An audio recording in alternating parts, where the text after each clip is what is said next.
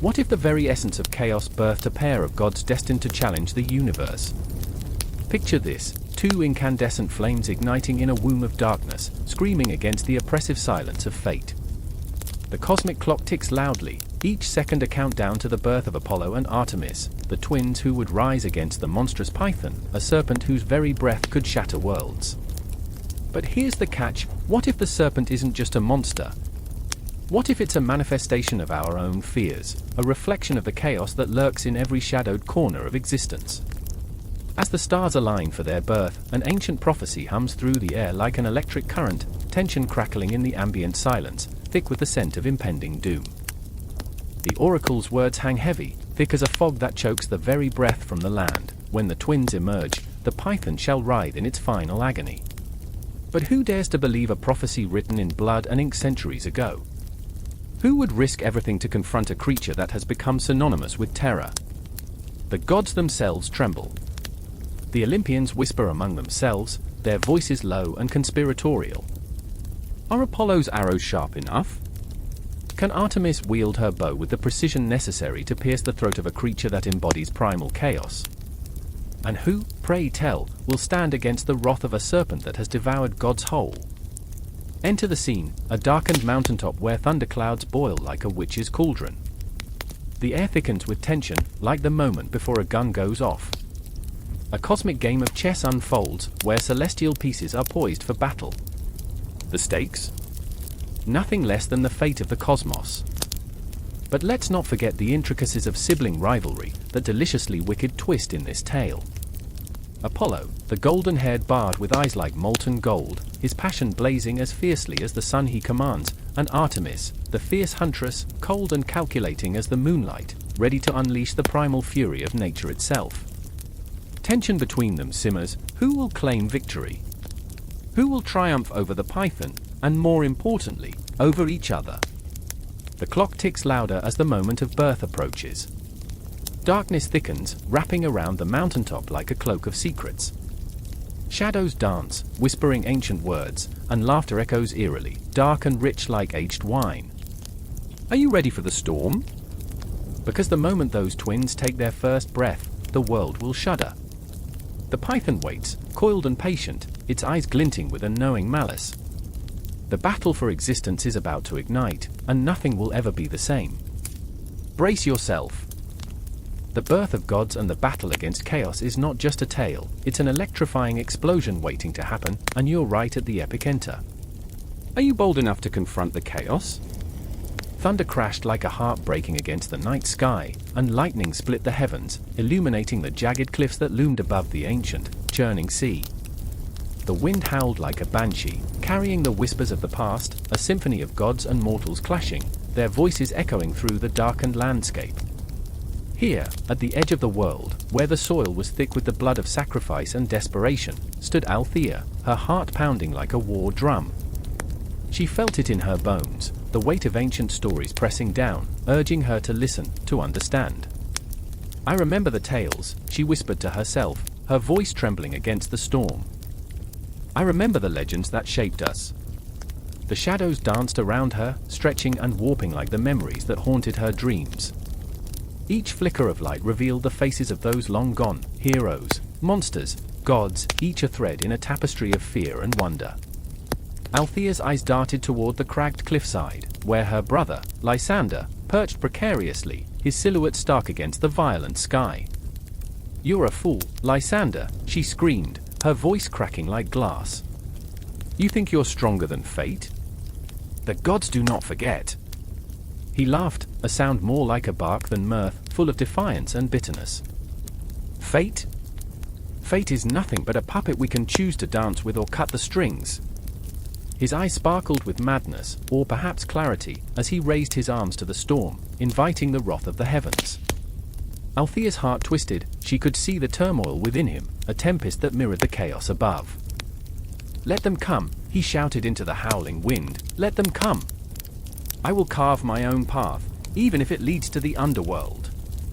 The thought of their father's ghost, wandering the shadowy halls of Hades, sent a chill through her.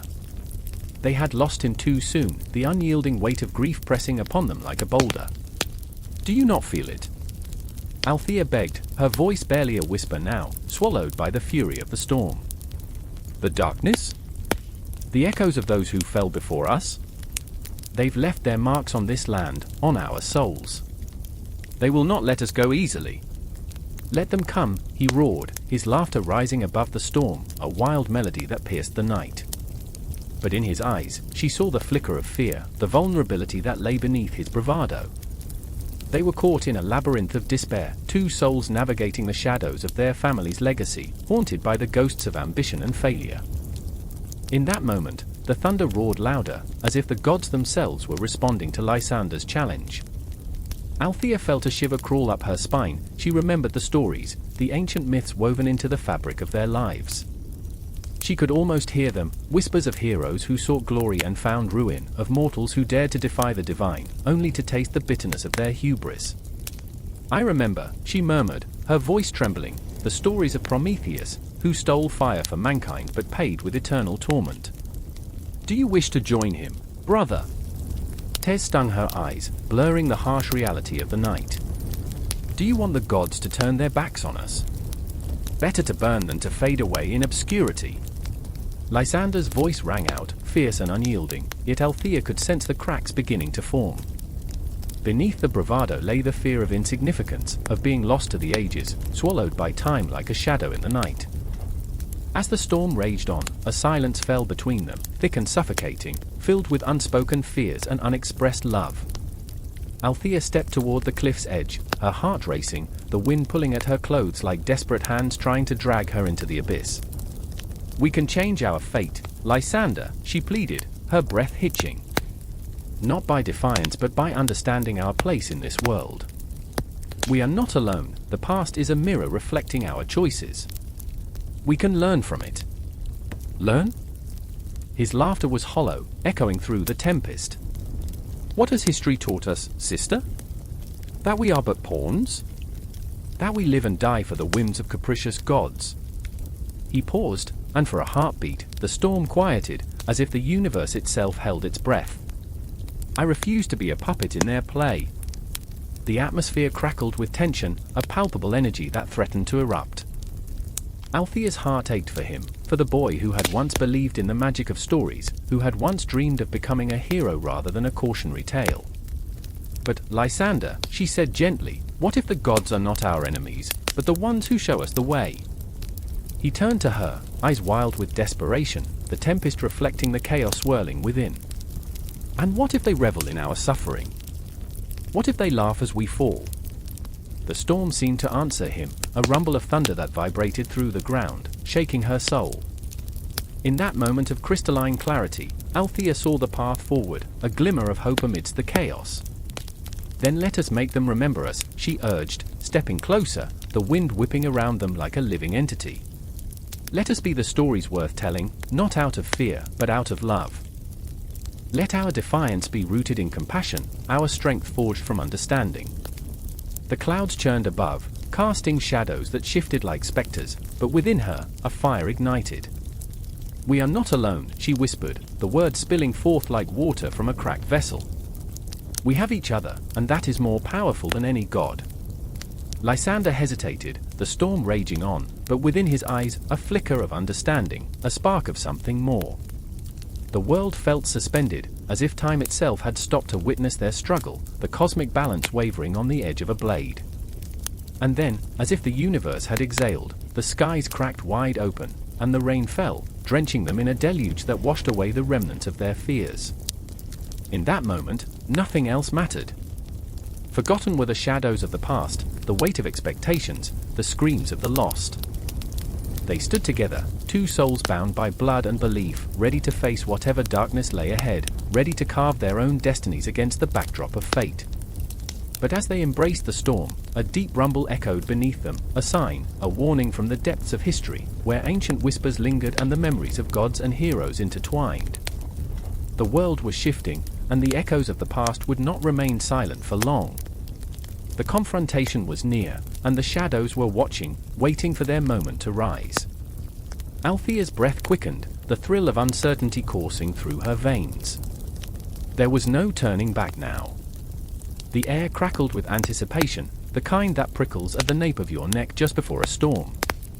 It was a night steeped in shadows, the moon a ghostly witness to the chaos that was unfolding. I stood there, my heart pounding like a war drum, swallowed by the darkened streets that echoed with the distant roars of titans, beasts of towering ambition, their thunderous laughter puncturing the stillness. They ruled with iron fists, their mouths curled in cruel grins, and as I watched the silhouette of their towering forms against the flickering torchlight, I felt something in me shatter. In this moment, when time felt like a suspended heartbeat, I remembered Yuhan, the brooding giant with the heart of a tempest. His eyes were pools of dark water, reflecting the turmoil within him. The Titans had stolen his dreams, their relentless greed suffocating the life from our city. I remembered his voice, gravelly and full of despair, whispering through the echoes of my mind, "What's left to fight for when the world itself is crumbling?" But Yuhan was not the only one grappling with shadows. Noemi, fierce and unyielding as a flame, stood beside him. She had hair like molten gold, a stark contrast to the despair that wrapped around us like a shroud. She had laughed in the face of danger, her laughter a weapon against the darkness, but tonight, that laughter felt like a distant memory. Her eyes, usually alight with rebellion, were now flickering with doubt. "They'll take everything," she said, voice trembling like a brittle leaf in the wind. "We can't let them." And I could feel it, the tightness in my throat, the weight of impending loss. The Titans had not just torn apart our homes, they had siphoned the very essence of who we were, turning dreams into ashes. The city felt haunted, as if the ghosts of our aspirations lingered in every shadow, whispering warnings of betrayal and despair. The night deepened, and I could hear the distant clang of steel and the dying cries of our people. Each sound a reminder that the Titans were not just rulers, they were executioners of hope, and we were their unwilling subjects. I remembered the stories of old, of how the Titans had risen from flesh and ambition, their hearts hardened by the blood of those they had conquered. They wore our fears like armor, and as I looked upon them from the safety of the alley, the ground beneath us seemed to tremble with their hunger. "Yuhan," I said, though the name felt heavy upon my tongue. "What if we fought back? What if we—" My words hung in the air, a desperate hope that danced between us. He turned his gaze from the chaos, locking eyes with me, and for a heartbeat, I saw the flicker of something, determination, perhaps, or was it resignation? "Fighting back," he echoed, a bitter laugh escaping his lips. "What is fighting when the enemy is a mountain? They crush us without a thought." But Noemi wasn't ready to succumb to the weight of despair. She stepped forward, her silhouette almost glowing in the dim light, a beacon of defiance. "We've lost enough. Our ancestors didn't give their lives for us to cower in fear. We need to ignite the fire within us. We need to remember who we are." The tension crackled like the lightning that danced across the sky, and I felt my pulse quicken. "But how?" I whispered, my heart racing with a mix of fear and adrenaline, the embers of rebellion flickering within me. She smiled then, a fierce, wild thing that made my breath hitch. "We become the storm. We take back what is ours." As her words hung in the air, the shadows around us shifted, as if our resolve had summoned them. The Titans, those towering figures forged from ambition and tyranny, were not invulnerable. They bled, they felt, and beneath their monstrous exteriors lay hearts that pulsed with fear, too. I thought of the sacrifices already made, the faces of friends long gone, the laughter, the warmth of shared meals, the love that blossomed amidst the ruin. Each memory weighed upon me, a chain forged in love and loss, pulling me back even as it propelled me forward. "Noemi, Yuhan," I said, urgency flooding my voice, "if we do this, we risk everything." "Everything is what we've already lost," Yuhan replied, his voice low and raw as the truth clawed its way out. I remember the streets filled with laughter, the sound of children playing. I remember when we were free, not shackled by the whims of giants. We must reclaim that, or we might as well be dead already. And there it was, the stark truth, a flame igniting within us. The Titans may have taken our homes, our laughter, but they had not claimed our spirit. The darkness may have surrounded us, but it also whispered of possibilities, of rebellion brewing like a storm on the horizon. As the first light of dawn began to break through the shadows, I felt the weight of their hopes upon my shoulders. It was a moment of clarity, a strange blending of fear and courage. The Titans were waking, their shadows moving with the intent to destroy, but we were ready to rise. In the grip of that dawning realization, I felt the pulse of our resolve quickening, merging with the rhythm of the world around us, a heartbeat that promised we would fight back. It was terrifying, exhilarating, a dance on the edge of oblivion. "No more hiding," I said, and the words shattered the silence like glass breaking against stone. The Titans had taken their toll, but we were not mere echoes of defeat. We were a force waiting to be unleashed, a storm gathering strength in the depths of our despair. Here we stood, trembling on the cusp of a battle that would either obliterate us or resurrect us. I remember the old saying, whispered through the ages, "From the ashes, we rise." And rise we would. We would become the storm that raged against the night, the hope that flickered in the darkness, the spark that could ignite the world. The Titans may have ruled, but their reign was about to be challenged. As I took a step into the unknown, the ground beneath me felt alive, pulsing with the promise of what was to come. Together, we would face the Titans, not as fearful shadows, but as the resolute storm of rebellion. The night was still thick with foreboding, but the dawn was breaking, and with it came the possibility of change. And so, the story continued. The wind howled like a banshee, thrumming through the air, twisting shadows into grotesque shapes. I stood there, breathless, my heart hammering in my chest as the moon hung low and full, a ghostly sentinel watching this dark fray. Leto's prophecy loomed over us like a thundercloud, pregnant with unspeakable dread. I could feel it in my bones, this heavy foreboding that made every hair on my neck stand at attention. "Run, Alice!" My brother's voice cut through the chaos, sharp and jagged, a desperate plea that echoed in the hollow of my chest. I glanced back, where he battled with the shadows, a dark figure against an even darker backdrop. His hands were stained with the grit of our shattered lives. They trembled as he struck again, a wild swing that barely missed its mark. Fear twisted inside me, a coiling snake, tightening its grip. I remembered the promise I made, to stand by him, to protect him. But now, as I stood rooted to the spot, I felt that promise fluttering away like a moth drawn to the flame. "Alice! Go!" His voice shattered, breaking against the weight of the night, and my heart stuttered. I was drawn to him, a moth to the light of his courage, but the shadows hungrily clawed at my resolve. I remembered when we were children, running through the fields, chasing the sun until it bled into the horizon, laughter spilling from our lips. But this was no game. This was the prophecy, the dark echo of our family's fate reverberating in every corner of our existence. I felt the cool metal of the pendant around my neck, the Leto charm, a relic of our ancestors, whispering secrets of doom. The weight was suffocating, dragging me down into the depths of despair. "What if it's already too late?" a voice inside me whispered, slithering through my thoughts. And I wanted to scream, I wanted to wail at the unfairness of it all, but I swallowed the pain, biting down hard against the taste of iron. "Please!" My plea hung in the air, a cocktail of fear and desperation. I took a step forward, but it felt like wading through molasses. Each step was laced with hesitation, each breath thick with uncertainty. The shadows danced closer, their cold fingers outstretched as if to wrap around my throat, squeezing until I couldn't breathe. And there was Rowan, my brother, the light in my life, the flame flickering in the tempest, a shield against the darkness. He was human, flawed. I had seen him smile through clenched teeth, blood seeping through his fingers as he bandaged wounds that were never just skin deep. "You're stronger than you think," he once told me, his voice low, the weight of his belief wrapping around me like a warm blanket. But tonight? Tonight, he was slipping. I could see it in the wild look in his eyes, the way his body moved almost instinctively, like a marionette tangled in threads of fate. Each strike was a desperate attempt to defy the odds, to rewrite our prophecy.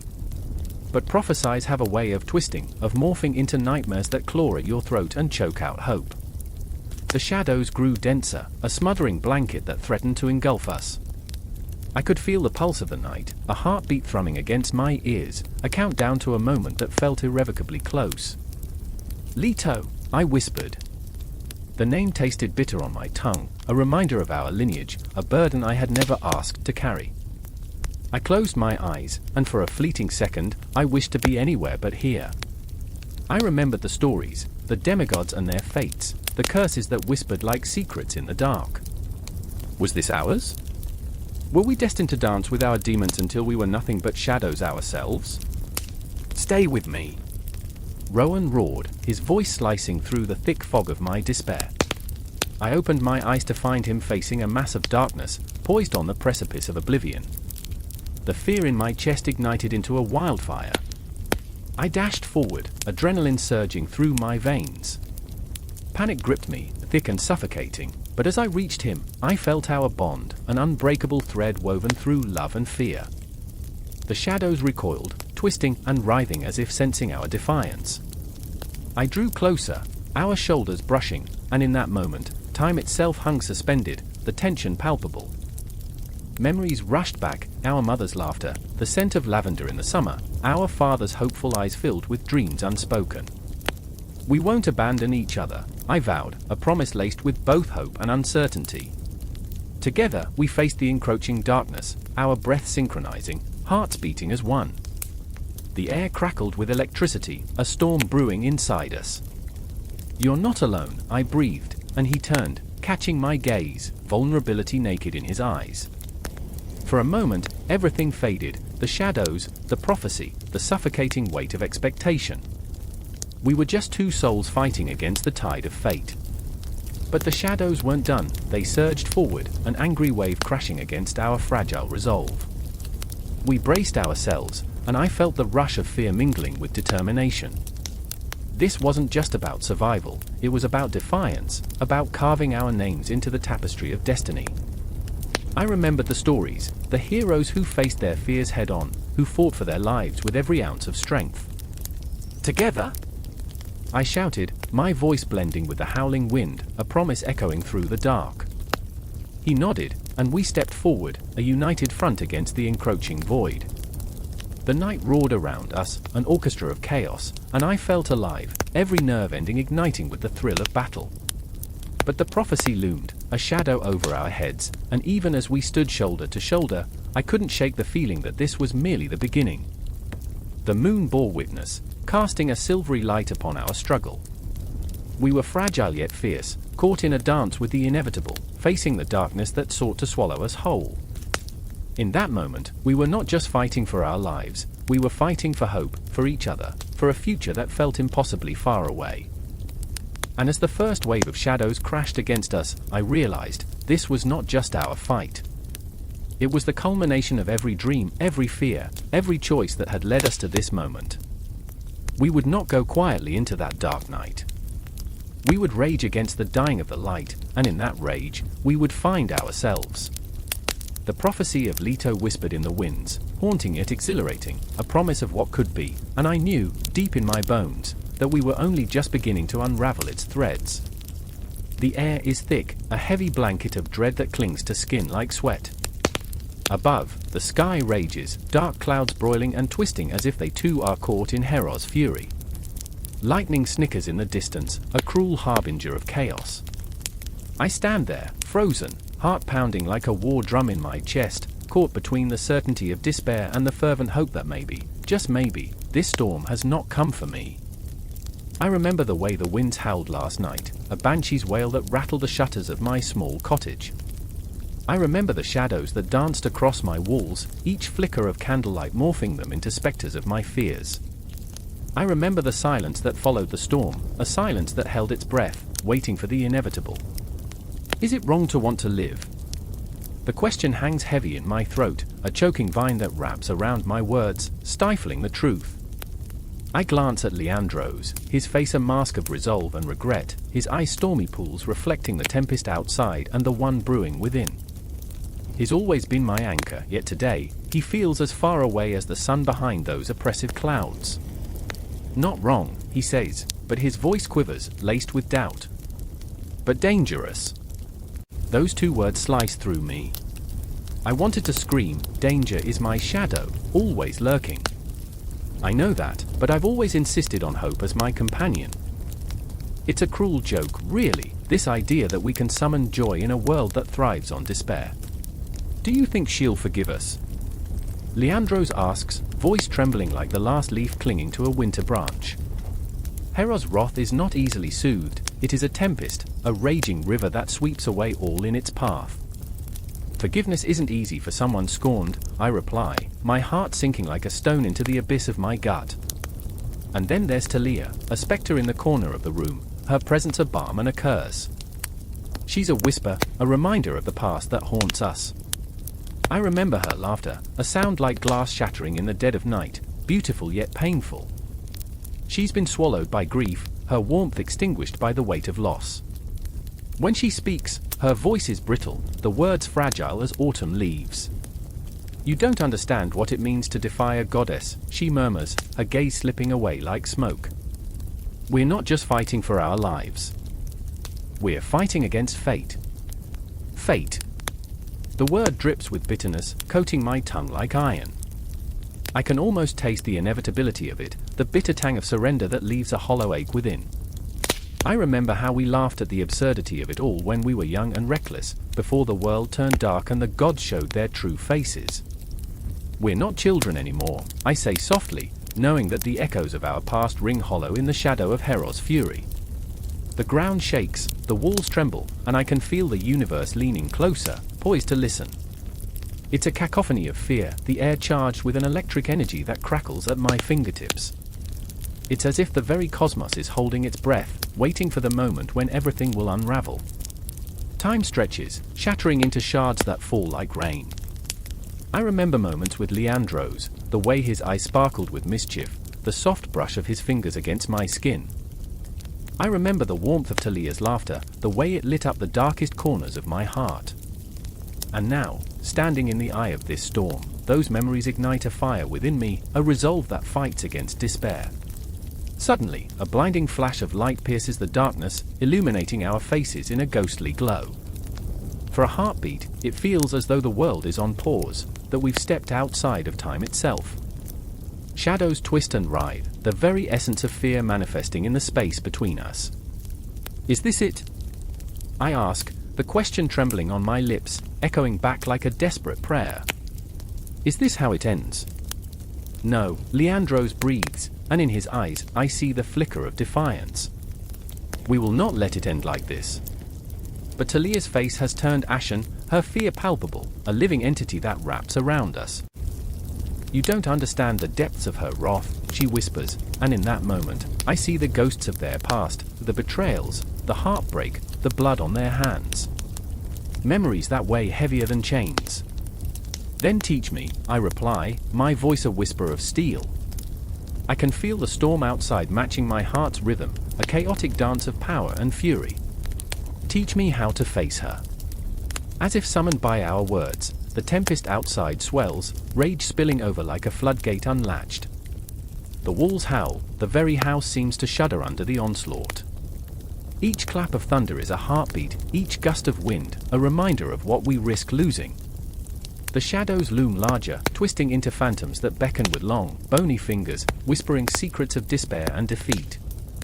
I shudder, the weight of their presence pressing down like a funeral shroud. We are warriors, I declare, but the conviction in my voice feels thin, a gossamer thread spinning in dark winds. We have to fight, Leandros insists, and for a moment, I see the spark of determination ignite in him once more. The fire that flickered so dimly before now blazes like a beacon of hope. Together, I whisper, as the storm outside erupts in fury, a primal scream that reverberates through the very marrow of my bones. Together, we must face the wrath of a goddess scorned.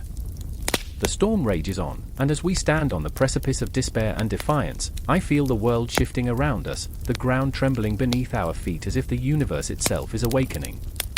Time becomes a mere suggestion, the clock ticking toward an uncertain fate. And yet, beneath the chaos, I feel it, the pulse of possibility, the flicker of hope that refuses to be extinguished. We may be standing against a goddess's wrath, but as long as we stand together, we are an unbreakable force. And so, we brace ourselves, ready to confront the wrath of Hera, to reclaim our lives from the jaws of fate. The storm howls, the shadows loom, and as the air crackles with electric intensity, we step forward, hearts pounding in sync, ready to face the darkness together. Rain drummed relentlessly against the cobblestones, a symphony of chaos as Leto stumbled through the darkness, breaths labored and wild, each one a desperate gasp for air. The chill of the night sank into his bones, an icy reminder that he was not alone. Shadows lurked, whispering secrets, dancing just out of reach. A flicker of movement caught his eye, a ghost darting past the flickering torchlight, and for a moment, he thought it was her, a fleeting memory of warmth in a world gone cold. But she was gone. He gritted his teeth, feeling the weight of despair settle like lead in his chest. The streets of Ascalon, once vibrant and alive with laughter, had become a labyrinth of fear. The echoes of betrayal lingered in the air, and each step he took resonated with the ghosts of decisions he couldn't take back. He remembered the way she had looked at him, her eyes filled with hope, as if they could outrun their fate. Now, the hope felt like a phantom, taunting him with what was lost. His mind raced back to the moment it all shattered, the crashing sound of the door behind him, the shouts of soldiers echoing in the hollow night, the betrayal that cut deeper than any sword. Run, she had urged, but the words echoed in his ears like a haunting refrain. He had lingered too long, trying to protect her, and now he was the reason she was in danger. Each heartbeat screamed guilt and regret, a relentless reminder that he had failed her. Suddenly, a sharp crack broke through the rain, a voice slicing through the wet air. Leto! His heart lurched. It was her. He turned, eyes wide, searching through the sheets of rain pooling like tears in the gutters. Each blink was a plea for vision, for clarity, but all he saw were darkened shapes moving in the shadows. Leto, run! It came again, her voice like a tether pulling him back to the light, back to the promise of safety. But there was no safety here, the city had turned against them, and the walls had ears. They were not just fleeing danger, they were running from a nightmare made flesh. The urgency in her voice pushed him forward, a surge of adrenaline as he sprinted toward the sound, his feet pounding against the earth, a frantic rhythm of survival.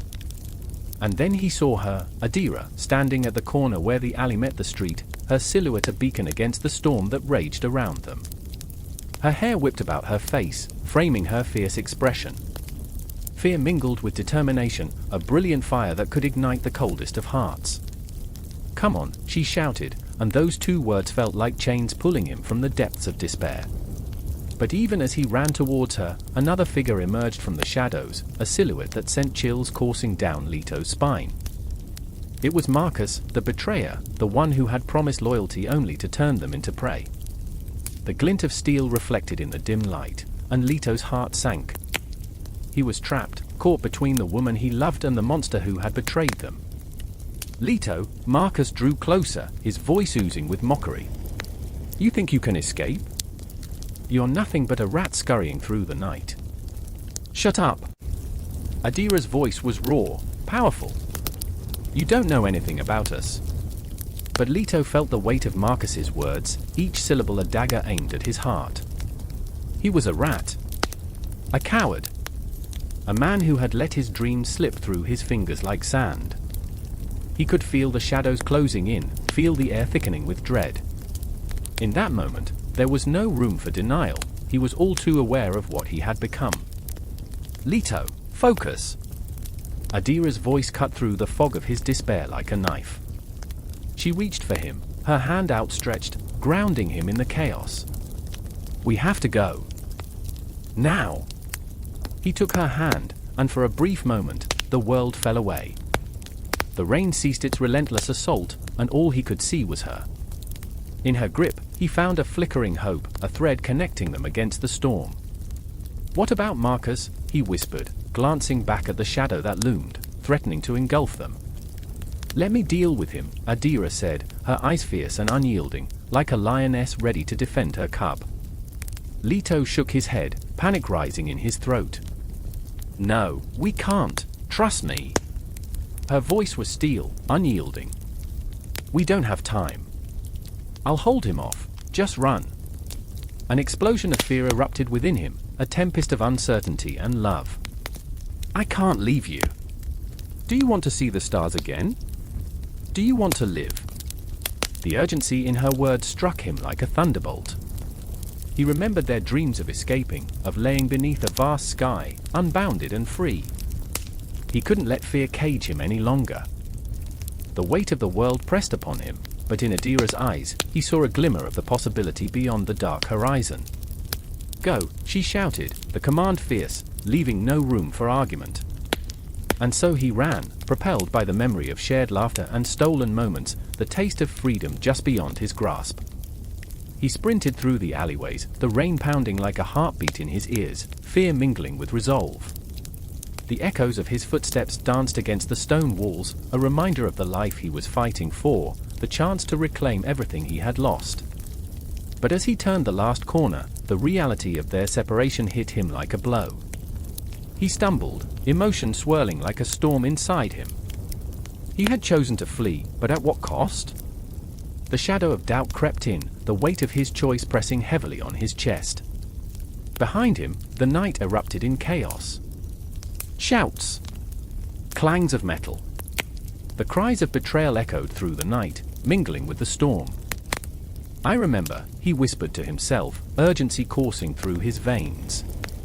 I remember her laugh, the way it felt to breathe in the sun, but those memories were fading, slipping between his fingers like sand. He was running blind through the dark, and all he could see were shadows closing in.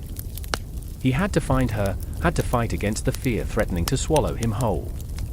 The city around him twisted, alive with ghosts of the past, but he would not let them claim him. Not now. Not ever. The storm raged on, and with it, his heart beat fiercely. There was no turning back. Only forward. Only the promise of light waiting at the end of the night. The chase had begun, but the outcome remained uncertain, a question hanging in the air as he plunged deeper into the storm, searching for refuge in a world turned upside down. The air hung thick, heavy with salt and the echoes of ancient whispers, as the sun dipped beneath the horizon, bleeding crimson into the turbulent waters surrounding the island of Delos. Shadows stretched long and mournful, clawing toward the crumbling ruins that stood like ghosts of a forgotten world. Each stone, each weathered statue, bore the weight of unspoken prayers and lost dreams.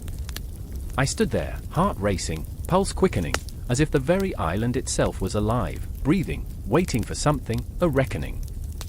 Nico's voice broke the silence, sharp and desperate.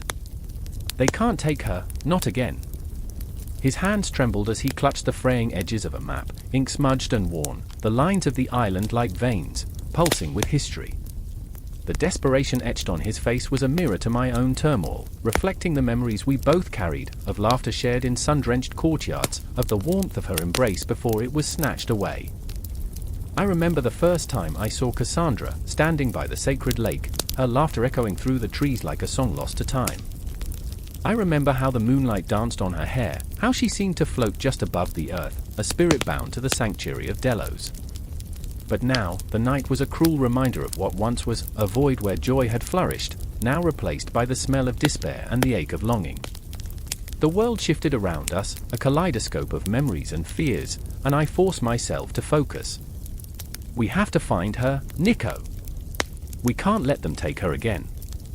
My voice cracked, emotion spilling over like the waves crashing against the hallowed shores. I felt the weight of my words, heavy with the gravity of the moment. The tide was rising, and so was the threat, a silent predator lurking in the dark. "Do you think the gods are watching?" Nico asked, a bitter edge to his tone. "Are they laughing at us, at our foolishness?"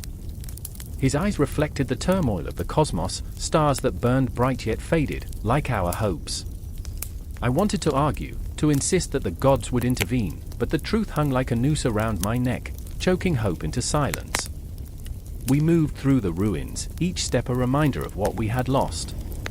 The marble columns loomed like sentinels, bearing witness to our anguish.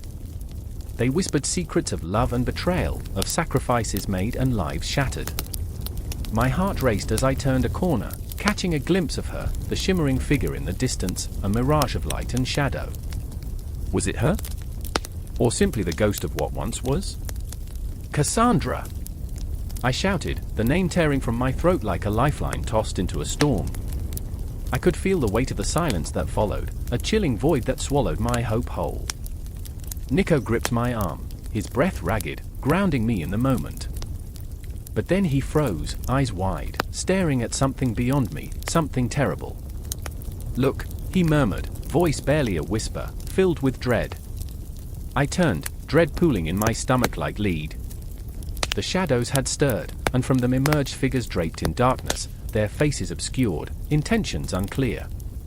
They moved with a predatory grace, each step a promise of violence, of lost dreams clawing back from the void.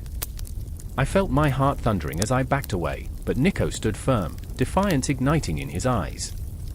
"Get behind me," he commanded, a protector rising from the ashes of despair. But in that moment, I saw the truth in his eyes, the fear, the uncertainty, and I knew we were both lost in a web of circumstances beyond our control. Time twisted around us, moments stretching like the shadows creeping closer. "They want her, Nico. We can't let them take her," I pleaded, desperation lacing my voice, tightening around us like a noose. But even as I spoke, I could feel the crushing weight of inevitability, a specter looming over our heads, whispering of fate and cruel design. The figures drew nearer, their presence a palpable chill that seeped into my bones. I could see the glint of knives, the flash of intent. Each heartbeat was a countdown, a promise of violence that loomed heavy in the air. Panic surged inside me, a tidal wave threatening to drown everything in its wake. "Cassandra!" Nico shouted again, his voice raw, tearing through the thick fog that clouded our path. But the shadows only moved closer, hungry, eager to claim what was not theirs. And amidst it all, I felt the ghost of Cassandra, her laughter echoing in my mind, a bittersweet melody that teetered on the edge of memory and reality. "Remember," I whispered to Nico, my voice trembling like the leaves in the wind, "we fight for her. We fight for what we love." But as the figures loomed nearer, I understood, love was a fragile thing, easily crushed beneath the weight of darkness. The night wrapped around us, thick and suffocating, as we braced ourselves against the inevitable. I could see the flickering shadows dance, hear the whispers of the gods mocking our resolve.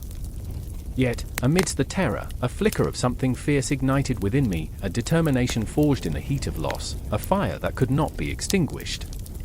In that moment, I knew we would stand our ground, that love, flawed and battered, would be our weapon against the encroaching darkness. And so, we prepared ourselves for the confrontation that loomed ahead, hearts pounding like war drums, as we faced the ghosts of our past and the specters of our future. I remember the chaos that followed, the raw, visceral clash of hope against despair. The shadows closed in, and the sanctuary we once cherished became a battleground, a testament to the enduring fight of the heart against the relentless tide of fate. And as we stood there, ready to face whatever horrors awaited us, I felt the weight of worlds pressing down, a reminder that even in the depths of darkness, a flicker of light could still emerge, no matter how fleeting. The air was thick with the scent of impending rain, the kind that clings to the skin and seeps into the bones. Shadows danced beneath the gnarled branches of the ancient oak, their twisted forms whispering secrets only the wind could understand. I remember standing there, heart pounding, feet rooted to the ground as if the earth itself conspired to keep me anchored. Thunder rumbled, a low, menacing growl, and the sky darkened, pregnant with the weight of a storm. It felt like the world was holding its breath, waiting. But that was just the beginning. In the distance, a scream shattered the stillness, raw and visceral, the kind that turns the blood to ice and sends shivers racing down the spine. My mind raced as I darted toward the sound, heart hammering in tandem with the drums of my ancestors echoing in the depths of my being. I moved through the underbrush, aware of every snap of a twig underfoot, every rustle of leaves that felt like fingers brushing against my skin, urging me forward. And there she was, Leto, my mother, beautiful and broken, crumpled among the roots, her face a mask of anguish. I remember the wildness in her eyes, a blend of terror and desperation, as she clutched her belly, the very ground beneath her trembling in sympathy. She was fighting a battle not just against the pain, but against the fate that loomed like a shadow, ready to swallow us whole. "Stay back," she hissed, voice sharp and fierce, even as her body betrayed her. "You mustn't," but I couldn't listen. I couldn't turn away. The storm gathered strength, swirling around us, and in that moment, the world felt like a fragile glass bubble, ready to shatter with one wrong move. I felt the weight of her pain as if it were mine, each contraction a violent wave crashing against the shores of our lives. The ghost of my father haunted the air, a reminder of the love that had once been, mingling with the scent of damp earth and fear. "Help me!"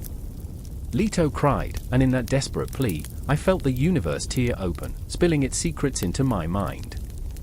I remember how time slowed, stretched, and twisted around us like a serpent. The ancient myths I had heard, the tales of gods and mortals intermingled in a dance of chaos, seemed to whisper through the trees. I felt it, something was moving, stirring deep inside her, a force that demanded to be born, a flame waiting to ignite the night. The storm finally broke. Rain poured down, drumming against the leaves, a requiem for the struggle unfolding before me. Lightning sliced through the sky, illuminating Leto's face, revealing the deep lines etched with torment and determination. I watched, frozen, as the first cry pierced the air, a sound so pure, so primal, it shattered the very fabric of despair. It was a sound that would echo through the ages, a bold proclamation of life amidst the chaos. Another cry followed, louder, insistent, and I felt it reverberate in my chest, a heartbeat echoing the rhythm of the universe. I remember the moment when the storm and the cries merged, a symphony of life and death, of hope and fear, all swirling together like a maelstrom.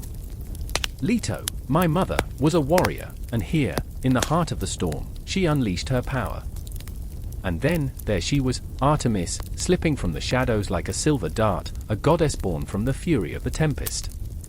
I remember her eyes, fierce and radiant, as if the moon itself had descended to bless this moment. She took her first breath, and the world felt right again, as if chaos had bowed to the sanctity of her arrival. But the joy was short-lived. I could see the shadows creeping in, dark figures lurking just beyond the trees, their intentions as ominous as the thunder rumbling overhead. They were hunters, too, drawn by the cries of birth, but not to celebrate. No, they were predators, drawn by instinct and the promise of power. My heart quickened, pounding a warning against my ribcage. The intensity in the air shifted, I could feel it, a crackling tension that threatened to explode. "Leto, we must go," I urged, panic clawing at my throat. The darkness pressed closer, hungry and relentless. I could see the flicker of fear in my mother's eyes, the realization that this was not merely a birth, but a fight for survival. I had to protect them, I had to protect my sister, this newborn goddess radiating light in a world cloaked in shadows. No. Leto's voice was a fragile thread, yet it held the strength of mountains. She is destined for greatness. She is not just a child, she is the huntress. She will rise. I remember the moment when the first figure emerged, a silhouette against the storm, tall, menacing, eyes glinting like coals in the night. The hunter stepped forward, a smirk playing on his lips, a predator too comfortable in his own skin. "You think you can hide her from us? From the fate that awaits." In that instant, the sky erupted, and I saw the fury of the universe reflected in my mother's eyes. It was in her voice as she rose, fierce and defiant, standing tall despite the pain, a warrior queen ready to protect her realm at any cost. "You dare challenge the bond of mother and child? I will not let you take her. She will be free." The echoes of her determination sent shockwaves through the air. I stood beside her, fear coursing through my veins, but a flicker of hope ignited within me. I felt it, the magic thrumming beneath our skin, a force that could push back the darkness. We were not mere mortals, we were bound by blood, by the weight of our lineage. The hunter lunged, but we were ready. I remember the adrenaline surging as we fought, not just for Artemis, but for the legacy we held within us. Each strike was a testament to our strength, a promise that we would not yield. The storm raged on, a chaotic symphony underscoring our battle as shadows clashed with light. With every heartbeat, the world spun into chaos, and yet in that chaos, I felt it, our bond, unbreakable and eternal. We were hunters in our own right, defying fate, refusing to succumb to the darkness that sought to consume us. And as the cries of the storm mingled with our resolve, I knew this was just the beginning. The winds howled, the rain fell, and somewhere in the heart of the storm, a goddess took her first steps into the world, ready to carve her destiny. Nothing would ever be the same again. The darkness hung heavy in the air, thick as a curtain of smoke, clinging to skin and soul alike. The world held its breath, suspended in a moment that felt both infinite and unbearably fleeting. A single star blinked in the vast expanse above, a forgotten sentinel watching over a scene that would rewrite the fate of all. I stood there, heart pounding, the pulse of the universe echoing in my ears. Shadows danced around me, flickering in the dim light, as if whispering secrets of what was to come. "Do you hear that?" Callista's voice trembled, her eyes wide with a mixture of fear and fierce determination. She was my sister, my anchor in this tempest of uncertainty, and yet, in that moment, she felt as distant as the stars themselves. Her hands clenched into fists, knuckles white against the backdrop of the encroaching night. "It's him! He's coming!" I could feel it too, the electric hum that surged through the ground beneath us, every blade of grass quivering like a taut string ready to snap. The air crackled with anticipation as if the earth itself knew the weight of what was about to unfold. In the depths of my gut, I wrestled with a truth I wasn't ready to face. We were not ready. And yet, life had never been about readiness. It was a reckless leap, a plunge into the unknown that left us gasping for air. I remembered our mother, her voice a melody woven with warmth and sorrow, speaking of the god who would rise from the ashes of despair. Apollo, the harbinger of light, the slayer of darkness. But what price would we pay for his birth? "Tell me again, what he looks like," I muttered, desperate for distraction, for a glimpse of the boy who would become a legend. Callista's gaze turned inward, as if she could summon the image through sheer will. "A child of fire and light," she whispered, with eyes like blazing suns, hair spun from the golden threads of dawn. His voice, she hesitated, swallowing the words that danced on the tip of her tongue. "His voice will burn like a beacon, calling the lost home." I could see it, the shimmering vision she painted in my mind. A boy, a god, born into a world that was ever eager to devour its own. But darkness loomed, a predator ready to pounce, and I felt it gnawing at the edges of my resolve. I wasn't just afraid for him. I was afraid of what we might lose. Suddenly, a cry shattered the silence, a scream so raw it pierced through the night like a knife. My heart lurched. "No!" I gasped, as if the very word could stitch the fabric of fate back together. "Stay close!" Callista's hand clasped mine, and together we edged toward the sound. Each frantic step felt like an echo of a heartbeat, a thunderous reminder that time was slipping away. Fear and urgency twisted through me, a tangled web I couldn't untangle. As we neared the source, the shadows coalesced into a figure, a woman, crumpled at the foot of an ancient olive tree, her body racked with sobs. The moonlight caught her face, and I recognized the sorrow etched in her features. It was Lyra, the oracle of our village. "The Dark One's come," she gasped, eyes wide with terror, as if she had glimpsed a future too grim to bear. "Lyra! What do you mean?" Callista's voice was sharp, demanding, but it trembled at the edges. "Who comes?" "The shadows," Lyra wept, her fingers clawing at the earth. "They want him, Apollo. They crave his light, will stop at nothing to snuff it out. His birth heralds a new age, but it will not come without a fight." A chill swept through me, as if the weight of the cosmos had settled upon my shoulders. I glanced at Callista, the fear reflected in her eyes, and I felt something shift deep within. This was our destiny, our lives entwined with the birth of a god, a light that could either save or destroy us all. "We can't let them take him." My voice was a whisper, raw and unsteady. "We have to protect him." Callista nodded, determination hardening her features. "Then we must find him. Before it's too late." And it was in that moment, as Lyra's voice faded into a haunting echo, that I felt the first flicker of hope, fragile and flickering, like a candle fighting against the encroaching darkness. A light was coming, and it called to me, wrapping around my heart like a vine that would either blossom or choke the life from me. We ran, our feet pounding against the earth, the rhythm of our hearts matching the frantic tempo of the night. The world blurred around us, a tapestry of shadows and silvery moonlight, each breath filled with a desperate anticipation. But as we reached the clearing, the air grew thick with an unnameable dread. The shadows coiled like serpents, whispering threats and promises. I felt them wrap around my heart, a noose tightening with every second. They were here, watching, waiting, and I understood then that they were not just after Apollo. They craved us all. In the distance, a light flickered, a golden glow that cut through the darkness, defiant and pure. It pulsed with a heartbeat of its own, a signal that life was stirring, that something monumental was about to unfold. I glanced at Callista, who stood frozen, her eyes locked on the brilliance that beckoned us forward. "What if it's too late?" she breathed, a tremor of doubt threading through her words. "It's never too late," I whispered fiercely, feeling the warmth of the distant light seep into my bones. And then, as I took her hand, I knew what we needed to do. We would summon the strength of our blood, of our lineage, to protect this child of light. We would not cower in the shadows, we would face whatever came next, whatever dark tide threatened to sweep us away. So we ran toward the light, hearts pounding, breathless with fear, hope, and the undeniable certainty that celestial forces were shifting. Every step brought us closer to the impossibility of a new dawn, and I felt the cosmos around us stir, a prelude to the birth of something greater than ourselves, something that would change the world. And as darkness began to close in, I held on to that hope with everything I had.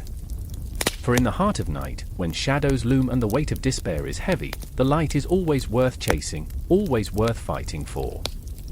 We would stand together, even if it meant shattering the darkness that sought to consume us. Because in that moment, as the spectres whispered our names, I understood the eternal truth: light must be born from darkness, and we were the flame that would protect it. The moon hung low that night, a haunting spectre casting pale, silvery light over the forest, where trees twisted like the gnarled fingers of lost souls reaching for the sky. I stood at the edge of the clearing, my breath hitching in my throat.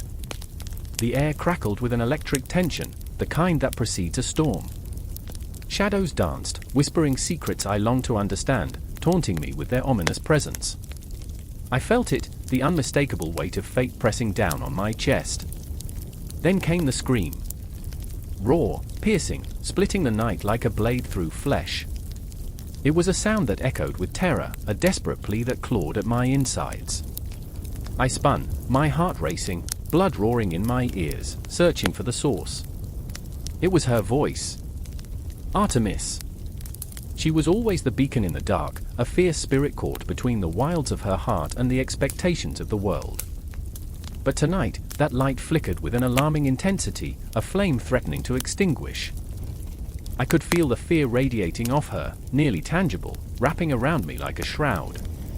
I stumbled towards her, propelled by instinct, the need to protect, to save. Artemis! I called, but my own voice felt foreign, swallowed by the shadows. The clearing opened up before me, and there she stood, trembling, her bow drawn taut, as if the very string of her fate was straining against her resolve. "They're coming," she gasped, eyes wide, reflecting the moonlight that now felt cold and unwelcoming. "They want to take me away." My heart sank. They. The very word hung in the air like a ghost, a dark cloud hovering over our heads. A whisper of betrayal and deceit that I couldn't shake off. I felt my own pulse quicken, the world narrowing around us, the tree swaying as if sharing in her anxiety. I stepped closer, feeling the magnetic pull between us, but I knew too well that I was powerless against the forces of the gods. "I remember," I murmured, lost in the tumult of emotions that surged through me. "I remember the stories, the ones that warned us about the hunters." Her gaze shot to mine, a flash of anger igniting behind the fear. "Stories don't save lives, Apollo. They only bind us to fate." Fate. The word hung in the air, thick with despair. I clenched my fists, feeling the warmth of anger rise within me. Did she not see? Love was an anchor, not a chain. "But you are more than the stories," I shouted, the desperation spilling over. "You are wildness, untamed and free. You cannot let them cage you."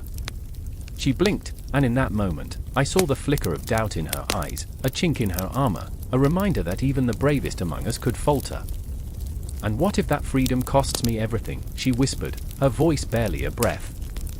The earth trembled beneath us, a distant rumble that mirrored the storm brewing inside my chest. I could feel the weight of her anguish, the fear of transformation, the terrifying thought of losing herself to some god's whims. "Then let us fight for it," I urged, stepping closer, feeling her warmth radiate around me. "Let us stand together against the darkness." But before she could respond, a rustle erupted from the trees, and the air filled with an eerie stillness, a moment suspended in time. Figures emerged from the shadows, cloaked in darkness, eyes glinting with malicious intent. My heart thundered, a war drum heralding doom. They were the hunters, the embodiment of our worst fears, and they were here to claim her. "Artemis," I breathed, stepping in front of her, my body a shield, my mind racing. "Stay behind me." Time stretched and twisted, and I could see the panic reflected in her gaze, the indecision that warred with her instinct to fight. "I can't," but before she could finish, the hunters lunged, their movements fluid, predatory. I braced myself, preparing for the inevitable collision, the chaos that would ensue. But in that heartbeat, something shifted within me, a surge of power igniting, a spark that felt ancient and fierce. I felt the cosmos aligning, the very essence of divinity coursing through my veins. I could be her shield and sword. "Stay close," I murmured, almost to myself. "I won't let them take you." The first hunter lunged, and I sidestepped, the world narrowing to a primal instinct. A quick twist of my wrist sent a shockwave of energy crashing into him, sending him sprawling back into the underbrush. But there was no time to breathe, no time to think. Another hunter was upon me, and I could feel Artemis beside me, her presence a fire igniting my resolve. Together, she breathed, and I could hear the steel in her voice, the defiance that thrummed through her. I turned toward her, and in that split second, we became a whirlwind of movement, a dance of survival, a duet against the dark. The shadows tightened around us, the hunters relentless, but we were no longer alone. With every arrow Artemis shot, every pulse of energy I called forth, we wove a barrier of light against the encroaching darkness. The clearing transformed, becoming a battlefield where light and shadow twisted and collided, each moment stretching into an eternity. I could feel the weight of our fear, our hopes, our very souls hanging in the balance. I remember, I gasped, the stories, they said we could conquer the night if we stood together. As the final hunter fell, silence enveloped us, heavy and suffocating. We stood there, breathless, hearts racing in sync, the remnants of our battle hanging in the air like smoke. But even in the aftermath, I could sense the darkness lurking just beyond the edge of the trees, a specter that would never fully vanish. Artemis turned to me, her eyes fierce, yet shadowed with uncertainty. "What if this is just the beginning?" she asked, her voice trembling as if the mere thought could summon our fears anew. I opened my mouth, but the words wouldn't come. What if this was only the prelude to a storm that would consume us both? What if the battles ahead were not just against the hunters, but against our own fears, our insecurities? So we stood in that clearing, two souls intertwined, both warriors and dreamers, cast against a cosmos that felt vast and ungraspable. The night embraced us, and I knew, deep within, that this was only the first chapter in a story written in the stars, an echo of what would come. And in that haunting silence, a promise lingered, unspoken, yet heavy with anticipation, ready to unfold. The sound of shattered glass echoed through the empty house, shards twinkling like fallen stars against the floor. It pierced the suffocating silence, a cacophony that reverberated through the very marrow of our bones, jolting us from the haze of our own despair. My heart raced as I stood frozen, eyes locked on the door that hung ajar, the faintest breeze stirring the dust, whispering secrets of the past. This was a moment where time lost its meaning, where the air thickened with tension, where everything hung by a thread. "Evelyn!" I shouted, my voice cracking, splintering under the weight of fear. Terror clawed at my throat. I could still hear the echoes of laughter from long ago, memories dancing like shadows in the corners of my mind, but now all that remained was a dark, gaping emptiness, a chasm I couldn't bridge. "I'm fine," she yelled back, but her words trembled, a lie wrapped in desperation. I could feel the frantic pulse of our shared history, the laughter that had once filled these walls now replaced by an eerie stillness. I remembered the nights we spent whispering secrets into the starry sky, dreams born from innocent hearts, now entangled in the snares of adulthood. Every heartbeat felt like a countdown, the air thick with unspoken words, suffocating me. I stepped forward, each footfall heavy with dread. Evelyn was my sister, my anchor in the stormy seas of life, but today, we were both adrift, caught in a current of chaos. I could taste the bitter remnants of our childhood in the air, a bittersweet nostalgia that twisted like a knife in my gut. "Evelyn, please," I called, my voice softer now, a thread of hope amidst the turmoil. "Talk to me." I could feel the walls closing in, the shadows lengthening like dark fingers reaching for us. The room felt charged, like the stillness before a storm, the kind that makes your skin prickle, your heart race with anticipation.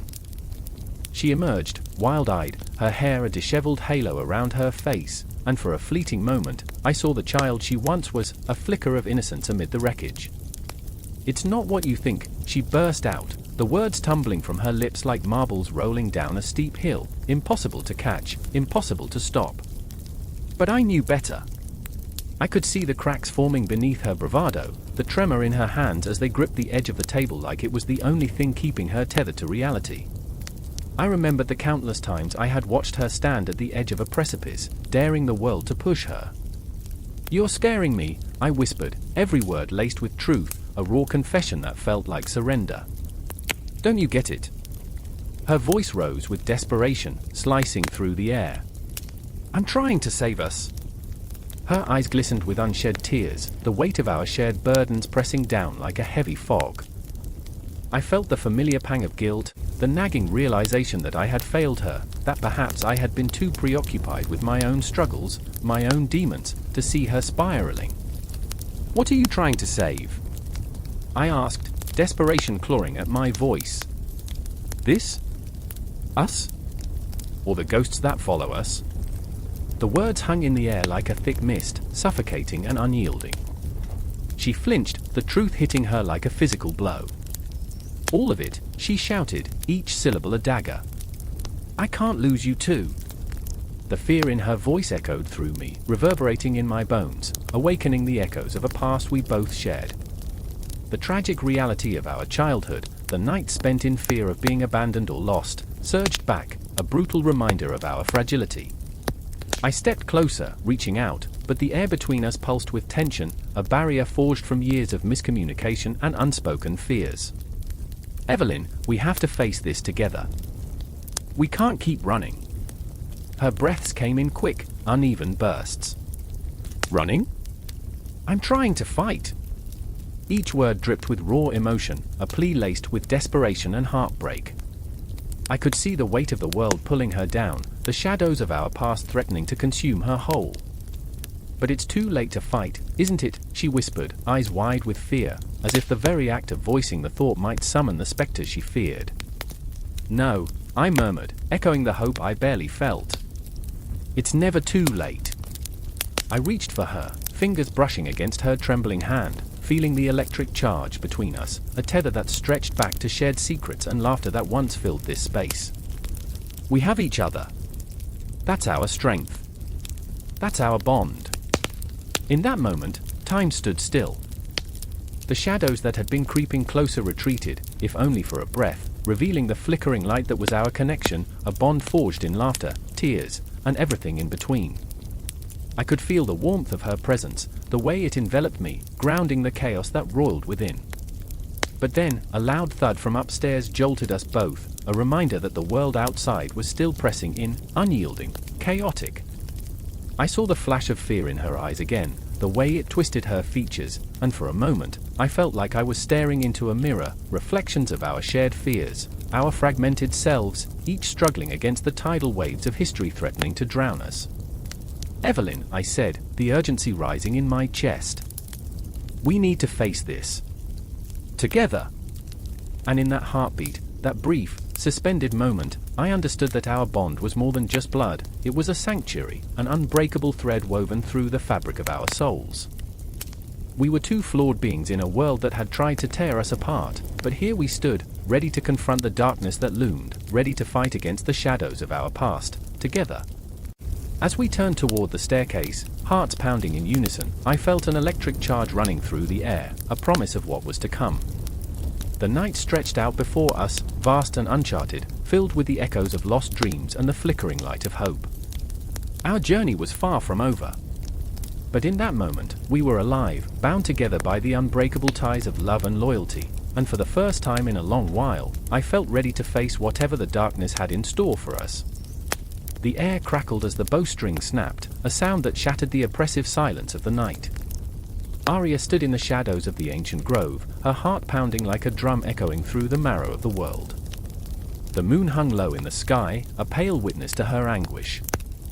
She could almost hear the whispers of the trees, the very leaves echoing the heartache that seeped from her soul, each exhale a prayer for release. She was caught in a tempest of emotions, a symphony of longing and despair. As she clutched a broken lute, its strings frayed like the fragments of her dreams.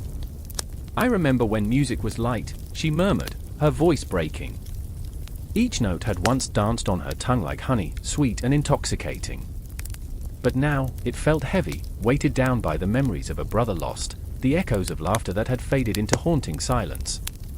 She thought of Asher, his carefree spirit, a wild flame snuffed out too soon. The darkness around her thickened, wrapping its tendrils around her heart, squeezing it tight. "Why did you leave me?" she cried out to the void, her voice mingling with the sighs of the wind. In the distance, a flicker of a torch illuminated the path, revealing Kale, his silhouette cutting through the night like a blade. He moved with purpose, eyes aflame with determination. But beneath that fierce exterior, a storm brewed. His own ghosts loomed large, haunting specters of failure and regret. "Arya," he shouted, his voice a battle cry that pierced the veil of night. "We don't have time for this." He was there, right there in that moment, but the space between them felt like an abyss. "You don't understand," she yelled, anger and sorrow intertwining like a twisted vine. "This isn't just about music, it's about everything we've lost." Kale's jaw clenched, the lines on his face deepening. "You think I don't feel it?" The weight of his own burden shrouded him, the remnants of a once shining star now faded to grey. "We have to fight. We can't let the darkness win." But how could she fight when every note felt like a dagger? The ghosts of their pasts danced around them, taunting, whispering secrets of failure. She remembered the laughter, their shared childhoods, the way music spun around them like a golden thread. "We were supposed to be legends, Kale." "Not this." The emotion clawed its way from her throat, and she turned away, the shards of her heart glimmering like broken glass on the forest floor. Kale stepped closer, the torchlight flickering against his face, revealing the raw vulnerability beneath his fierce facade. "And what do you want to do instead?" "Give up." His voice softened, but the fire inside him raged on. "Arya, every hero has their moment of doubt. But that's when the music is most powerful. It's when it can shake the very heavens." The tension crackled between them, a live wire threatening to snap. She could feel the heat of his conviction, but it clashed violently with her despair. "What if I don't want to be a hero? What if I just want to fade into the shadows?" Her voice trembled, a fragile wisp of fear hanging in the air. "Then you'll let your brother's memory die in the silence," he replied, fierce and unyielding. "Do you want that?" That question hung in the air, heavy and suffocating. She thought of Asher, his laughter ringing like bells, his dreams, so vibrant, so alive. She felt the weight of his absence like an anchor pulling her down into the depths of an endless ocean. "No," she whispered, the words slipping from her lips like water escaping clenched hands. "But I don't know how to carry this burden." Kale's expression softened, and for a fleeting moment, they stood as fragile souls, woven together by a common thread of grief. "Then let's carry it together," he urged, his voice a gentle promise against the storm. "Music is the bridge between our pain and our power. We can't let it die." The shadows around them began to shift, pulsating with an ancient rhythm, and Arya felt the faintest echo of a melody stirring within her. It was a ghost of a song, a haunting refrain that tugged at her heart. "But what if it's too late?" "Never too late," he said with fierce conviction, stepping closer until their breaths mingled, the air thick with unspoken emotions. "We'll reignite the flame. We'll make Apollo proud. Together." And in that moment, as the moonlight enveloped them, Arya closed her eyes, feeling the pulse of the universe, an echo of the music, the poetry that thrummed in the very fabric of existence. Memories washed over her like waves, and she felt the ghost of Asher beside her, his laughter echoing like the sweetest melody, urging her to rise. "Sing with me," she said, her voice trembling with newfound strength, a flicker of light breaking through the darkness. "Let's remind the world of what we can create." Kale nodded, determination painting his features with resolve. Together, they began to weave a melody from the fragments of their pain, a haunting song that rose up through the trees, a battle cry that called forth the stars. The night trembled in response, the very cosmos bearing witness to their rebirth. But in the depths of that magic, the shadows stirred ominously, and the darkness was not finished with them yet.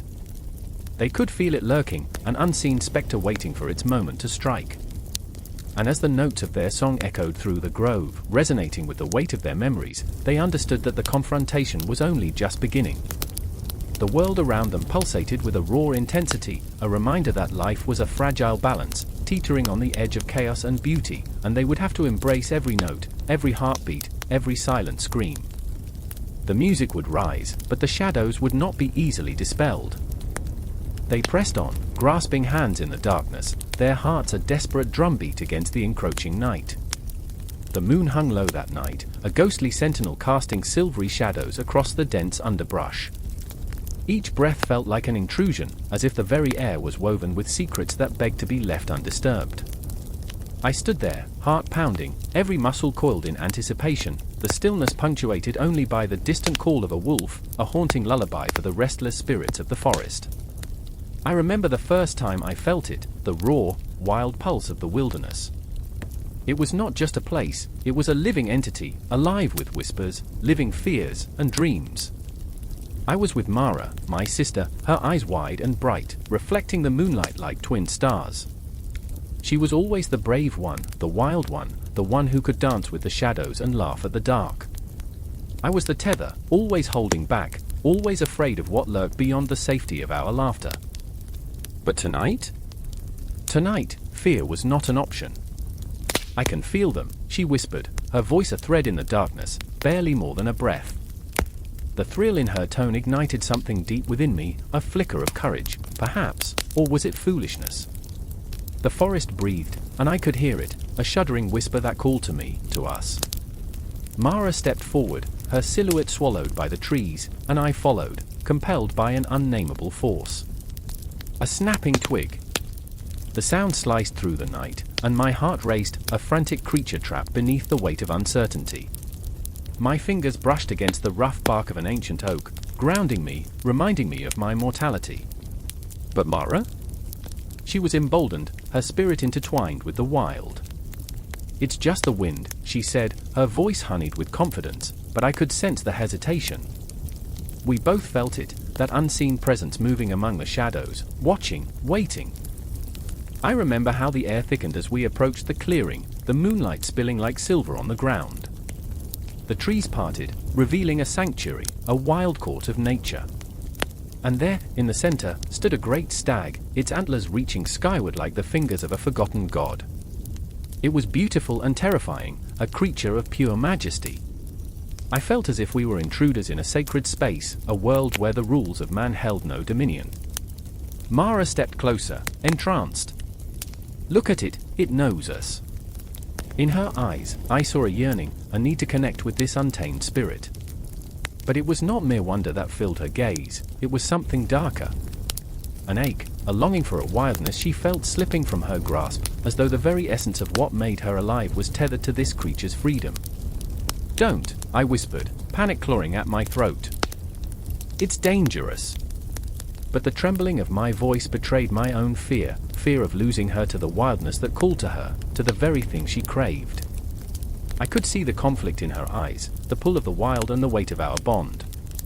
And then it happened. A rustle in the underbrush, a sound too loud, too insistent. The stag bolted, a blur of movement, and Mara, lost in her trance, reached out. I lunged to grab her wrist, but it was too late. The wild had claimed her. "Mara!" My cry was swallowed by the night, a desperate echo that faded into nothingness. I felt the earth tremble beneath me, the heartbeat of the forest pounding in sync with my own. Shadows flickered, and I knew something ancient and fierce stirred just beyond the veil of darkness. I ran, every step a battle against the primal fear that pulsed through my veins. "Stay with me," I gasped, my voice cracking. But Mara was gone, lost to the wilderness that had once felt like a safety net, now transformed into a chasm of uncertainties and nightmares. I could hear her laughter, a chilling melody that danced along the edges of sanity, the echoes taunting me. In the heart of the forest, I stumbled upon a clearing. The moon illuminated a circle of stones, ancient and weathered, each etched with symbols that whispered of rites long forgotten. Something writhed beneath the surface of reality, a connection to the wild, a tether to Artemis herself. I felt her presence, a goddess of the hunt, of wilderness and wild beasts, watching, waiting. And then I saw them, eyes, watching with an intensity that made my skin crawl. Wolves, their gaze piercing through me, their bodies poised like liquid shadows ready to strike. They moved as one, a pack bound by a hunger that transcended mere sustenance. Fear knotted in my stomach. I was prey in this world, a mere heartbeat in the rhythm of the wild. Mara! I screamed again, but my voice was a whisper lost among the cacophony of the wilderness. I could feel the weight of her absence, a gaping hole that threatened to tear me apart. My heart thudded, a drum echoing through the stillness, drowning out reason, filling the silence with panic. I turned to flee, but the wolves advanced, their eyes locked on me with an unsettling mixture of curiosity and hunger. In their gaze, I saw the reflection of my own fear, mirrored back at me, a truth I had never wanted to face. This wildness was not just in the forest, it was in us, in me. I was as much a beast as they were, clawing and howling under the weight of my own desires, the primal urges that surged with each heartbeat. As the tension mounted, a shadow flickered at the edge of my vision. Mara emerged, wild and radiant, her hair a tangled mess of leaves and moonlight. She stood tall, a fierce guard against the encroaching darkness. The wolves paused, as if sensing her spirit, the bond we shared vibrating through the air like a warning. Mara, don't! The plea escaped my lips as I felt something shift within me. Her expression was fierce, alive, a defiance rooted in the very core of who she was. She stepped forward, and somehow, I understood, she would not be swayed by fear. This was her moment, her wildness awakening, and I stood at the precipice of losing her forever. The forest held its breath, the night stretched thin. My heart raced, a cacophony of emotions battling for dominance. Fear. Loss. Love. I was caught in the web of our shared history, a fragile thread binding us to each other, to this place, to the wildness that enveloped us. And then, as the wolves lowered their heads, surrendering to an unspoken pact, I understood. This was not just about survival. This was about embracing the wild, the untamed spirit that lurked in the shadows of our souls. A pulse, a heartbeat, the eternal dance of life and death that weaved through the fabric of existence. I stepped forward, alongside Mara, and for a fleeting moment, the world held its breath. We were part of the wilderness now, and it coursed through us like a river, wild and unyielding. The night was alive, and so were we. The night was alive, thrumming with the pulse of chaos, as the serpent slithered through the shadows, each scale glistening like shards of shattered moonlight.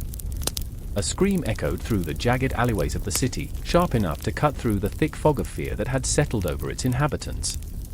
I could feel it in my bones, a coiled tension, the kind that sets hearts racing and breath stalling.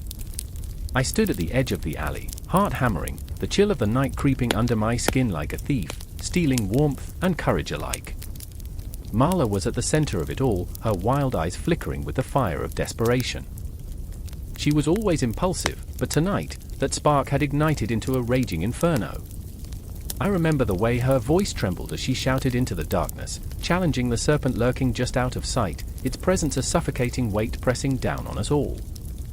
Python, she cried, her tone fierce, yet tinged with an edge of something softer, fear, perhaps, or a haunting memory. She had lost her brother to this chaos. This beast born of shadows and nightmares.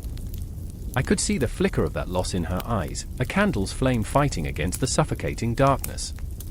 And then there was Elias, standing beside her, his fingers twitching at his side, a silent battle waging within him. The curse of indecision had gripped him, squeezing tighter than the serpent's coils. He had wanted to be brave, to be the one to confront this ancient terror, but now he hesitated, his heart teetering on the precipice of fear and determination. I could feel the weight of his internal struggle, his love for Marla, his desire to protect her clashing with his own demons. As the tension in the air thickened, I could almost hear the clock ticking, each second a reminder of the choice he must make. The night was thick with stories left untold, regrets lingering at the edges of our minds. I remembered the tales whispered in the taverns, about a serpent that slumbered beneath the city, a creature of chaos that fed on the fears of the living. It thrived in darkness, twisting dreams into nightmares, wrapping itself around the hearts of those who dared to confront it. Marla's brother had been one of its victims, lost in a spiraling descent into madness. And now, standing there, I felt the weight of his absence, a ghost haunting us as we stood at the brink of confrontation. Elias, Marla's voice broke through the fog of my thoughts, raw and urgent. We can't let it win. We can't let it take anyone else. Her words struck a chord deep within me, echoing with a resonance I couldn't ignore. The serpent was not just a creature of myth, it was our reality, a shadow creeping closer. And then the silence shattered like glass. A low hiss echoed through the alley, a sound that reverberated in my skull, sending shivers racing down my spine. The very air felt charged, electric with malice. The serpent was near, its presence palpable, a tangible reminder of the chaos that lay just beneath the surface. I could almost taste the fear in the air, metallic and bitter, mingling with the damp scent of the cobblestones beneath our feet. Stand firm, I whispered, though I barely believed the words myself. But in that moment, we were bound together by our shared fear, our shared grief. Marla's eyes locked onto mine, a flicker of understanding passing between us. We were all lost in this maze of uncertainty, circling the very heart of chaos. I could see the question in her gaze: would we rise against the serpent, or would we become its next meal? Elias took a deep breath, his chest rising like a storm gathering strength. I remember, he murmured, almost to himself. I remember the stories, Marla. The legends. It can be defeated. But there was a tremor in his voice, a hint of doubt that twisted like a knife. Then let's stop talking and start fighting. Marla's determination crackled like lightning, igniting the air between us. She stepped forward, her figure silhouetted against the darkness. I won't let fear take us. Not again. I could see the fire of her resolve burning, a desperate light in the overwhelming blackness. The serpent emerged then, a monstrous shape slithering from the shadows, scales glimmering like the stars we could no longer see. It coiled and uncoiled, a living embodiment of chaos, its eyes burning with an ancient hunger. The ground trembled beneath its weight as it advanced, each slither a taunt, each flick of its tongue a promise of annihilation. I felt the air grow thick, suffocating, and I wanted to scream, to run, but Marla's fierce gaze held me in place, a tether against the chaos. Together, she breathed, and for a moment, time seemed to freeze.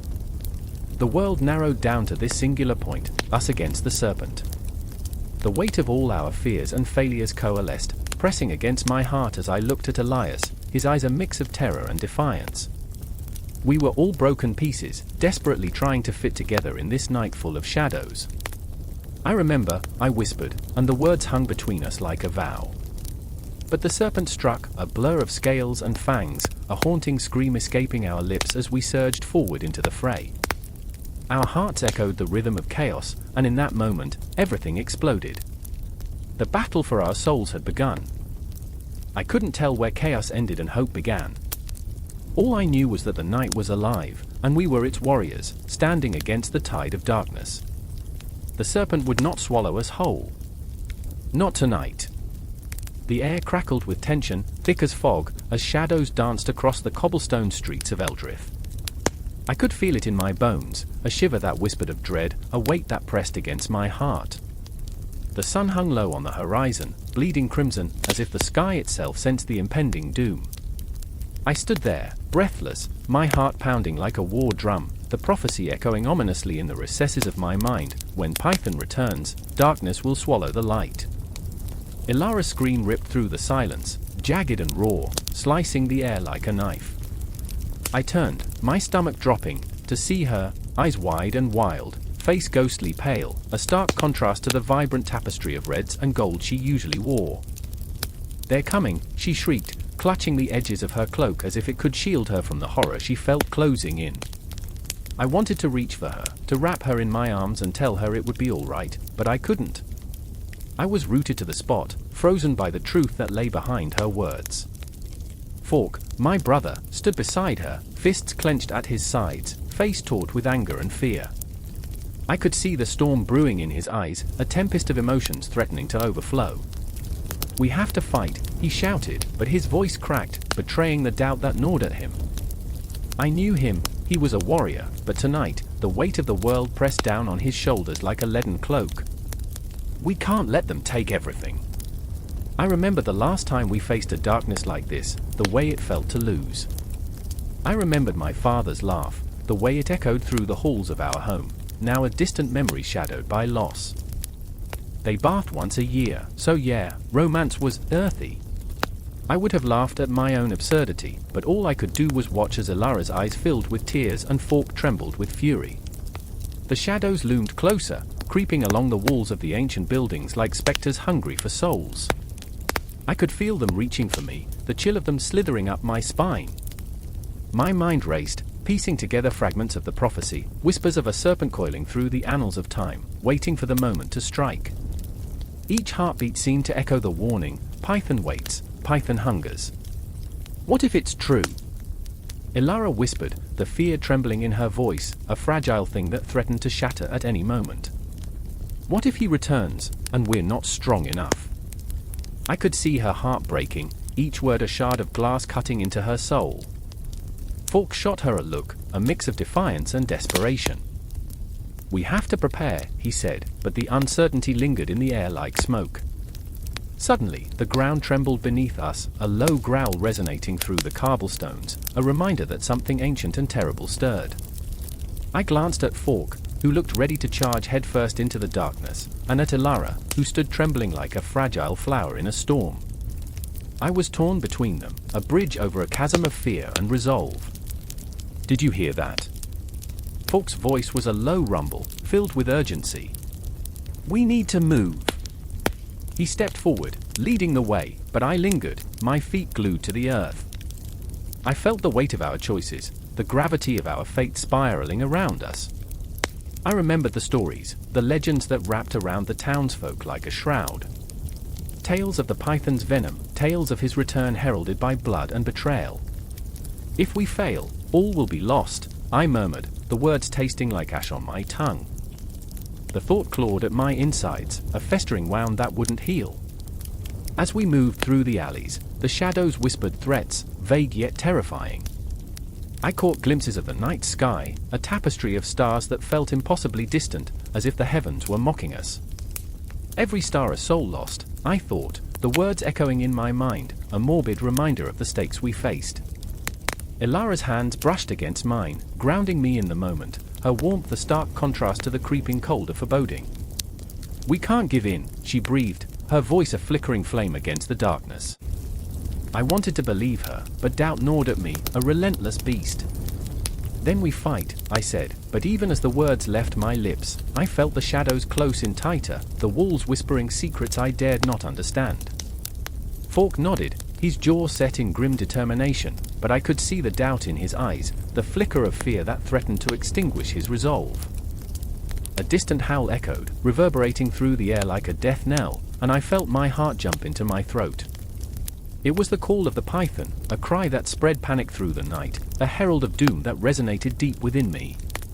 I could feel the cosmos shift, the very fabric of time bending under the weight of the prophecy, and I wondered if we were all just pawns in a game far greater than ourselves. We pressed on, our breaths ragged, the night thickening around us, cloaking us in a shroud of uncertainty. I could feel Elara's fear, a palpable thing that wrapped around me like a vine, squeezing tighter with every step we took. A part of me wanted to scream, to shatter the silence around us, but another part clung to hope, a fragile thread woven through our desperation. "Remember what they said," Fork whispered, his voice low and fierce. "If we stand together, we are strong." The words hung in the air, both a promise and a curse, as the darkness loomed ever closer, hungry and relentless. The world around us faded, and all that remained was the pulse of our hearts, the rhythm of our fears, and the looming specter of Python's threat, waiting to strike. The clock ticked, each moment stretching, quivering with anticipation, as the shadows beckoned, and we plunged deeper into the night, not knowing if we would ever find the light again. The air hung thick, an electric stillness that swallowed the low murmurs of the crowd. It was just past dawn, a time when shadows still clung to the earth, and the first rays of sunlight sliced through the trees like the sharp edge of a sword. In that moment, the world felt both impossibly vast and achingly small. I stood at the foot of Mount Parnassus, breathless, heart pounding. The oracle was within reach, and yet, a sense of dread coiled tight in my gut, whispering that answers might lead to more questions, more pain. "Have you heard?" she had asked, her eyes dark pools of fear and uncertainty. "What if she speaks of death?" My sister, Callista, was trembling, the weight of her own worries pressing against her chest, like a stone that threatened to shatter her fragile spirit. But the words fell from her lips like a prayer, desperate and pleading, clinging to the possibility that the oracle's wisdom could alter our fates. But I was haunted by my own demons.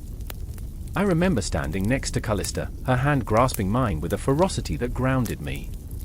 I remember the flickering torchlight illuminating her face, revealing the paleness of her skin, the way her eyes sparkled with a mix of hope and terror, a mirror of my own conflicted soul. I could still feel the warmth of her grasp, a tether to sanity in a world spiraling into chaos. "Don't listen to the whispers," I had said, my voice low, almost a whisper. I was supposed to reassure her, but the truth clawed at my throat. I was terrified. "You're imagining things. Death is not what she always speaks of." But the oracle had a reputation, her prophecies painted in shades of ambiguity, leaving many to wonder if the future she foretold was a gift or a curse. Even now, I could feel the weight of the air pressing down as if the mountain itself were breathing, eager to consume those who sought answers. Legends of those who had come before, their lives twisted by the cryptic words spoken in the sacred cave, echoed in the back of my mind, a chilling reminder of fate's cruel hand. Whatever it is, we must face it. Callista's voice, a fragile thread, pulled me from my spiraling thoughts. I turned to her, searching her eyes for some sign of comfort, but all I found was a reflection of my own turmoil. The path twisted upward, steep and unforgiving, as if echoing our internal struggle. Each step brought us closer to the temple, but the air grew heavier, thick with tension and unspoken fears. I could hear the whispers of the other seekers, their hopes, their dreams, all laid bare as they climbed toward the sacred site. Each breath felt serrated, pulling at the edges of my sanity. I remember my mind flickering back to the night before, when we sat by the fire. The stars shone brightly, mocking our smallness, reminding us how insignificant we were against the vastness of the cosmos. I had shared my own dread, my fear of losing Callista to the darkness that loomed like a specter. I had laughed, trying to mask the weight of despair. What's life without a little uncertainty? I'd said, a hollow attempt at humor, but the laughter had died in the air, swallowed by the shadows that flickered in the firelight. And now, as we ascended, I felt the chill seep into my bones, the premonition of despair settling over me like a funeral shroud. Callista was fragile, a bird with clipped wings, and I was the storm threatening to rip her from the ground. Her life hung in the balance I had never managed to maintain, always teetering on the edge of ruin. We reached the temple, an ancient ruin that loomed over us, its stone walls whispering secrets of the past, of those who had come before, hearts heavy with longing for prophecy and clarity. I remember the way the sunlight fractured through the cracks in the stone, illuminating streaks of dust that danced in the air, ethereal and haunting. Time felt suspended, as if the entire universe held its breath in anticipation of what lay within. Inside, the air was thick with incense, a heady mix that clung to my skin, suffocating and intoxicating all at once. The oracle's voice would be our lifeline, or perhaps our undoing. I stole a glance at Callista, whose face was awash with fear and determination. Did she sense it too? The weight of impending revelation? "Remember," I murmured, squeezing her hand tightly. "Whatever she says, we face it together." The words felt like a lifeline thrown into an abyss, a promise that tethered us in this moment of impending chaos. Suddenly, the ground trembled beneath us, a low growl that echoed through the stone chamber, and the shadows seemed to stretch and writhe. The oracle would speak soon, and in that moment of uncertainty, I felt the walls closing in, the very fabric of reality unraveling, and I was nothing, a mere whisper lost in the storm. Then, silence. A silence so profound that it seemed to press against my eardrums, a pregnant pause that felt like the world hanging in the balance. Callista's breath caught, and I could see the flicker of fear in her eyes. And just as suddenly, a voice, ancient and haunting, cut through the silence, a voice that felt both familiar and alien, echoing through the ages.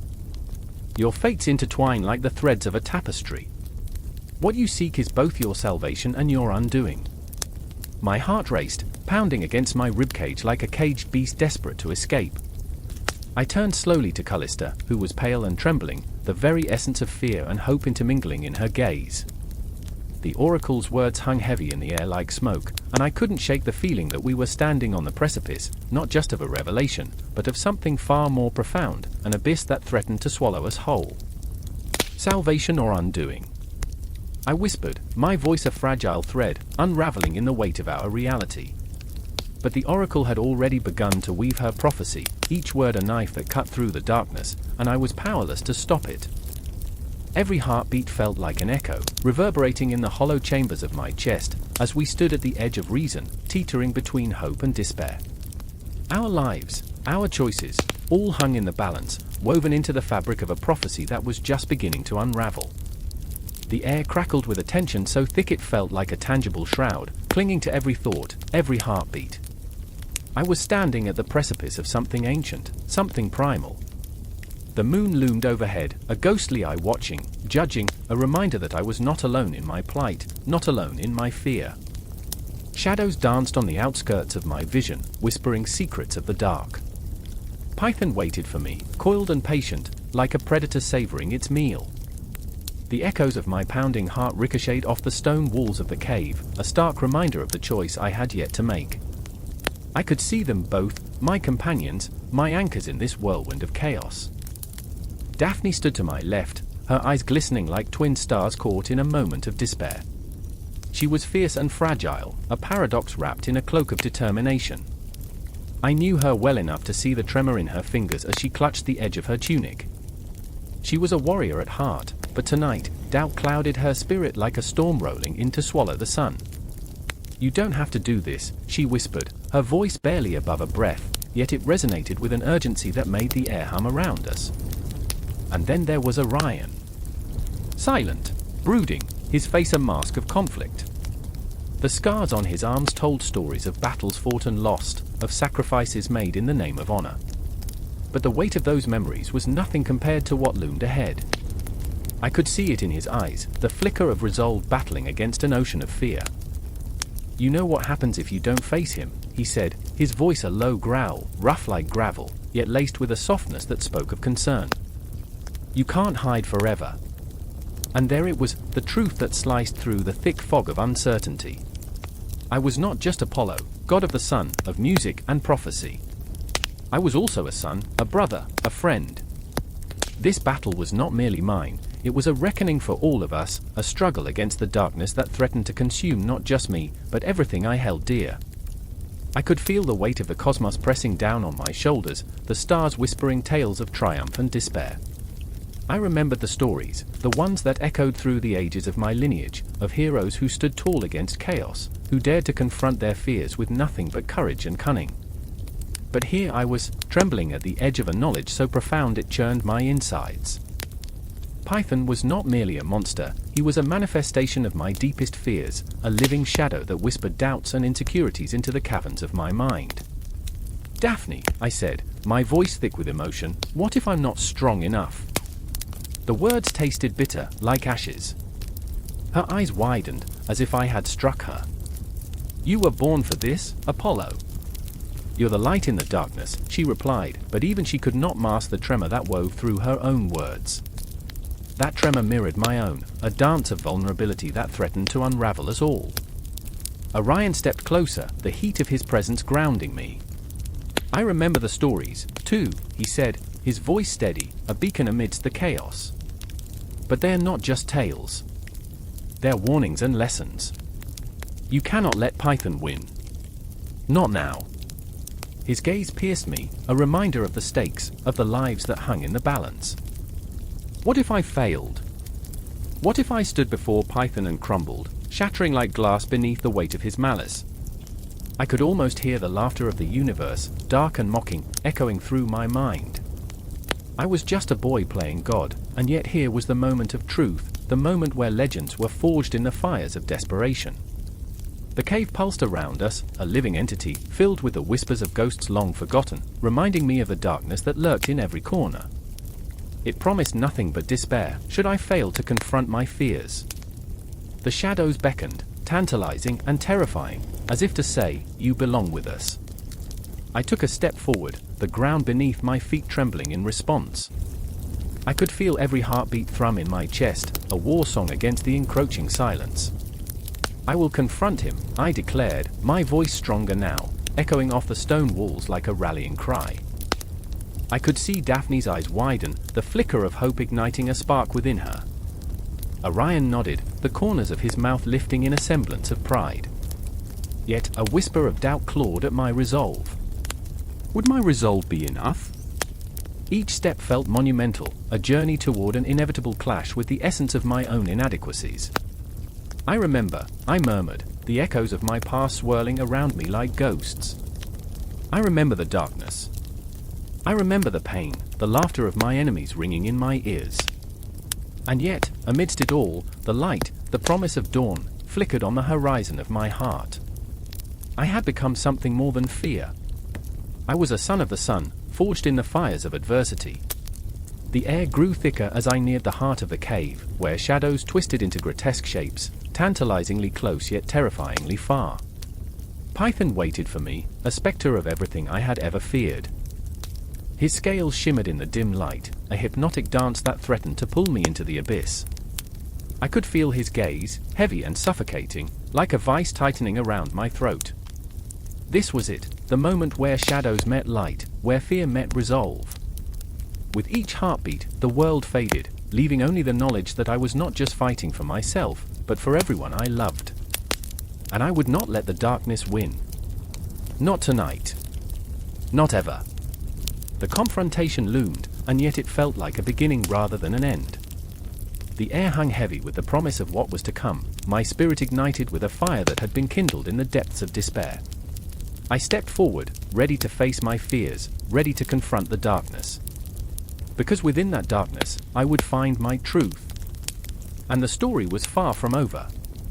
The air crackled with tension, heavy as a storm cloud, the kind that lingers just before the world erupts into chaos. It was a deafening silence, broken only by the distant sound of hooves pounding against the earth, like the war drums of fate reverberating through the valley. I stood there, heart racing, blood thrumming in my ears, as if the universe conspired to pull me closer to the edge of despair. Shadows danced around me, twisting the familiar into something grotesque, every silhouette a reminder of what was at stake. I remember the way Anna's eyes flickered, a wild flame fighting against the encroaching darkness. There was fear there, raw and unvarnished, a reflection of my own turmoil. "We can't do this alone," she whispered, urgency lacing her voice, the tremor betraying her bravado. She always thought of others first, a flicker of hope in a fading world, but this time, it felt like a plea, a desperate summons to arms against the unseen. "Then we gather," I replied, each word heavy with the weight of impending doom. I didn't believe it as I said it, the thought a wisp of smoke that might dissipate into nothing. Allies felt like a comfort blanket, but the truth was, we were just two souls adrift in a sea of uncertainty, our raft barely afloat. "We'll scour the city. If there are any left willing to fight," my voice trailed off, swallowed by the enormity of our task. Fear is an insidious thing, creeping in, twisting the knot in my stomach tighter. As we stepped out into the night, the city loomed like a specter, its once vibrant streets now a graveyard of shattered dreams and hushed whispers. I could almost hear the echoes of laughter that once filled the air, now replaced by an ominous silence. It was a reminder of the plague that had swept through, leaving behind ghosts of what was. People had bathed once a year, yes, and romance was earthy, but now? Now, love was buried beneath layers of mistrust, swept away like refuse. Where do we even start? Anna asked, dread pooling in her eyes. Beneath her bravado, she was as lost as I was, two warriors without a map in a world stripped of direction. The moon cast a silver pallor over the cobblestones, illuminating the path ahead like a cruel joke. Everyone has lost too much. I remember, the words fell from my lips like stones. I remember laughter echoing down these very streets. A bitter chuckle escaped me, absurd in its contrast to the cold grip of reality. I remember when this city was alive, not just a shadow of its former self. But memories are ghosts, haunting us without mercy. Then came the first flicker of hope. In the dim glow of a corner tavern, laughter erupted, a raucous sound that rang out like a beacon, promising warmth and camaraderie. It drew us in, the promise of the familiar igniting a spark in my chest. I hesitated, heart pounding, a brass band of doubts clashing against the hope of finding allies here, amidst the ruins of our former lives. Inside, the air was thick with the scent of spilled ale and the distant memory of roasted meats. A group of hardened faces turned to us, eyes narrowing, suspicion etched into every line. They were survivors, the kind of people who had learned to wear their scars like armor, each laugh a defiance against the darkness that loomed outside. "What do you want?" one burly man grumbled, his voice a low growl, as if he were a wolf guarding the last remnants of his pack. "Help," Anna said, and in that singular word, I felt the weight of our desperation. "We need fighters. The night is coming, and it won't stop until it swallows us whole." My heart raced, a drumbeat echoing, as I watched the faces around the table. Would they respond? Would they feel that pulse of urgency in their own veins? The man's brow furrowed, and for a moment, I feared we were bound to be turned away, two fools standing at the door of despair. But then, another spoke up, a wiry figure with a glint of mischief in his eyes. "What's in it for us?" His tone was laced with skepticism, but there was a flicker of intrigue beneath. "Survival," I replied, the word tasting bitter on my tongue. "Together, we stand a chance. Alone, we are just targets." My voice was steadier than I felt, each syllable a desperate plea wrapped in resolve. What was survival without hope? What were we without each other? Anna stepped forward, her chin lifted defiantly. The shadows grow deeper. We need each other. There was a fire in her eyes, a light of determination that cut through the haze of doubt. I had always admired that about her, how she could channel her fears into fierce resolve, how she could ignite flames in the coldest of hearts. A heavy silence enveloped the tavern, the air thick with the weight of decision. The faces around us shifted, uncertainty battling with the flickers of camaraderie that lay beneath layers of loss. I could almost hear the gears turning, the quiet negotiation of hearts weighing the cost of action against the price of inaction. In that moment, I felt time stretching, the universe holding its breath, as if the cosmos itself was waiting for our next move. It was haunting, like a clock ticking towards a reckoning that no one could escape. I remember the resolve in that silence, a breath held, a heartbeat shared. When finally the burly man spoke again, his voice was a low rumble, steeped in gravity. "If we fight together. But there's no turning back." Yes, I breathed, every muscle in my body taut with anticipation. This was it. The first step toward an alliance forged in the fires of desperation and the promise of survival. The laughter in the tavern resumed, but now it held a different tone, a collective understanding, a shared purpose weaving through the air. We were no longer two lost souls. We were a small flickering flame, daring to ignite, ready to gather others, to stand as one beneath the looming cloud of darkness. In that moment, the world felt impossibly vast yet achingly small, the weight of our shared history binding us together. The night stretched on, cloaked in shadows and whispers, but we were not alone anymore. We were allies, ready to fight, driven by the pulse of hope beating in our chests, and as the ale flowed and stories were shared, the clock continued to tick, a reminder that time waits for no one. And so, we gathered, every heartbeat echoing the promise of battle, with our fears and dreams woven into the fabric of our resolve. This was just the beginning, the tremors of a storm gathering strength. The dark would come, but we would stand together, side by side, defiant against a world that sought to consume us whole.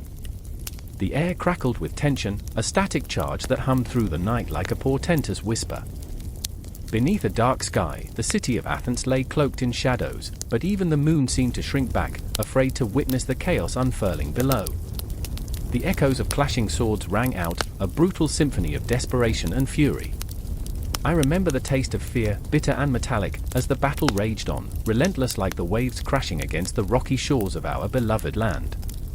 There I stood, a single figure amidst the eruption of sound and fury, clutching my sword as if it were a lifeline, and perhaps it was. Lysander, my brother, fought a few paces away, his face twisted with grim determination, the lines of his brow deepening with every swing of his blade. He was all fire and passion, a whirlwind of rage destined to clash against the cold calm of fate. I watched as his foot slipped, the mud clinging to his boot like the hands of ghosts pulling him under. "Keep your balance," I yelled, the words ringing out against the chaos. But the din swallowed my voice, and with it, my heart clenched tighter in my chest. Athena, the goddess of wisdom and strategy, loomed in my mind, a relentless spectre guiding my every thought. I remembered her stories, the tales of clever solutions, of plans forged in the fires of despair. Think! Think! I could hear her voice echoing, a haunting reminder that in this storm of violence, the greatest weapon was not the sword, but the mind. My heart raced as I fought against the tide of panic threatening to drown me. Meanwhile, Lysander was locked in a deadly dance with an enemy, a hulking figure shrouded in darkness, his armor glinting menacingly in the flickering torchlight. I could see the wildness in my brother's eyes, a reflection of my own turmoil. Each strike was fueled by a cocktail of fear and fury, but the flicker of doubt lingered. What if this was meant to be our last stand? What if Athena had turned her back on us? A sudden roar shattered my thoughts, an enemy surged forward, eyes blazing with the madness of battle. I lunged, adrenaline surging through my veins like wildfire, my blade slicing through the air, a desperate attempt to protect my brother. The clang of metal echoed like a heartbeat, heavy and primal. I struck, the impact reverberating through my bones, the weight of my purpose anchoring me amidst the chaos. Yet, even as I fought, my mind flew back to the ominous signs that had unfolded in the days leading up to this moment, the ominous dreams, the shadows that danced just beyond the periphery of my vision, warnings that we had ignored. And then there was Callista, our sister, a whisper of light amidst the suffocating darkness. I could see her in my mind, her laughter echoing like distant chimes, untainted by the brutality surrounding me. She had always been the one to remind us that strategy was more than mere fighting, it was about knowing when to strike and when to retreat.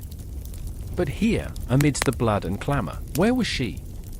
The thought sent a shiver of dread through me, a knot of fear twisting tighter in my gut. Had she run? Was she safe? I recall the last time we spoke, her voice teasing and playful, "You two are fools if you think brawn will win this war. Use your heads." I had laughed then, brushing aside her wisdom, but now, in the thick of despair, her words haunted me, a siren's call I could not ignore. Athena, once a beacon of hope, now stood as a reminder of our failure to heed wisdom above all else. A surge of enemies rushed past, and the air thickened with the stench of sweat and fear. I fought with frantic desperation, each swing of my sword a plea for survival, for redemption. But no move felt calculated, it was all chaos, raw and unrestrained. I caught a glimpse of Lysander again, his form silhouetted against the flames, and time stretched, a heartbeat, a breath, a moment hanging in the balance, thick with possibility and dread. "Strategy!" I shouted, the words clawing their way out like a desperate prayer. "We need a plan." But the voice of reason seemed to drown beneath the cacophony, swallowed by the violence erupting all around us. My heart hammered like a war drum in my chest, every beat a reminder of our fragility. And then I saw it, a flicker of silver in the corner of my eye. Callista stood atop a rise, her arms outstretched, a glimmer of light illuminating her like a beacon amidst the tempest. Panic surged within me. What was she doing? The battlefield swirled in chaotic motion, and as I turned to yell for her to retreat, I felt the pull of an unseen force, a magnetic connection stretching across the void, tethering all three of us together, a bond forged in blood, sacrifice, and love. "Listen to her!" I screamed, My voice raw, a desperate plea that hung in the air, propelled by the sheer weight of our shared past. I could feel the breath of the cosmos behind me, the whispers of the ancients brushing against my skin like a lover's touch. But in that moment, I recognized something. We were all flawed, shaped by the fires of our choices and the inevitability of fate. I had been reckless, Lysander had been fierce, and Callista, with her strategy, had always been our anchor. The realization struck me like lightning. Athena's wisdom had never been about battle alone. It was about the heart, the connection we shared, the choices we made together. Just then, as if summoned by my revelation, chaos swirled around us, a tempest of emotions and fears colliding in the night. I locked eyes with Lysander, the silent understanding passing between us, igniting a spark of clarity. Together, I mouthed, and for the briefest heartbeat, we became one, a trio woven into the fabric of destiny. The battle surged on, but within that chaos, a new strategy bloomed, raw and palpable, as we took our first steps together toward the chaos, united by the fear that bound us and the love that would fuel our fight. I remember the breath of night, the pulse of the cosmos, the dizzying weight of what was to come. The air crackled with tension, a palpable weight that pressed against their chests like the heavy fog settling into the valley below. Shadows stretched and curled like the fingers of the damned. In the heart of that eerie silence, the moon hung low, a pale ghost observing the unfolding chaos beneath its gaze. In those fleeting moments, time twisted, each second stretching into infinity, a cruel reminder of what lay ahead. I remember how the path twisted before us, an unyielding serpent winding through the rocky terrain, each step echoing with the whispers of the past. Jonah, his face pale as the moonlight, gripped my arm. "We shouldn't be here," he murmured, his voice trembling like a leaf in a tempest. The fear in his eyes mirrored my own. We were far from the comforts of home, chasing shadows that danced just beyond our reach, each one a piece of the puzzle that refused to align. Behind us, the echoes of our footsteps faded into the dark, swallowed by the night. I could still hear the voices, haunting, taunting, the remnants of dreams long lost. What if we're just chasing ghosts? Sarah's voice broke through the stillness, her skepticism a counterpoint to Jonah's raw anxiety. She stood at the precipice of despair and hope, her heart a battleground where doubt and desire clashed relentlessly. "What if Delphi is only a myth?" she asked, the tremor in her voice betraying her bravado. "Maybe," I replied, trying to sound steady, but my words felt like stones plummeting into a bottomless abyss. "But what if it's not?" The weight of my own uncertainty hung heavy in the air, a bitter truth that gnawed at my insides. The legend spoke of answers, revelations hidden within the oracle's cryptic words. But the deeper we ventured, the more the tales felt like shackles binding us to our fears rather than wings carrying us toward liberation. I remember the moment we reached the clearing. Something shifted in the atmosphere, a crackling energy that sent shivers down my spine. The ruins of Delphi loomed before us, a skeletal remnant of once great columns and a sanctuary that had tasted the blood of prophecy. A chill clawed at my skin as we stepped closer, the ground beneath our feet pulsing with a heartbeat that echoed the fears festering within us. The weight of history pressed down, suffocating yet intoxicating. Jonah took a step forward, a spark igniting in his chest, a desperate longing to pierce the veil of uncertainty. "This is it," he breathed, his eyes reflecting the moon's cold light, a flicker of hope against the oppressive darkness. But I could see it, the shadow lurking just behind the glimmer, the doubt that threatened to consume him whole. We were not heroes, we were three souls wandering a labyrinth of despair, clawing at the walls looking for a way out. As we approached the temple, I felt the ground shift beneath us. The whispers intensified, swirling around us like a tempest of lost dreams, the air thick with the scent of decay and something sweetly intoxicating, ambition. Desire? It wrapped around us, binding us tighter, suffocating yet alluring. "Do you feel that?" Sarah asked, her voice barely above a whisper, trembling with a mix of fear and exhilaration. "Feel what?" I snapped, my heart racing, torn between dread and an inexplicable thrill. But even as the words escaped my lips, I felt it, the energy, a current that pulsed through the air, a call to something ancient, something primal. It beckoned us with promises of clarity and understanding, but underneath that charming lure lay a chasm of peril. And then, a shadow flickered at the edge of my vision. A figure, cloaked in darkness, its presence swallowing the light.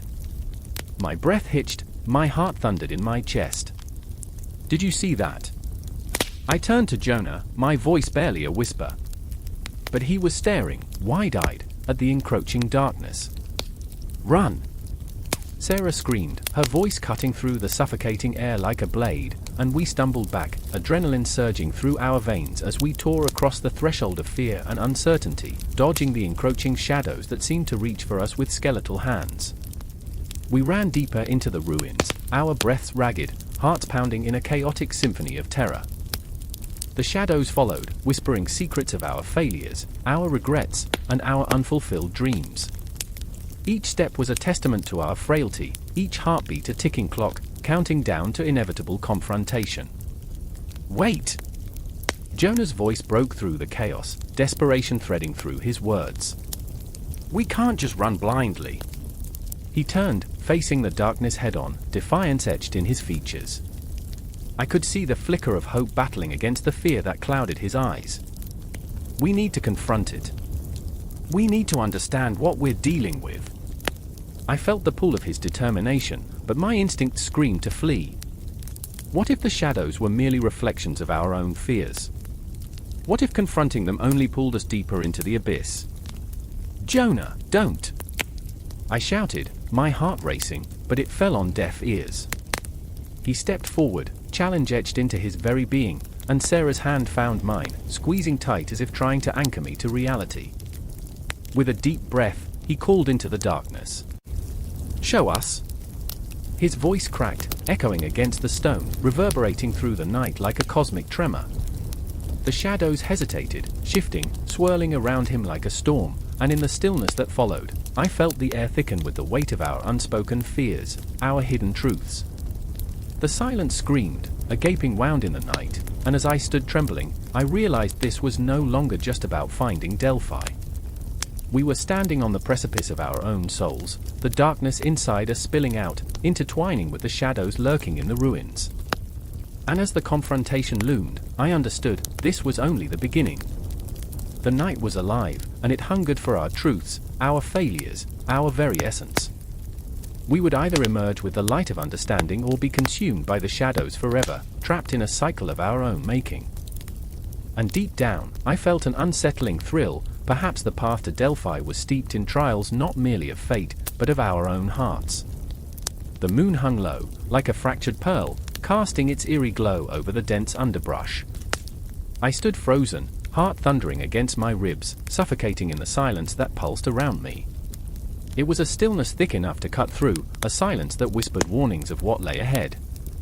The chill of the night seeped into my bones, but it wasn't the cold that made me shiver. No, it was the primal instinct tingling at the nape of my neck, an awareness that something monstrous lurked just beyond the shadows. I remember the moment vividly. I was not alone. Beside me stood Clara, a warrior in her own right, her fingers twitching over the hilt of a dagger that had seen too many battles. Her eyes, usually bright and defiant, were now wide, glistening with a fear that mirrored my own. We were two souls caught in a web of ambition and desperation, bound by a task that felt insurmountable. This was our moment, our reckoning. "Are you sure we should be here?" Clara whispered, her voice quivering like a fragile leaf in the wind. I could see the shadows dancing in her eyes, shadows of doubt and memories of losses that haunted her. Each heartbeat felt like a countdown, a ticking clock reminding us of the peril that awaited. I didn't answer. I didn't need to. The air was thick with an unspeakable tension, heavy with the scent of damp earth and something far more sinister. Just then, the rustling began, an unsettling shiver that rattled through the bushes, drawing my gaze like a moth to a flame. My breath hitched as a colossal figure glided into view, scales glinting under the moonlight. The python, a titan of the night, coiled and uncoiled in a fluid motion that defied gravity, a predator poised for a strike. Its eyes, like twin lanterns, pierced through the darkness, locking onto ours with a chilling intelligence. I remember the stories. They whispered of this creature, a behemoth that had devoured entire villages, swallowing dreams whole alongside desperate souls. I felt the weight of those tales pressing down on me, each legend a ghost that loomed larger than life, echoing in my mind. Clara's hand gripped mine, her warmth a stark contrast to the icy fear that washed over me. We were entrapped in a moment of horror, and yet, somewhere deep within, desire sparked, a longing for the thrill of this confrontation, a dance with destiny. "Stay close," I murmured, though I could barely hear myself over the pounding in my ears. We stepped forward, a shaky alliance against the looming terror. The python's tongue flicked out, tasting the air, gauging our presence, and I could feel the world around us narrowing, collapsing into this singular point of terror. It was now or never. We had come too far to turn back. The ground beneath us seemed to tremble, and as if in response to our challenge, the python lunged, a blur of muscle and scale. The air crackled with tension, the kind that precedes a storm. In that heartbeat, everything else faded, the sparse trees, the distant chirping of crickets, even Clara's fear, gone. It was just me, the python, and the weight of my choices crashing down like a tidal wave. I remember the first strike. A flash of silver against green, the dagger glinting in my grip, as I lunged forward, propelled by adrenaline and desperation. I felt alive in that moment, raw and unfiltered. But the python was quicker, its body a whirlwind of power and grace. I stumbled back, narrowly escaping its embrace, the brush of its scales sending a shudder through my soul. "Clara!" I called, but my voice was swallowed by the night. I turned just in time to see her fainting left, a strategy born out of instinct, but the python was wise. It pivoted, and I held my breath, fear knotting in my gut. She was a vision of defiance, fighting the very embodiment of primal fear. I could see her flaws, the way her confidence wavered under pressure, how her past failures danced in her mind, each a phantom reminding her of what was at stake. She had lost so much already. Would she lose herself in this battle too? I lunged again, but this time, I felt the desperation clawing at me like a beast. The python was relentless, and every swipe echoed the symphony of our failures. I could feel Clara fighting beside me, her resolve igniting a fire within me, a flame that threatened to consume us both as we danced this deadly tango. We were two flawed souls, charged with a mission that spiraled into chaos, fear tangled with rage. Memories of our shared laughter, our whispered dreams, suddenly felt distant, like the fading echoes of a dying star. Time warped around us, and in this clash of titans, I felt the ghosts of our past looming larger than life, a reminder of every heartbeat that had brought us here. "Think! There's always a way," I shouted, channeling all my hope into those words. Clara's eyes flared with determination, and I knew then that she would not falter. We were more than just adversaries in this battle, we were each other's salvation, a lifeline in a sea of chaos, tethered by an invisible thread that defied the odds. The python lunged once more, and we twisted in a frantic rhythm, a choreography of survival. Each strike, each close call wove our fates tighter together, every heartbeat drumming an anthem of our defiance against the inevitable. I remember the moment crystal clear, in that fleeting second, as the moon cast its pale glow upon the scene, we became something greater than ourselves. There was no fear now, only raw instinct, a beautiful chaos that transcended the darkness. The world around us faded, and all that existed was the clash of our souls against the titan of the night. And as the struggle continued, I could feel the shift in the air. I knew this was a turning point, a moment suspended in time, where dreams and nightmares collided. I could taste the victory, the heartbreak, and the resilience that filled the space between us. The python was a reflection of our own battles, a reminder that the darkest shadows often conceal the brightest light. With one final, desperate push, we forged ahead, ready to confront whatever lay ahead, knowing that our struggle was far from over. The moment stretched, a taut string vibrating with potential. This was not just a clash of titans, it was a reckoning, a burst of raw, unfiltered emotion that would shape our futures. I took a breath, ready to leap into the unknown, as the night enveloped us, pulling us deeper into the abyss where hope and despair intertwined, where the clash of titans awaited. The moon hung high, an ominous eye in the blanket of night, casting jagged shadows across the crumbling stones of the ancient temple. I could feel my heart thudding against my ribcage, a frantic drummer in an unwelcome symphony. The air was thick with the scent of damp earth and something far more sinister, fear, raw and palpable, mixed with the faintest touch of decay that clung to the walls like a ghost's whisper. A scream shattered the stillness, echoing like a death knell. It belonged to Mara, her voice a trembling thread that sent a shiver down my spine. She was just ahead, caught in the flickering torchlight, her face a mask of terror as she stumbled backward, eyes wide and wild. "It's here," she gasped, the words clawing their way from her throat. "We have to run." Behind her, shadows writhed as if alive, serpentine forms slithering through the darkness, hungry and relentless. Each movement sent a pulse of dread coursing through me. Was it truly a serpent, or was it the embodiment of our deepest fears? I had spent my life steeped in history, but no dusty tome could prepare me for the visceral horror that lurked in the night. "Keep moving!" I shouted, gripping her wrist, feeling the pulse of her fear resonate through my palm. I was Thomas, an amateur historian with a penchant for the macabre, and yet here, in this moment, I felt painfully inadequate. My knowledge was useless against the terror that lay in wait.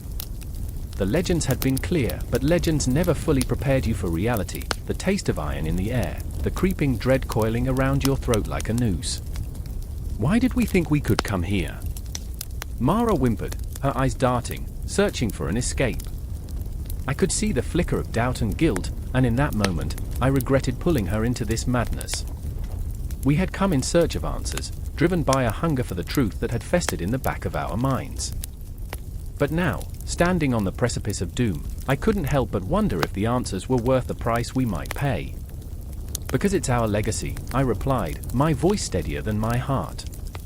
"The serpent's terror, it's just a story."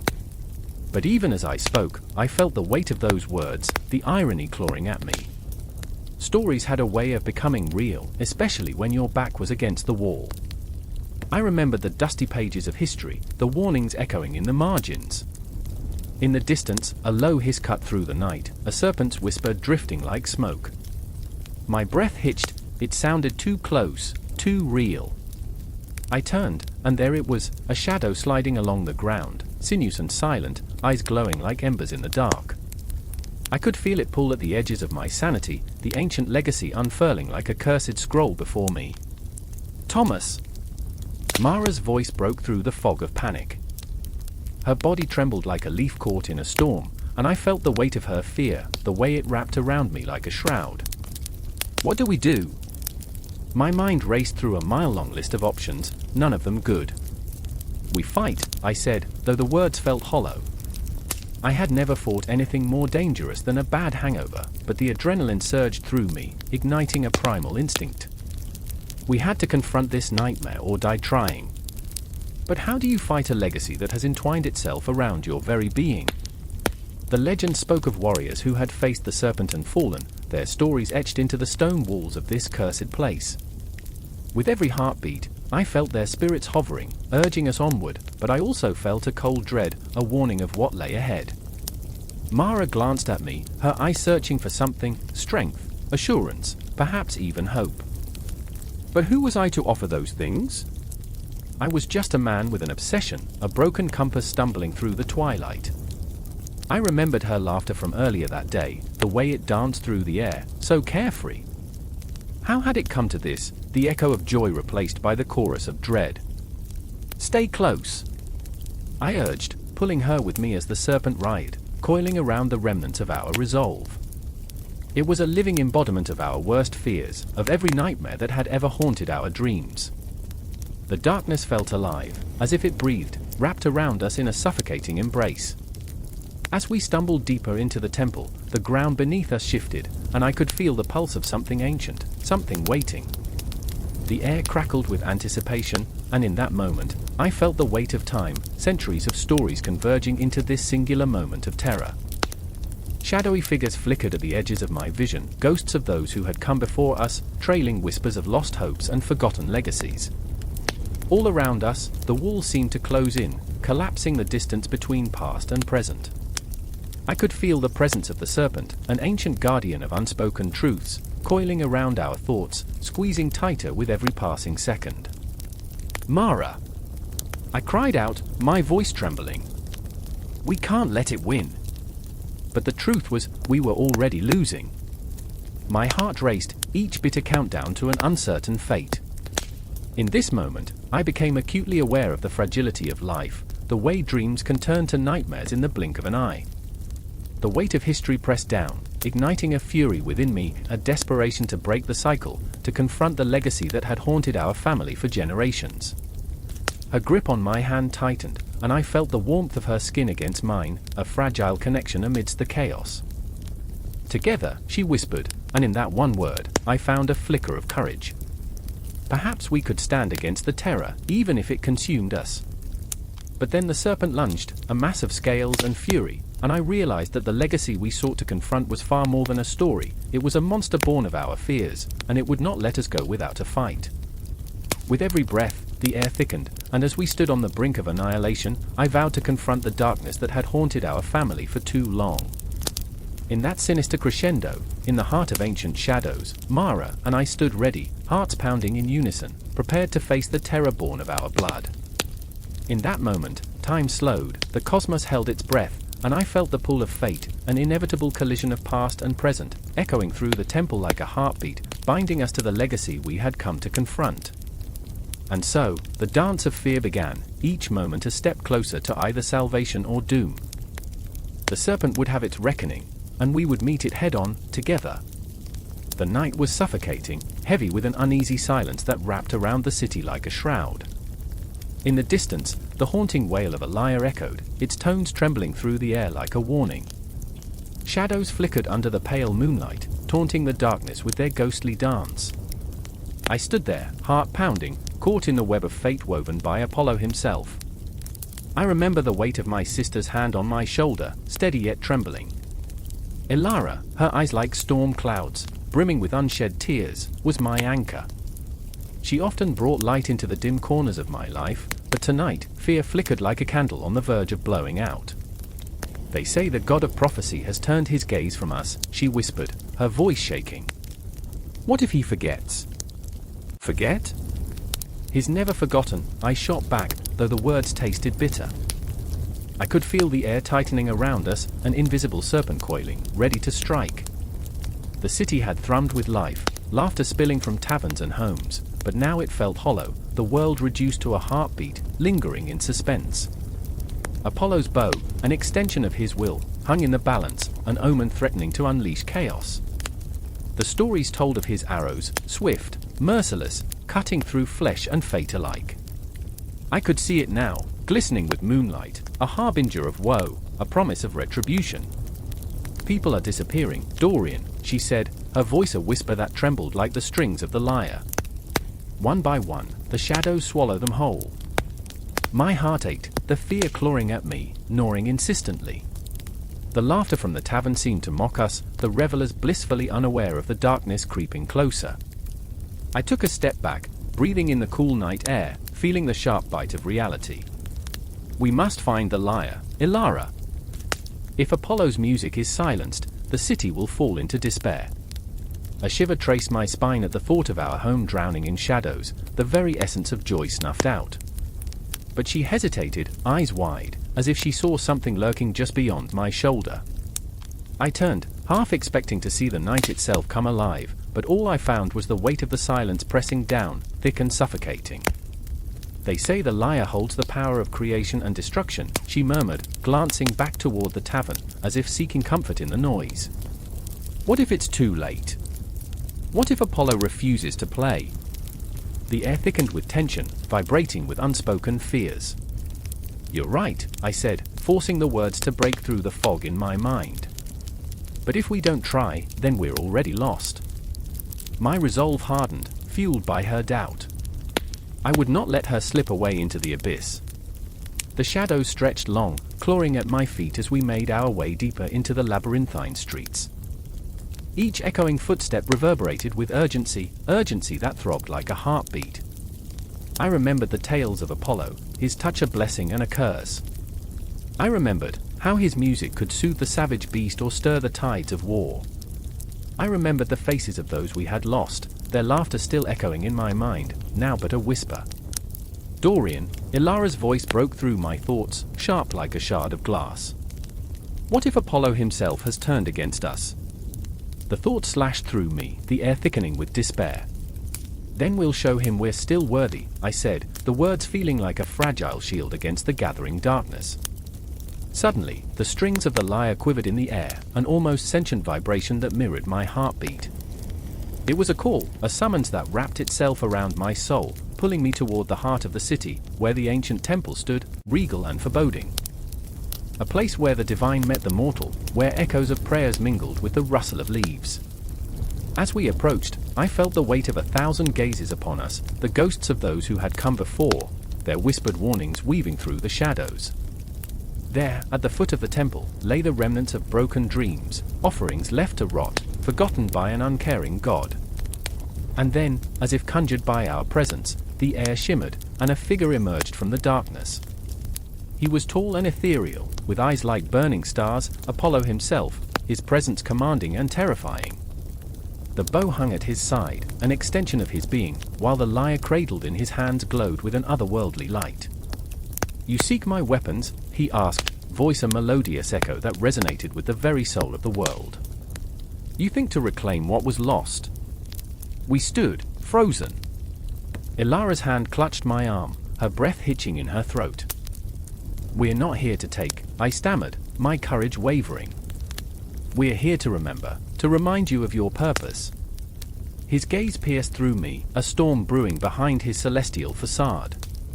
"Purpose?" he mused, a smile playing at the corners of his lips, a smile that held both menace and charm.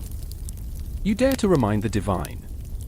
I felt the world spin, every heartbeat echoing in the chasm of uncertainty. "Yes," I said, conviction fortifying my resolve. "You have forgotten us, but we still believe."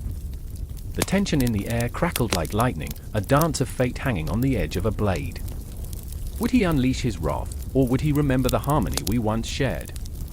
The lyre trembled in his grasp, and for a heartbeat, the world held its breath, waiting, anticipating, teetering on the brink of chaos or creation.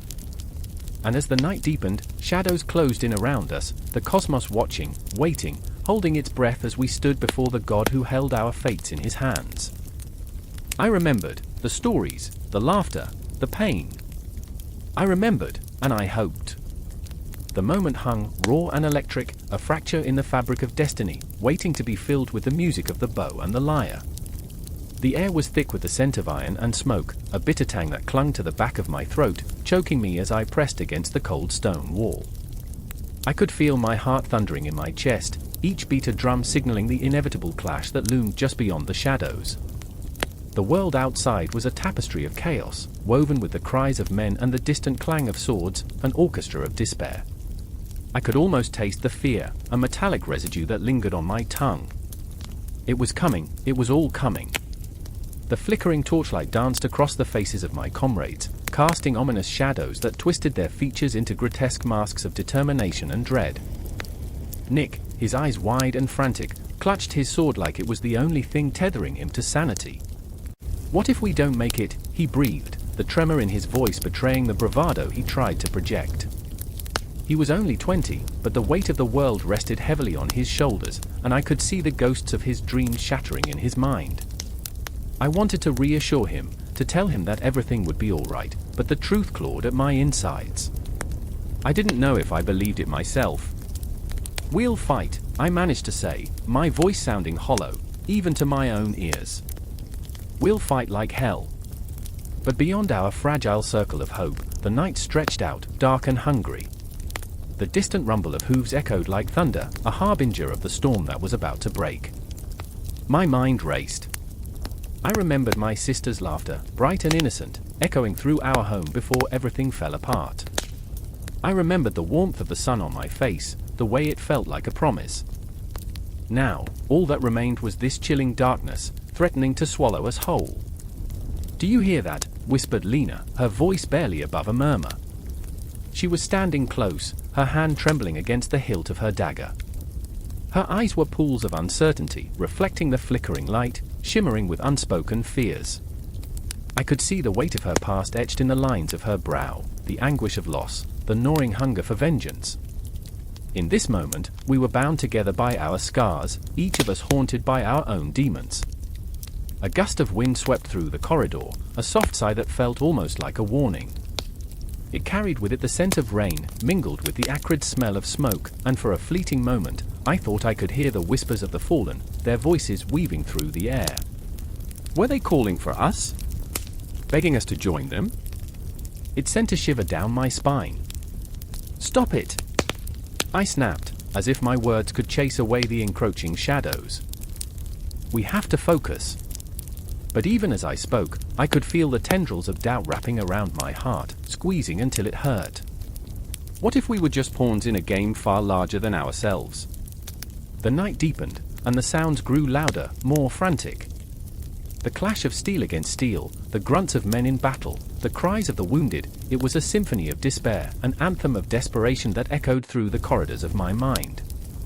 Nick, wide-eyed and trembling, looked at me, and in that moment, I saw a flicker of hope extinguish behind his gaze. What if this is it? He asked, his voice shaking. What if we die here? I could feel the weight of his words pressing down on me like 1,000 stones. I wanted to tell him that bravery was not the absence of fear, but the courage to face it head-on. But what did I know? I was just as terrified, just as lost. The truth was a monster lurking in the shadows, and I could feel it breathing down my neck. Let's make a pact, Lena said suddenly, her voice steady despite the storm brewing within. If we don't make it out, we'll meet again in the afterlife. I'll find you both. We'll haunt the battlegrounds together. Her words were laced with a dark humor that cut through the tension, and for a moment, we all managed a weak smile, a flicker of warmth amid the chilling uncertainty. But then the ground trembled beneath our feet, a warning rumble that silenced our laughter. The air crackled with energy, pregnant with the kind of anticipation that made my skin crawl. I could hear the war drums, beating a relentless rhythm, pulling us toward the edge of oblivion. This was it. The moment we had been dreading, the point of no return. I pressed my palm against the cool stone, grounding myself amid the chaos. I remembered everything, every fleeting moment of joy, every fractured dream, every broken promise. Time was collapsing around us, spiraling out of control, and in that swirling void, I felt the weight of my own insignificance. We were mere specks in the grand tapestry of history, but our fight, our struggle, would it mean anything? The door burst open, an explosion of night and sound. Shadows poured into the room, figures clad in dark armor, their intentions clear and sharp as the blades they wielded. The battle had begun. In that instant, fear became a living thing, wrapping around my throat like a noose. I could see Nick's face pale, his bravado shattered as reality crashed down upon us. Lena's grip tightened on her dagger, her eyes narrowing with fierce determination. Together? I shouted, a desperate rallying cry that echoed in the tumult. We stepped forward as one, 3 souls entwined in a dance with destiny, hearts racing, blood pounding in our ears. And as the chaos erupted around us, I could feel the weight of the world pressing against my chest, the crushing fear and the unyielding hope leading us forward into the storm. We would fight. We had to fight. No matter the outcome, we would carve our names into the night, our struggle resonating like a haunting melody through the annals of time. This was just the beginning. The battle had only just begun. The air crackled, heavy with the scent of blood and smoke, a sickly sweet blend that clung to the throat. Somewhere close, a scream pierced the night, a sharp note shattering the eerie stillness.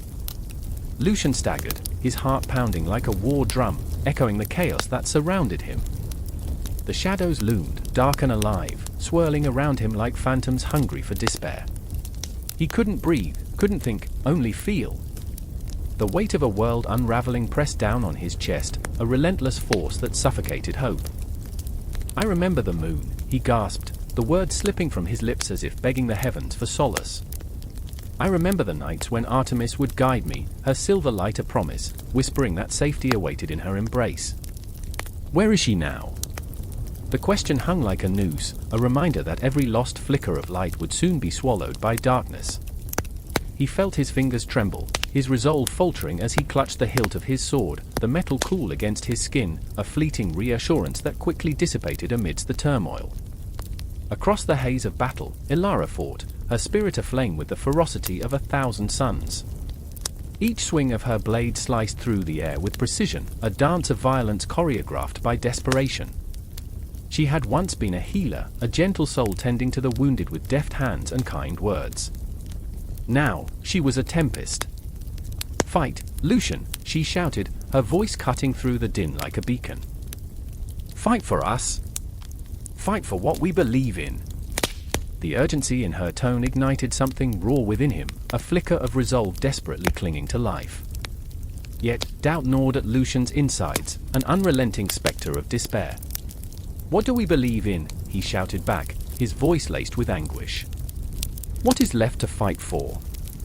He felt the weight of her gaze, fierce and unwavering, as if she were staring into the depths of his soul, demanding that he summon strength from the ashes of his fears.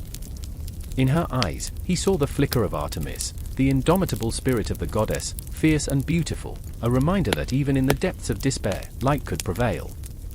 But the shadows were relentless. They surged forward, a tide of darkness pouring through the streets, merciless and insatiable. Lucian's heart raced, each beat a drumroll heralding doom. Behind them, the clock tower's hands ticked ominously, a reminder of the fleeting moments they had left. Time was a cruel mistress, and the longer they delayed, the closer the nightmare crept. "I remember the stories," Ilara cried, her voice trembling with urgency. "Of Artemis, the protector. The huntress who never faltered." Her words were a lifeline, a connection to something larger than themselves. He could feel the pulse of history, the remnants of myth swirling around them like a thick fog. "We are not just fighting for ourselves. We are fighting for every story that has ever been told." The shadows lunged, and Lucian's sword met flesh with a sickening thud. He felt the warmth of blood splash against his face, the metallic tang mingling with the acrid scent of smoke. It was chaos, raw and unyielding, and he was both terrified and exhilarated. He was alive, heart racing, blood singing through his veins. But the darkness pressed closer, a malevolent whisper promising despair. "I can't do this," he yelled, the words a desperate plea, a confession of his own inadequacy. "Ilara, Silence," she snapped, her gaze fierce, unwavering. "You are not alone, Lucian. Remember the moon. Remember Artemis. Channel her strength." Their eyes locked, a moment suspended in time, and he saw in her expression the reflection of his own fear, and the flickering ember of hope. He breathed deeply, the energy of the fight surging through him, igniting the very marrow of his bones. "For Artemis," he shouted, the battle cry ripping through his soul. It was a pledge, a promise forged in the fires of desperation. He could almost feel her presence, a phantom touch upon his shoulder, guiding him through the chaos. With newfound purpose, he charged forward, each step echoing with determination. The shadows quivered as he advanced, as if sensing the shift of the tides. Ilara fought beside him, a whirlwind of fury and grace, her every movement a testament to the indomitable spirit of those who came before them. Together, they were a force, a tempest rising against the storm. But just as hope flared, a question lingered, an ominous spectre whispering from the depths of Lucian's mind: what if they failed? What if Artemis didn't come? The shadows encroached, and with each swing of his sword, he felt the weight of the world pressing down harder, the dread clenching at his heart like a vice. "Remember the moon," he whispered to himself, a mantra against the encroaching darkness. "Artemis is watching." And in that moment, as time slowed and the battle raged around them, he caught a glimpse of the impossible, a flicker of silver light cutting through the shadows. Was it real? Or merely a trick of his desperate mind? But it didn't matter, the promise of the goddess surged through him like a tidal wave, crashing against the fear and despair. Together, Ilara called, her voice a rallying cry that pulled at the frayed edges of Lucian's spirit. "We will make our stand. We will call upon her."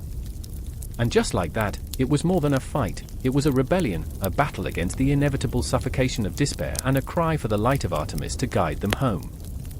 The clock ticks, piercing the silence. Each second stretches into eternity, bold and mocking. Ada clenches her fists, feeling the cold metal of the railing bite into her palms as she stares down the edge of the rooftop. Below, the city pulses with life, cars honking, voices shouting, laughter ringing, but none of it penetrates the fog in her mind. The weight of her doubts presses against her chest, tighter and tighter, until she gasps for breath. "I can't do this," she whispers to herself, her voice barely escaping her lips. Just a whisper, as fragile as glass.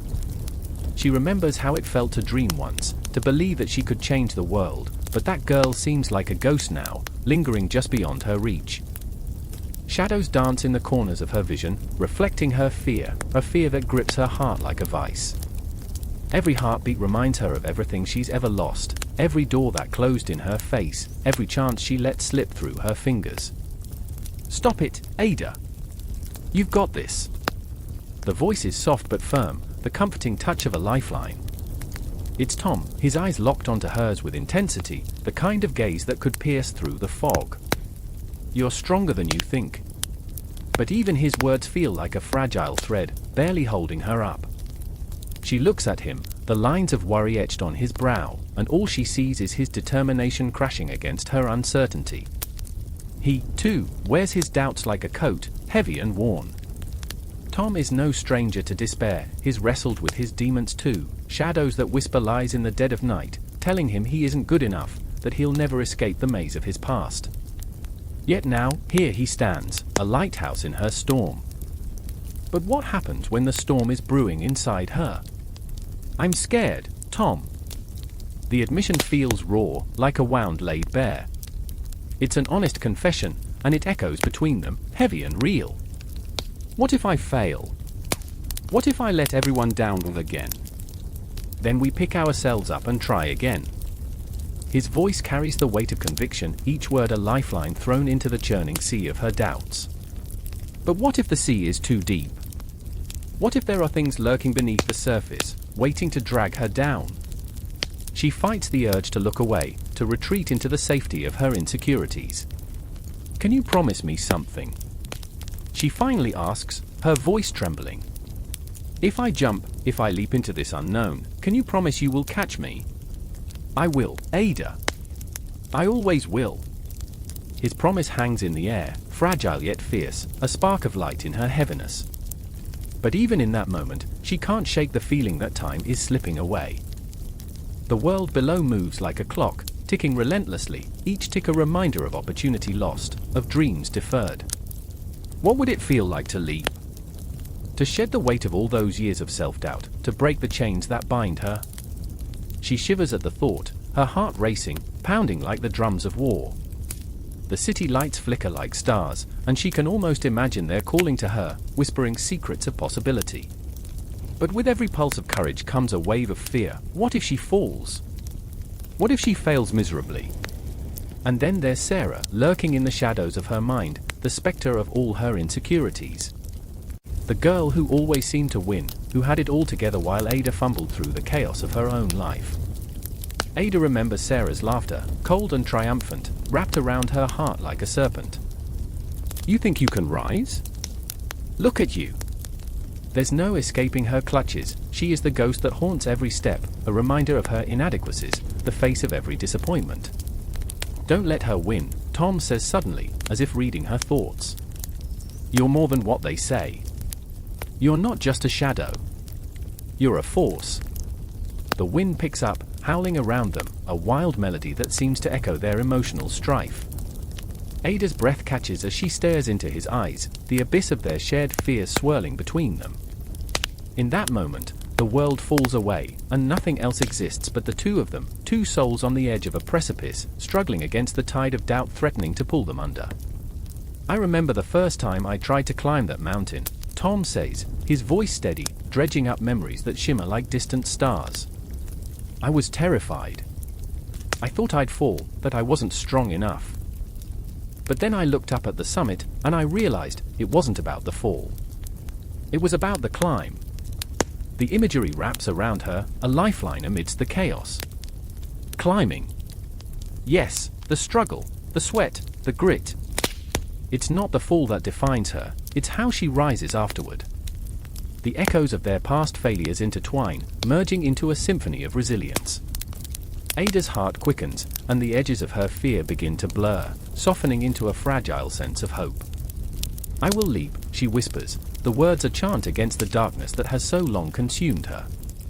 I will leap and fly, or I will fall and rise again. It feels like a promise, a bridge built with conviction, and the world around her shifts in response. The city, the shadows, the wind, they all conspire to uplift her, to carry her into the vast unknown. Tom nods, and she sees a flicker of pride in his eyes. That's it, Ada. That's the spirit. The darkness still lingers, but it no longer suffocates her. Instead, it becomes a backdrop, a canvas upon which she will paint her own story. A heartbeat. Another. The world spins in chaotic rhythm, and she stands there, teetering on the edge, ready to embrace whatever comes next. And as she inches closer to the leap, she feels it, the rush of adrenaline, the pulse of possibility, the weight of her fears transformed into a burning resolve that ignites within her. She is not alone. She has Tom, and maybe, just maybe, she can find her strength again. In that potent moment, time collapses. The world fades, and all that exists is the trembling truth: the leap is not the end. It is merely the beginning, a choice to rise, a choice to live. And the leap is calling her, and she cannot resist its force any longer. So she breathes deeply, letting the air fill her lungs, and she embraces the uncertainty, the fear, the promise of flight.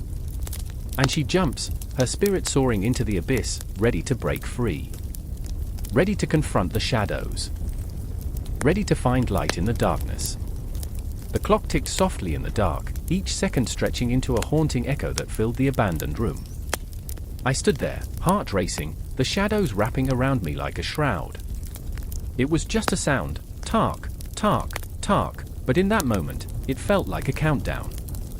My hands trembled, not from fear, but from anticipation, as if the air itself held its breath, waiting for something, anything, to break the suffocating silence.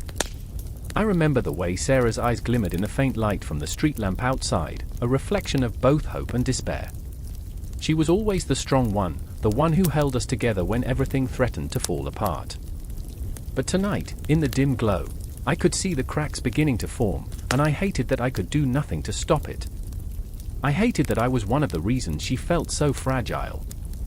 The weight of our shared history hung heavy between us, and I felt it squeezing my chest like a vice.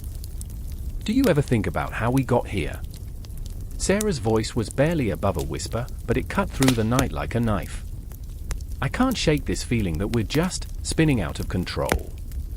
I nodded, though my throat felt tight. I had thought about it too, about the choices that led us to this crumbling moment. The arguments, the silences that stretched like chasms between us, and the secrets that festered in the dark. Each memory was a ghost, haunting me with the echoes of laughter turned bitter and dreams turned to ash.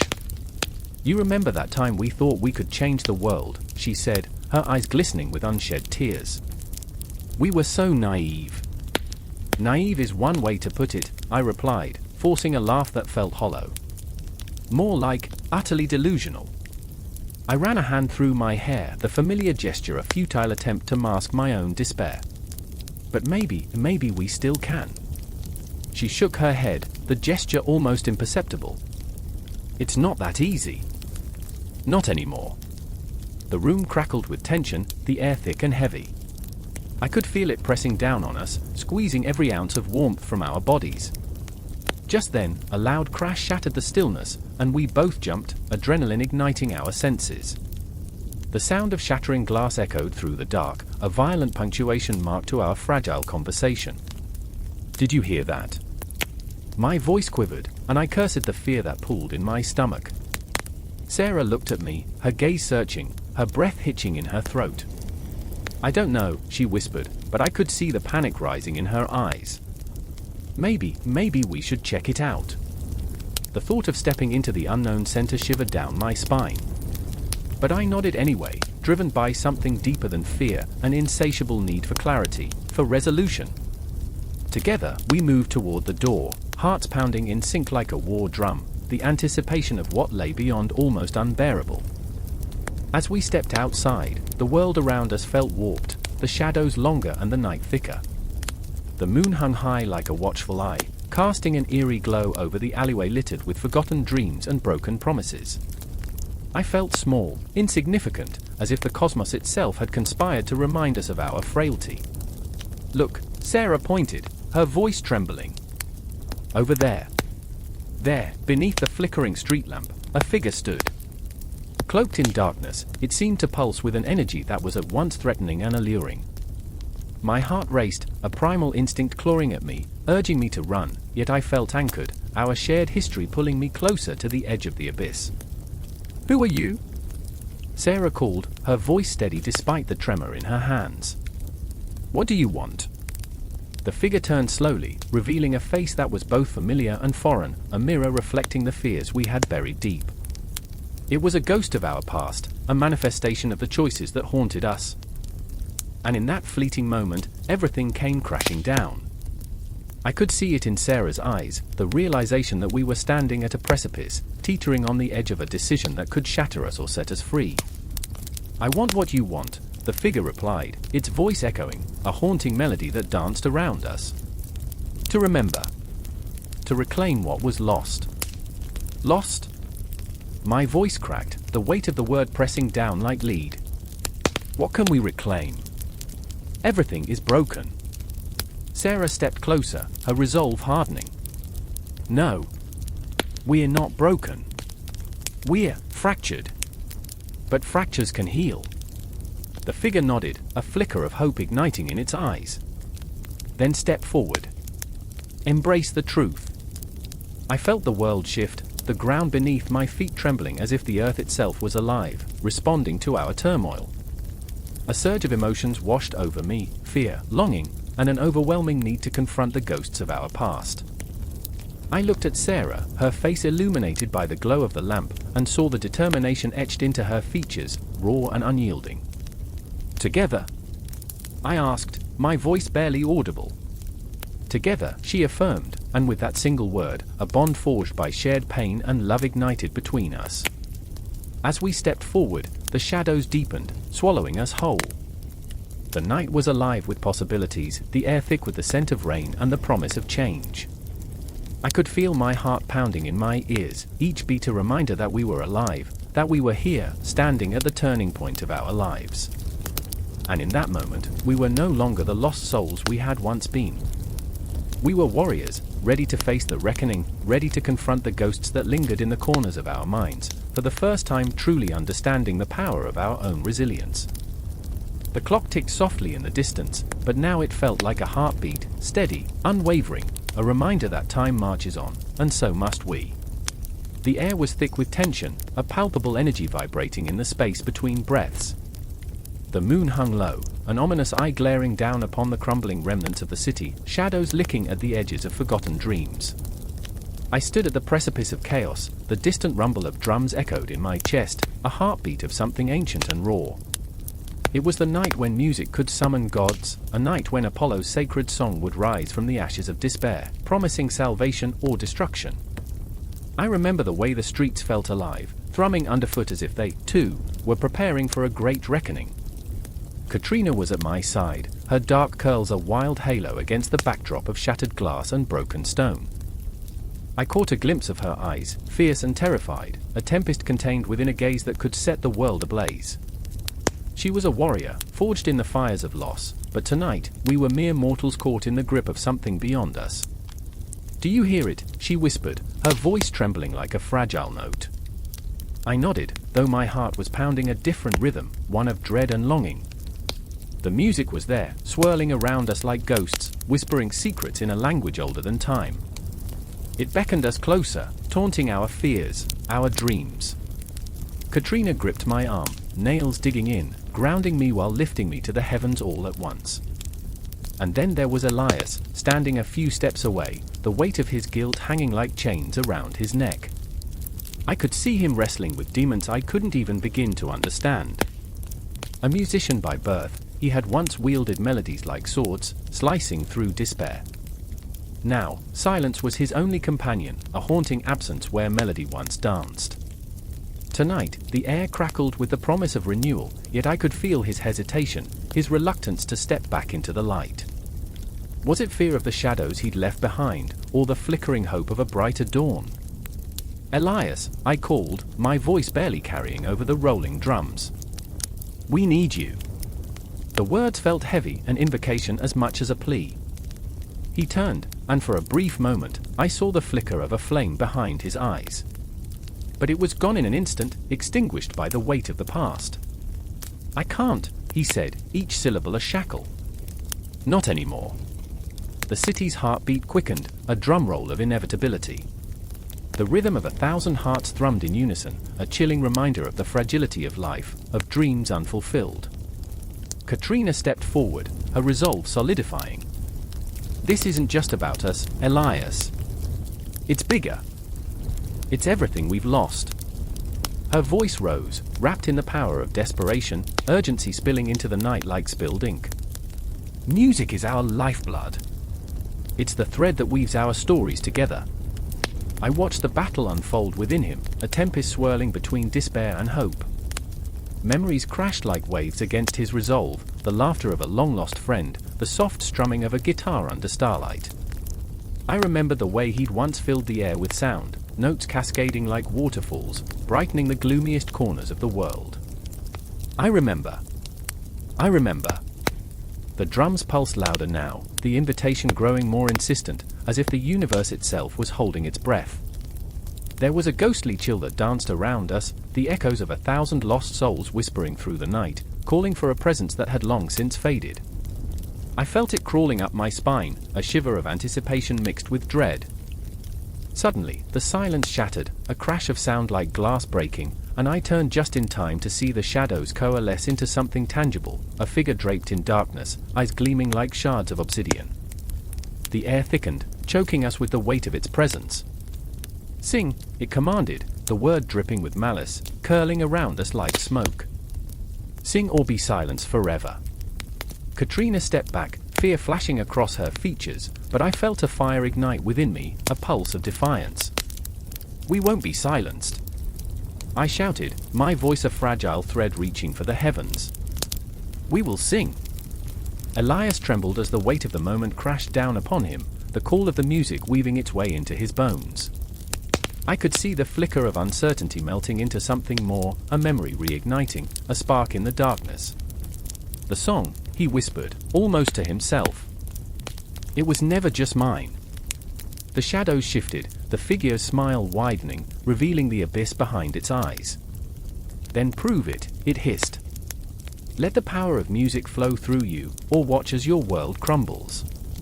In that moment, I felt the cosmos shift, the stars aligning into a heartbeat of potential, a promise that we could reclaim what was lost. I turned to Katrina, and we joined hands, an unbreakable bond of hope and strength. Together, I breathed, feeling the weight of our shared burdens lift ever so slightly. Elias took a step forward, uncertainty etched on his face, but beneath it, a flicker of resolve began to glow. Together, he echoed, his voice trembling but unwavering. "Let's remind the world." The music surged, a tide of emotion crashing against the shores of despair. It was a cacophony of loss and love, joy and sorrow, weaving through the air like a tapestry of our lives. I closed my eyes, letting the sound wash over me, feeling every note resonate within my soul, every heartbeat synchronizing with the rhythm of the universe itself. As the shadows closed in, we began to sing. Our voices intertwined, rising high into the night like a phoenix from the ashes, a sacred song calling forth the very spirit of Apollo. The world around us shimmered, and for a moment, the darkness retreated, the light flooding in, illuminating the path ahead. But as the music echoed through the city, I knew it was only the beginning. The confrontation loomed, raw and unavoidable, and the shadows were far from vanquished. Yet in that moment of defiance, we were alive, a spark ignited, ready to challenge the darkness that sought to consume us. The chorus of our souls rose, a haunting melody that promised we would fight, that we would sing, and that we would never surrender. In the depths of the night, the power of music surged, a lifeline woven through pain and hope. Apollo's sacred song was awakening, and we were ready to embrace its chaos, to dance upon the edge of oblivion. The night was just beginning, an overture to the battle yet to come. The wind howled through the desolate streets like a banshee, a piercing wail that clawed at the night. Shadows danced in the flickering firelight, twisting into grotesque forms that felt alive, hungry. In this forsaken city, every corner whispered secrets, and every alley held its breath, as if it too knew what was about to unfold. A single lantern swung from its chain, casting long, contorted shadows that stretched like skeletal hands reaching for something, someone. I remember the way the air felt thick, almost suffocating, charged with a tension that crackled like electricity. It was that precise moment when the world holds its breath, teetering on the edge of chaos. My heart raced. I stood frozen, a mere pawn on this unforgiving chessboard, as the ground trembled beneath the weight of what was to come. Evelyn was there too, her eyes wide with fear, glistening like dark pools reflecting the moon. She clutched a dagger, its blade gleaming menacingly, a remnant of her past, a past filled with betrayals, heartbreak, and shadows that whispered her name in the dead of night. She was fierce yet fragile, a wildfire contained in a delicate vessel. In the arc of her brow, I could see the weight of countless decisions, each one a stone added to her heart. "You can't just stand there," she hissed, her voice a taut string ready to snap. "We need to move." But I was anchored by the swirling storm of my own doubts. I remembered moments, fractured memories of laughter, of us in sunlight, of the way her hair flowed like liquid gold, creating halos around her every movement. But those moments were ghosts now, flitting away as darkness loomed, and she was right, we could not linger. Then there was Marcus, the ever-persistent shadow of cynicism at my side. His laughter was a dagger as sharp as Evelyn's blade, cutting through the tension like a knife through flesh. "Come on, you two. What, are you waiting for the grand finale? This is the show." His grin was lopsided, a mask that belied the fear simmering just beneath the surface. He had a way of making light of darkness, but it was a fragile facade. I knew the truth, he was terrified. In the distance, the air crackled with an ominous energy, an approaching storm of chaos and despair. The ground shook beneath us, a heartbeat, pulsing with purpose. I could see the silhouette of the python, dark and serpentine, slithering through the shadows, a creature born of nightmares. Its eyes glowed like embers, hungry, searching. "Move!" Evelyn's voice pierced the air, a clarion call that shattered my reverie. We darted into the alley, the scent of decay clinging to us like a shroud. I could feel the pulse of the city, a living entity that held our fears within its crumbling walls. I remember the adrenaline coursing through my veins, each heartbeat a weapon, each breath a promise of survival. The alley narrowed, closing in like a vice. The shadows stretched, swelling, whispering threats that tickled the back of my mind. I could taste the salt of sweat on my lips, the tang of fear mingling with the dampness of the night. "Stay close." Evelyn's voice trembled, a thin thread of determination woven through the fabric of her fear. I could sense the struggle within her, every step was a battle against the ghosts that haunted her.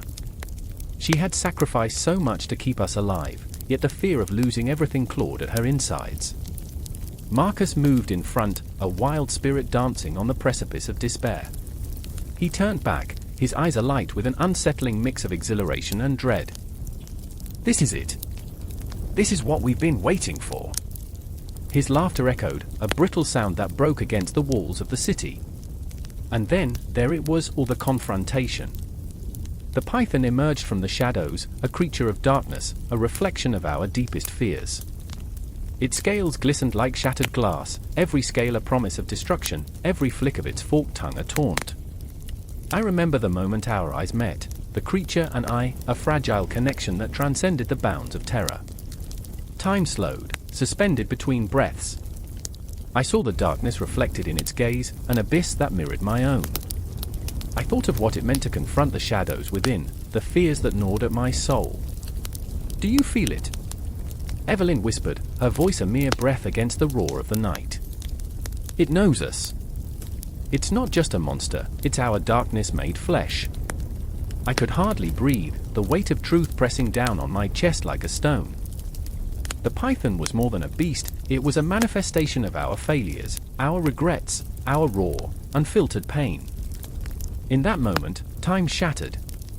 It was no longer just about survival, it was about confronting the truth that lay beneath.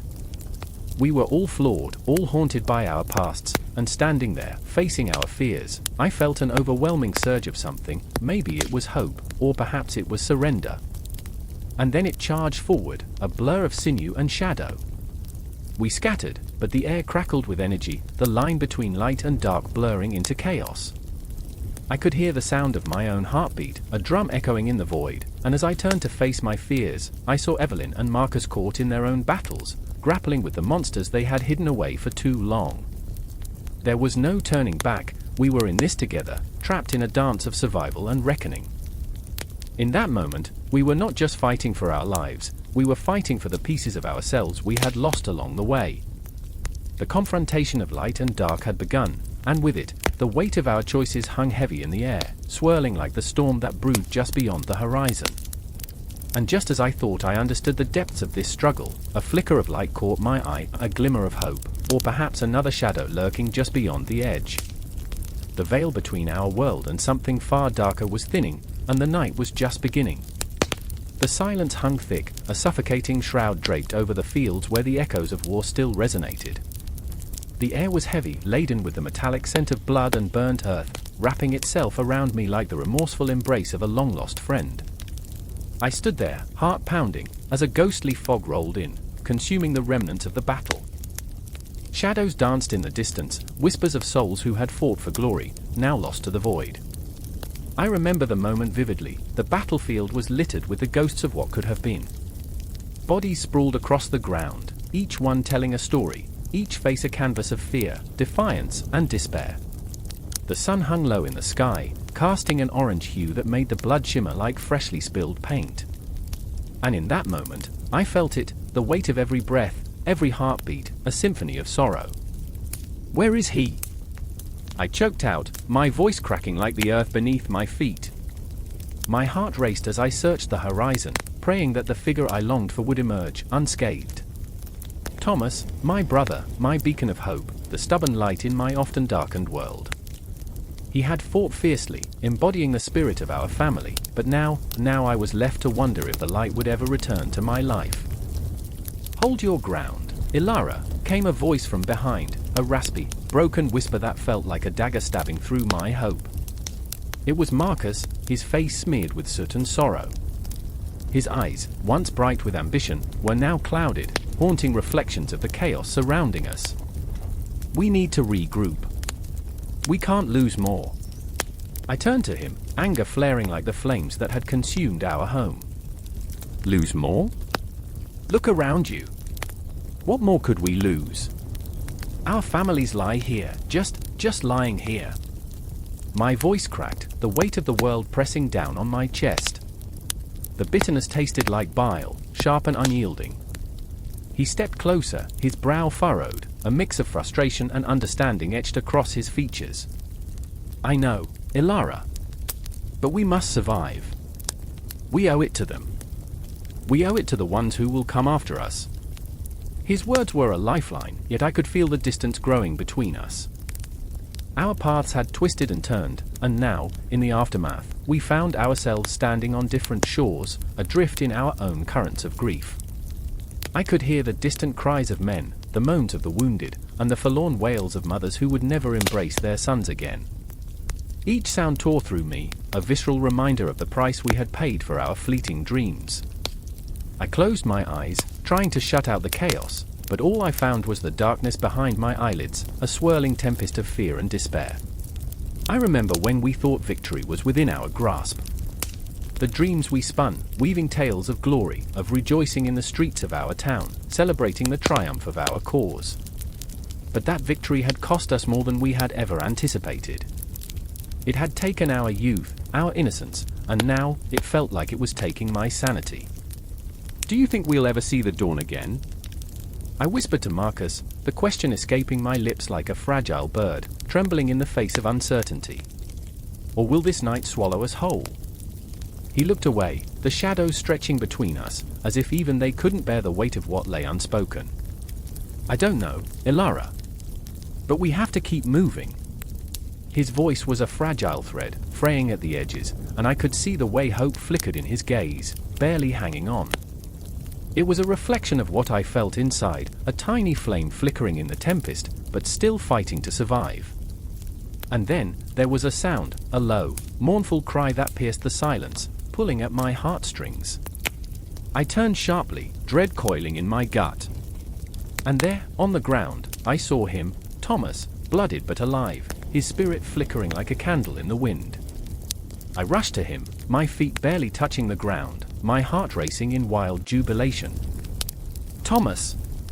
I cried, the raw emotion spilling from me as I knelt by his side. His eyes opened, glazed and distant, but they found mine, and for a fleeting moment, the world around us dimmed. He was here. He was alive. I felt the warmth of his presence flooding my veins, a sweet relief in the midst of anguish. "Elara," he breathed, his voice a fragile whisper that trembled like a leaf in a storm. I thought I'd lost you." Pain flickered across his face, mingling with the joy of reunion, and I could see the shadows of trauma lurking behind his gaze, threatening to pull him back into darkness. "You didn't," I choked out, my fingers trembling as I brushed away the dirt and blood from his brow. "You're here, Thomas. We're going to be okay." But even as I said it, the weight of despair loomed over us like a storm cloud, threatening to unleash its fury at any moment. But as I looked into his eyes, I couldn't help but think of the cost of our survival. The lives lost, the dreams shattered like glass underfoot. I could almost hear the clock ticking, each second marking the distance from the moment we had once known, drawing us deeper into a future that felt like a gaping maw, ready to swallow us whole. The cries of the wounded swelled in the background, the air thick with the scent of grief and loss, yet there was a flicker of resolve igniting within me. I clutched Thomas's hand, feeling his warmth seep into my skin, a reminder of life amidst the decay. "We'll rebuild," I whispered, the promise escaping my lips, fragile yet fierce. "We'll find a way." But as quickly as the flame ignited, the shadows shifted, burdens resurfacing, drawing us back into the depths of despair. The world felt chaotic and uncertain, and the weight of our existence seemed to hang in the balance, taunting us mercilessly. And there, in that moment of raw, visceral connection, I understood, this was the aftermath. A place where hope mingled with despair, where dreams and nightmares danced in an eternal waltz. A battlefield not just of flesh and blood, but of hearts and souls, forever intertwined, forever haunted. Time stretched, warped by sorrow and resilience, and as I looked out across the remnants of our fight, I felt the lingering question echoing in my mind: what comes next? What awaits us in the shadows of this aftermath? But as the sun dipped below the horizon, casting long shadows that whispered secrets through the night, I knew one thing: this was only the beginning. The true battle was yet to come, and we would face it together, or not at all. And I would be damned if I let the darkness consume us now. A silence loomed over Delphi, thick as the fog that wrapped around the mountains like a shroud. The air tasted of ash and fear, pregnant with divine whispers and the echoes of 1,000 desperate souls. I stood at the precipice, heart thudding, one heartbeat closer to something magnificent, yet terrifying. The sun hung low, casting shadows that danced like phantoms, and I knew, without a doubt, that everything was about to change. I remember the moment all too vividly. Cassandra, her dark hair wild as the tempest that raged within her, stood at the altar, the ancient stone trembling beneath her fingers. "They'll come," she murmured, voice cracking like dry earth under a relentless sun. "They always come." The weight of her words crashed around me, each syllable a wave threatening to drown the very hope that flickered in her eyes. How could she know? How could any of us know what the gods had in store?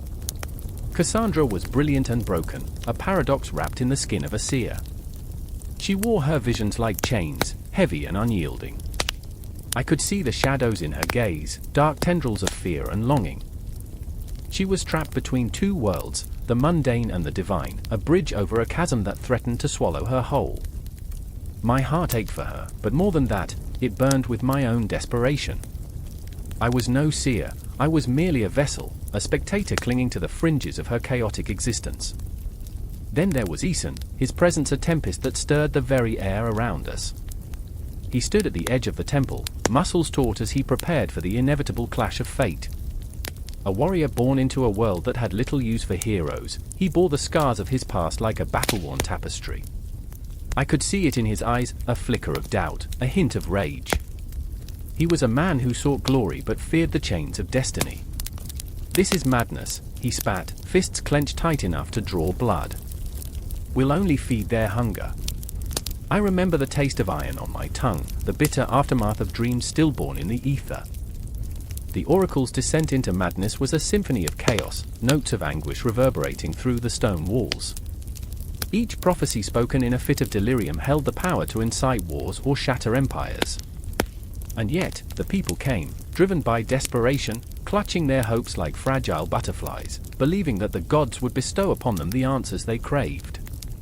Cassandra's voice, when it came, was a tremor, the very earth shivering in response. "The god speaks to me," she whispered, each word pulling the air taut. "The Pythia stirs." I felt the ground quiver, the stones beneath our feet vibrating as if in agreement. The air crackled with a divine tension, the cosmos watching, waiting.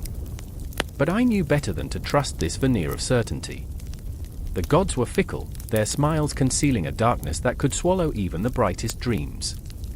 Aeson's breath hitched, I could see the battle waging in his heart.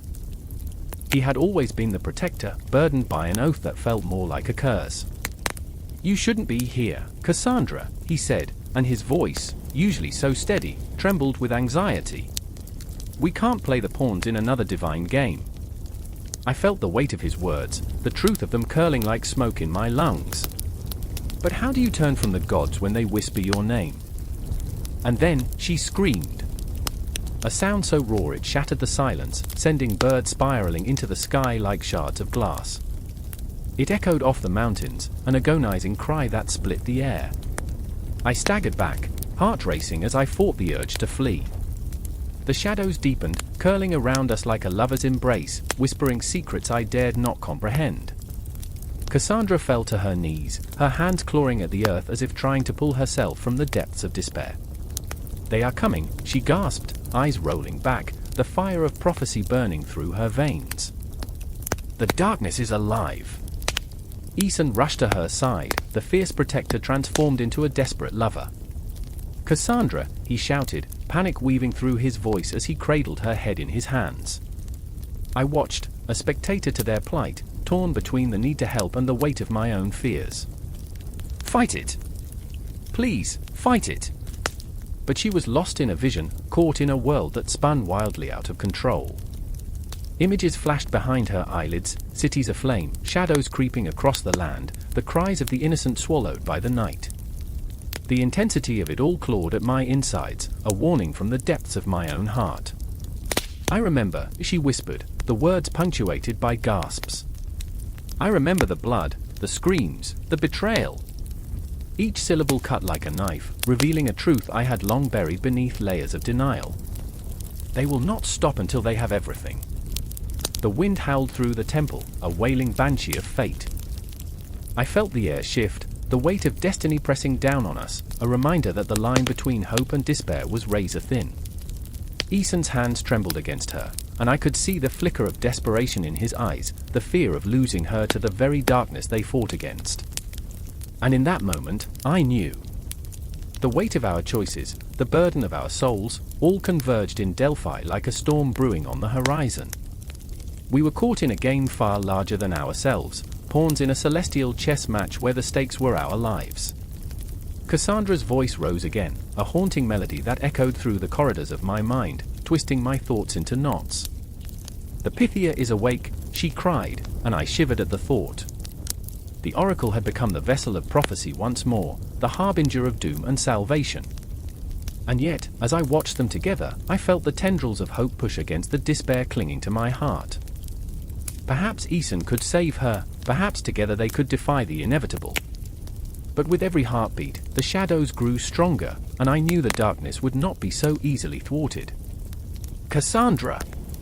I screamed, the name of plea slipping through the cracks in my resolve. "Aeson!" Their lives, their destinies, everything was unfolding, and we stood teetering on the edge of a precipice, drawn in by the promise of the unknown. Above us, the sky darkened, an omen of what was to come. And as I looked into their desperate eyes, I realized we were not just seeking answers, we were racing against an unseen enemy, one that thrived in the depths of our fears. What seemed like salvation was only the beginning, and soon, the Oracle of Delphi would reveal its true face, an unfurling nightmare poised to swallow us whole. I felt the ground rumble beneath me, the world shifting as if responding to the weight of our collective despair. Time warped, reality frayed, and I stood witness to the birth of a legend, the Oracle's reign beginning anew.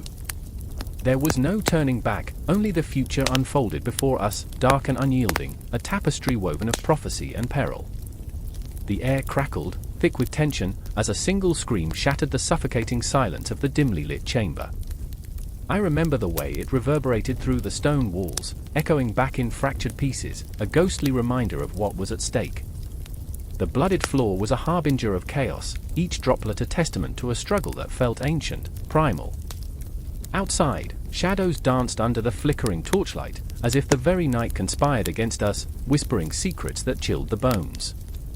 There she stood, Lyra, firm and trembling, her eyes wide with a blend of fear and defiance, the small dagger in her hand trembling like a leaf in a storm.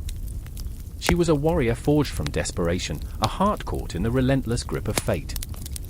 "We can't back down now," she cried, her voice slicing through the air, raw and unpolished, the kind of plea that breaks through the facade of bravery.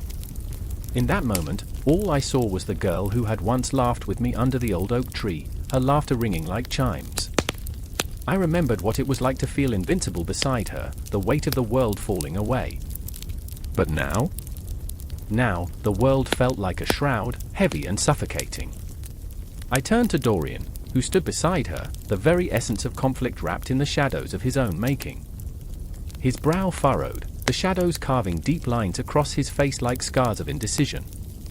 "We can't afford to lose," he murmured, a mantra pulled from the depths of his soul, each word a battle cry against his own doubts. I could see it, the flicker of the man he wanted to be, battling the man he was becoming, torn between loyalty and survival. "Dorian," I whispered, my voice barely a breath. "What if we're making a mistake?"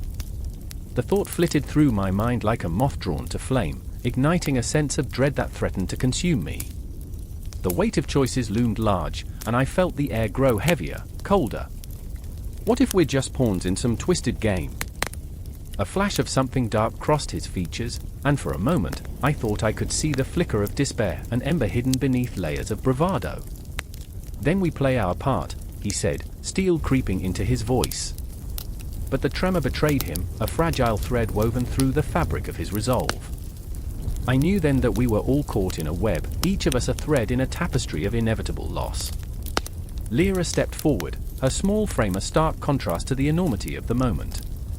"I won't die here," she declared, the words like fire against the cool air, yet I could sense the underlying tremor of fear threatening to overtake her. In that instant, I saw her as the child she once was, the one who believed in heroes and happy endings. But life had taught us all that tales don't end with sunsets, they linger in the darkness, where shadows twist and turn, where hope is a fleeting ghost. The door creaked open, a sound both welcome and terrifying, and I felt my heart race as the shadows of our enemy spilled into the chamber, faces masked, bodies cloaked in the malevolence of purpose. Time stretched, the seconds elongating like shadows at dusk. I could taste the metallic tang of fear, mixed with the bitterness of regret. Was this it? Was this where dreams went to die in the presence of our own hubris? "Stand your ground!" Lyra yelled, a warrior's call that echoed like thunder, pushing against the weight of the encroaching darkness. But I felt the earth shift beneath us, the very foundation of our beliefs trembling. I wasn't sure if it was bravery or foolishness that compelled me to follow her, to stand shoulder to shoulder with the girl who had always been my anchor. I remember that moment vividly, the way our hearts beat in sync, a frantic rhythm that spoke of loyalty, of love, of the shared understanding that to fight was to live. And then it began, a clash of wills and weapons, a dance of death beneath the flickering torches, casting wild shadows that seemed to mock us with their laughter. I could feel the adrenaline coursing through my veins, a raw, primal surge that drowned out the screams, the chaos, and the very notion of defeat. I swung the dagger, feeling its weight as it cut through the air, the rush of power mingled with a sense of desperation. Yet for all its beauty, the dance of war felt hollow, like a hollow promise that rang false against the depths of my soul. In the midst of the chaos, I caught a glimpse of Dorian, fighting valiantly, yet his eyes betrayed him. They were dark pools of regret, a mirror reflecting the choices we had made, the paths not taken, the ghosts of our past that haunted us. I could see him wrestling with the burden of his own decisions, the internal war raging beneath the surface. Each clash of steel echoed the fractures of our friendship, the distance growing as the stakes soared. I wanted to reach for him, to pull him back from the precipice of despair, but the moment was lost, swallowed by the tides of fate. Suddenly, a figure broke through the throng, a towering silhouette that loomed like a specter of death. I recognized the face beneath the mask, a reminder of betrayal that cut deeper than any blade. The python, our greatest foe, whose very name sent shivers through the marrow of our bones. It was in that moment I realized, this was no longer about victory or defeat. It was a reckoning, a confrontation with our own demons. And as we faced him, I remembered the dreams that had once seemed so vibrant, now washed away in the streams of time like fleeting whispers. The significance of Python's defeat was not merely in the battle itself, it lay within the ashes of our hopes, the unyielding desire for redemption. We were not just fighting him, we were fighting for each other, for the remnants of who we had been, for the flickers of light that still dared to shine in the darkest corners of our hearts. With a roar that split the very air around us, we charged forward, not just in search of victory, but in search of meaning, a moment that would forge our identities in the crucible of conflict. And as the world narrowed into the singular focus of survival, I felt the weight of history on our shoulders, each moment a thread woven into the fabric of time, each heartbeat a testament to our fight against the inevitable tide of despair. In that chamber, amidst the swirling chaos, we were not just soldiers, we were souls entwined in the struggle of existence, a tapestry of fear, hope, and the inexorable might of human resilience as we faced the darkness head-on, knowing that in our defeat, we might find the significance of all we had ever longed for. And as the shadows closed in, I remembered, and I hoped. The sun dipped low, casting blood-red shadows across the cobblestones of the square, where laughter and chaotic revelry clashed with an undercurrent of unseen dread. The air buzzed with the electrical hum of anticipation, a taunting whisper that sent shivers down my spine. I stood there, heart pounding, feeling the pulse of 1,000 souls ready to dance on the edge of oblivion. The celebration of Apollo's triumph had begun, but deep within, a storm churned, an echo of something dark lingering just beneath the surface. I remember the way the flickering torches cast erratic shadows, dancing like specters around the edges of my vision, teasing my senses. The scent of roasted lamb wafted through the air, mingling with the sweet notes of honeyed wine, creating a feast for senses dulled by the weight of the past. People twirled, their faces painted with joy, yet I felt a cold band of dread tightening around my chest, binding me to the moment. I was caught, entangled in the celebration, but also an unwilling witness to something brewing in the depths of the darkest alleys that surrounded the square. I caught a glimpse of Mara, her laughter ringing like shattered glass, bright and sharp. She was beautiful, with wild curls that danced free, but beneath that carefree facade lay a heart marred by scars. She spun in circles, her arms wide, as if she could embrace the very cosmos. I wanted to join her, to forget the gnawing uncertainty, but I knew her laughter masked a truth that would claw its way to the surface, demanding to be acknowledged. Her joy felt both intoxicating and tragic. And then there was Elias, his eyes dark pools of turmoil, watching from the fringes like a wounded wolf. He stood there, his arms crossed, the tightness of his jaw betraying the tempest within. I knew he felt it too, the pulsating tension thrumming like a heartbeat, begging for release. It wasn't the crowd that unnerved him, it was the growing feeling of inevitability, the sense that something sinister lurked beneath the surface, threatening to engulf us all. I wanted to reach out, to pull him into the revelry, to drown his fears in the reckless abandon of the night, but I could see the ghosts in his eyes. I remember the clock tower striking the hour, its deep chime resonating like a funeral bell. 1, 2, 3. The sounds echoed in the square, cutting through the joyous din, a grim reminder of time slipping away. The dancers paused, momentarily entranced by the tolling, and for a heartbeat, the laughter faded, leaving only the raw pulse of existence, unforgiving and stark. Then, just as quickly, the revelers shook off the trance, laughter bubbling back to life, but something had shifted, a fleeting darkness settling like a shroud over the celebration. We lost ourselves in the crowd, Mara twirling, her laughter a beacon, while Elias lingered at the edges, the shadows pulling him deeper into their embrace. I wanted to believe in the magic of the night, that this celebration would lift us up, away from the fears clawing at our hearts. But a whispering dread curled around me, a symphony of unease rising crescendo, an unseen hand weaving through the throng, tugging at our souls. The music swelled, a fierce rhythm igniting the air, but it was a double-edged sword, a lure that drew us ever closer to the edge of the abyss. I could feel it pressing in, the weight of something unspeakable about to unfold. And as the night deepened, the torches flickered widely, casting distorted figures that writhed in the shadows. I thought of the old stories, the ones my elders told, about celebrations that turned into feasts of fate, where joy rapidly twisted into despair, laughter morphed into wails, a dance with death. And suddenly, it happened.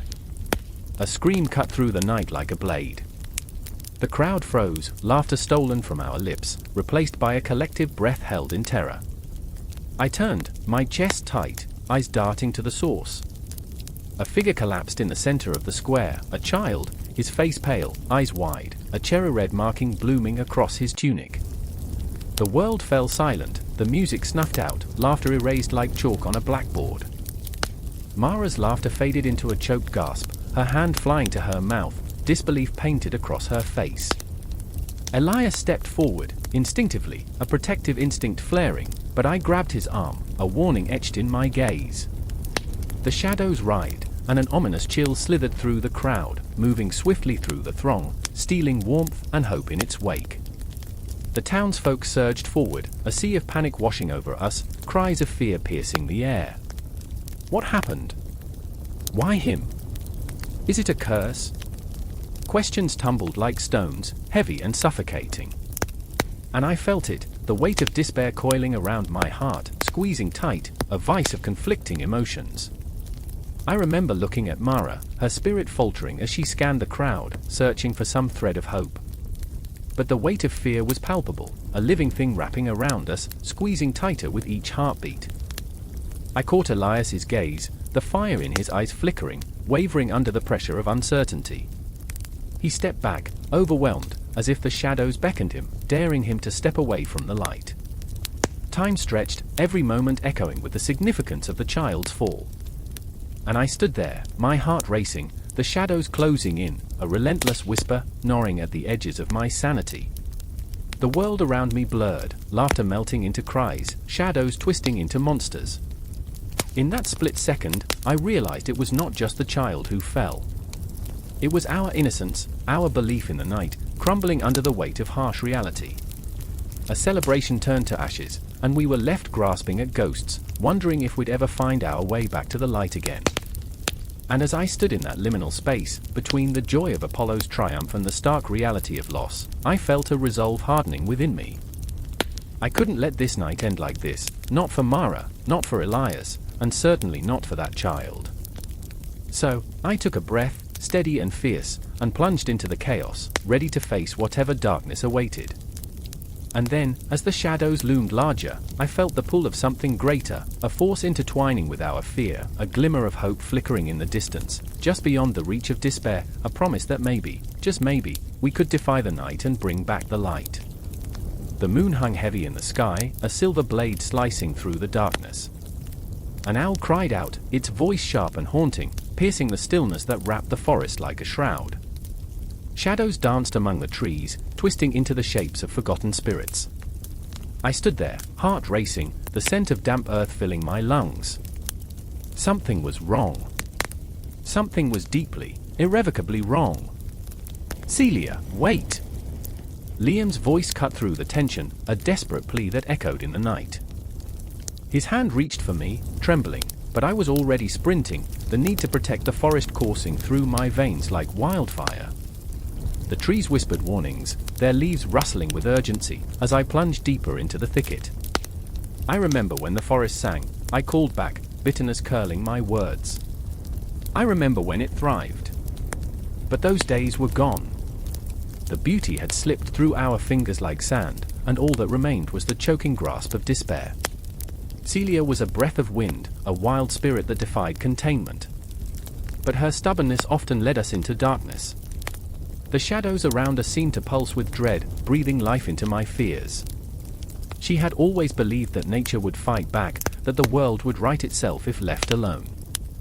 I wished I could share her optimism, but the truth clawed at my insides like a beast desperate to escape. "Why won't you understand?" I shouted into the night, the ground trembling beneath my feet as if it too felt the weight of our conflict.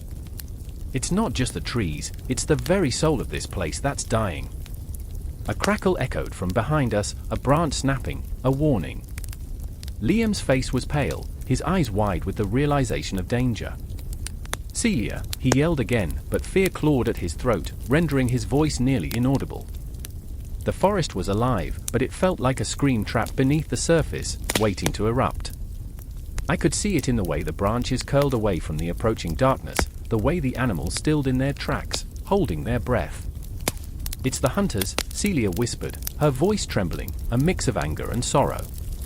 "They're coming for the wolves again." Those words struck like a hammer against glass. I remembered the stories, the howls of the pack echoing through the night, wild and free. Nature was balance, a delicate dance between predator and prey, but no one danced anymore. The hunters were merciless, their hearts hardened by greed and ambition. "Then we can't wait," I urged, my soul igniting with urgency. "We have to protect them. We have to protect what remains of this land." I felt the energy shift, a crack in the air like the sound of a bowstring pulled taut, ready to snap. It wasn't just the forest that needed saving, it was us too, our fragile threads woven into the very fabric of existence. We were not separate from nature, we were a part of it. Celia hesitated, the flicker of doubt crossing her face. "But how?" "By becoming the guardians we were meant to be," I replied, the weight of our ancestors whispering through my mind like ghosts. "Artemis calls to us, Celia. She is the protector, the fierce spirit of the wild. We have to honor that." "In this darkness," she asked, her voice trembling like the leaves in the wind, uncertainty wrapping its cold fingers around her heart. "Yes. In this darkness, we find our strength," I answered, yearning to ignite the fire within her once more, to awaken the warrior she kept buried beneath layers of fear. The shadows closed in, a suffocating blanket of despair. The trees loomed overhead, whispering secrets that only the brave could hear. I could feel the pulse of the earth beneath my feet, a steady rhythm that hummed with life. And then I saw it, a flicker of movement, a glimpse of grey fur darting between the trees. The wolves were near, their haunting eyes reflecting the silver light of the moon. They were the guardians of this land, and their plight echoed through the very core of my being. "Liam! Celia! We have to go!" I shouted, urgency propelling me forward as I ran. My breath came in ragged gasps, adrenaline fueling every step. The air crackled with anticipation, every heartbeat a reminder of the stakes at play. We raced through the underbrush, branches tearing at our clothes, but I felt alive, electrified. The forest was a living tapestry, and I could sense its heartbeat synchronizing with mine, as if the very essence of Artemis flowed through us. The moonlight painted our path, illuminating the clearing where the wolves gathered, their bodies tense and alert. My breath caught in my throat, so close now. I could see their eyes, pools of liquid silver reflecting both fear and defiance. We stood at the precipice, ready to confront the hunters, to reclaim the land that was rightfully ours. "Are you ready?" I whispered to Celia, the weight of history pressing down on us like an unrelenting tide. She nodded, her eyes ablaze with determination, the flicker of hope rekindled. In that moment, we became the embodiment of Artemis, fierce, wild, and unwavering. But the night was far from over. The sound of footsteps shattered the silence, the hunters' laughter echoing through the trees. We were outnumbered, but that only made the fire within us burn brighter. The confrontation loomed ahead, a storm gathering on the horizon. The world held its breath, nature itself waiting, watching, ready to unleash its wrath. This was our moment, a chance to stand firm against the encroaching darkness. Celia took a step forward, her voice steady despite the tremor in her hands. "We fight for the wild. We fight for them all." I could feel the weight of her words settle deep within me, a promise reverberating through the air. We were no longer just three souls lost in a dying world, we were the hope of 1,000 forgotten dreams, the guardians of a legacy that transcended time. And as the shadows surged forward, we stood our ground, united in purpose, adrenaline coursing through our veins like a raging river. The night was now alive with possibility, and with it, the spirit of Artemis roared, echoing through the trees and igniting the fire in our hearts. In the depths of desperation, we had found our calling. The battle was just beginning, and we would not falter. The city lay shrouded in twilight, shadows creeping like specters through the cobblestone streets. A chill pricked at my skin, a whisper of dread threading through my thoughts. I stood at the fork where the alley met the square, breath hitching as I heard the rising wail of sirens cut through the stillness. It was a sound that clawed at the gut, the kind that warned of an approaching storm, both fierce and unrelenting. I remember the night Apollo's light dimmed, flickering like a dying ember, and Artemis's silver bow hanging in the air, taut with tension. It echoed within me, a tremor of impending loss that I could not shake. My heart raced as I recalled the look on Ilara's face when she first mentioned the curse. The word slid like ice down my spine, chilling the warmth of hope away. "They'll pay for what they've done," she had said, voice steady yet laced with anguish, eyes blazing like the brightest star in the darkest sky. Ilara, fierce and unforgiving, was a sister molded by the fires of grief. She had lost everything under the weight of that celestial promise. I could see her now, standing at the edge of the square, a wild tempest of emotion fighting to break free. Her fingers brushed the fabric of her tunic, knuckles white as she clutched the hem, grounding her against the storm that raged within. I longed to reach for her, to pull her away from the precipice she danced upon, but the shadows held me captive. And then there was Kalen, a ghost of a man wrapped in silence, his presence a haunting reminder of our shared past. I could almost hear his thoughts, the weight of regret heavy in the air. Did he remember the laughter that once echoed in the halls? The promises we carved into the stone of our childhood dreams? His eyes were dark pools, swirling with despair and longing, searching for meaning in the chaos we had unwittingly invited. "I didn't mean for this to happen," he whispered, voice cracking like a fragile twig. "I thought we were different." The square felt alive, a breath drawn in anticipation, as whispers of the past curled around us like smoke. I remember the stories, oh, how they danced in my mind. How Apollo's artistry had painted our lives in vibrant strokes, and Artemis's fierce protection had kept us safe from the beasts that lurked in the shadows. But legacy, I realized, is a double-edged sword. With every star we reached for, a deeper darkness emerged, a price to be paid in blood and tears. Can you hear them? Ilara's voice cut through my reverie, sharp and clear. She tilted her head to the sky, eyes reflecting the first stars as if they held the answers we sought. "They're calling to us. They want justice." Her breath came in quick bursts, each word a fragile crystal shattering against the weight of our reality. Kalen's gaze flickered back to her, confusion knitting his brow into tight lines. Justice or vengeance? There's a difference, Ilara. One heals, the other destroys. The air thickened with tension, a palpable energy crackling between us, a storm waiting to unleash its fury. I felt the clock ticking, seconds dragging like hours, each tick a reminder of our mortality. The remnants of memories echoed in my mind, the innocent laughter, the warmth of the sun on our skin, the dreams we painted on the canvas of our youth. And now, here we were, at the precipice of chaos, bound together by a thread of unresolved pain, with the weight of the cosmos upon our shoulders. Can we trust them? I asked, voice trembling. Or are we merely pawns in their twisted game?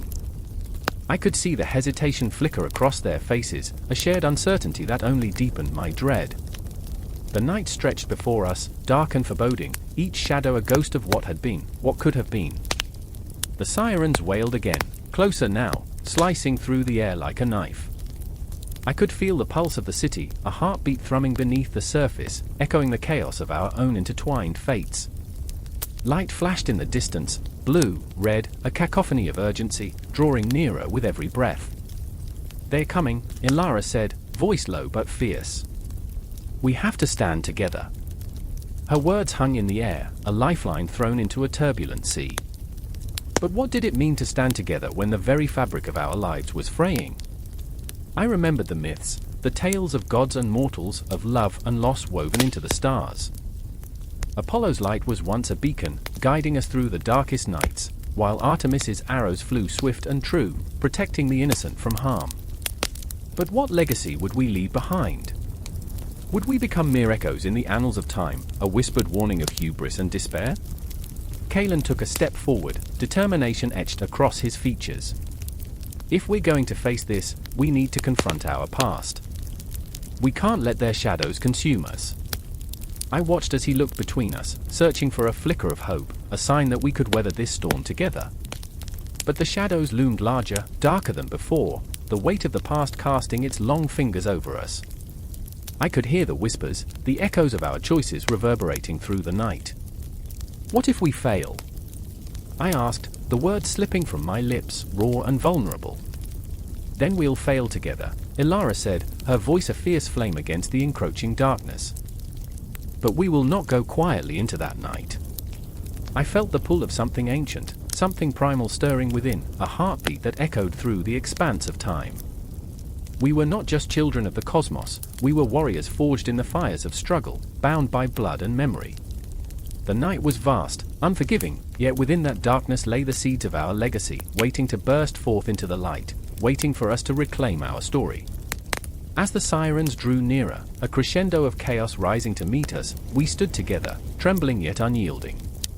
The weight of our past hung heavy, but the promise of the future glimmered on the horizon. In that moment, I knew we would confront whatever lay ahead. We would carve our path, side by side, even as the darkness curled around us like a predator, hungry for our very souls. And so we stepped into the night, hearts pounding, breaths mingling with the whispers of the past, ready to embrace the legacy of Apollo and Artemis, and whatever that legacy would demand of us. The clock struck midnight, and the city trembled. Shadows danced against the walls of crumbling buildings, flickering under the pale glow of street lamps.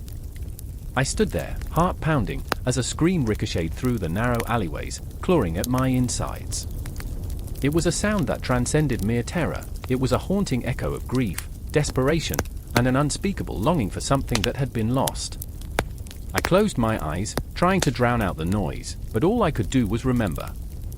I remember the warmth of her hand squeezing mine, the way her laughter would chase away the darkness, the way we used to dream of brighter days, unscarred by the weight of reality. Lila was the light, always shining in the corners of my life where shadows lingered. She wore her heart on her sleeve, a vivid tapestry of hopes and fears, stitched together with threads of vulnerability. But tonight, something was wrong. I felt it in my bones.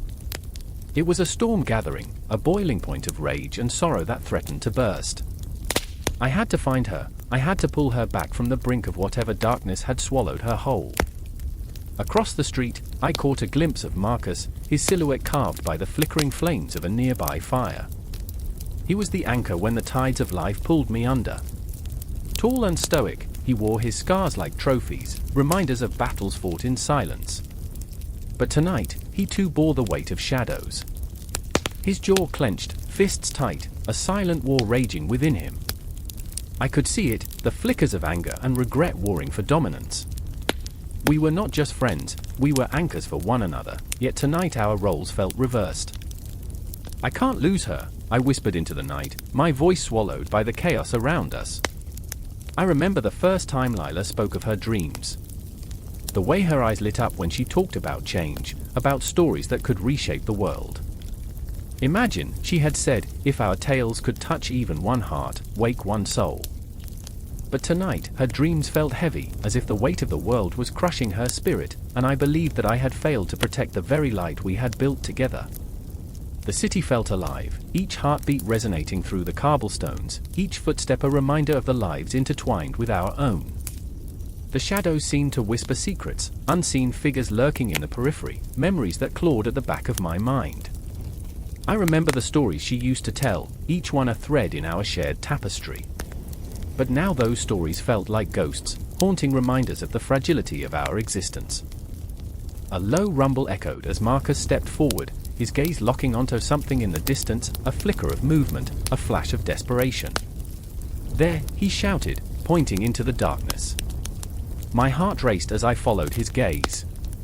In that moment, the world narrowed, the cacophony of the city faded into a distant hum. All that mattered was Lila's safety. We plunged into the abyss together, two souls intertwined in a desperate quest for salvation. Every step felt like a betrayal of the past, memories curled around me like fog, thick and suffocating. I remember laughter dancing in the air, sunlight glinting off the surface of dreams. But those moments were eclipsed by the present, sharp like knives, cutting through the tenderness of nostalgia. I could feel the ground tremble beneath us, a living entity caught in turmoil. We turned into another alley, and there she was, Lila, a fragile silhouette against the brick wall, her face streaked with tears that glistened like diamonds in the murky light. She was a beautiful wreck, a testament to the battles we each fought within ourselves. In that moment, time stood still, and the world around us faded into irrelevance. "Lila?" I called, my voice breaking like glass. She turned, eyes wide with fear and pain, and in that instant, I saw the depth of her struggle, the tempest swirling just beneath the surface. "Why?" It was a simple question, yet it filled the air with unspoken sorrow, the weight of everything that had been said and unsaid. "I thought I could change things," she replied, her voice shaky. "But I couldn't.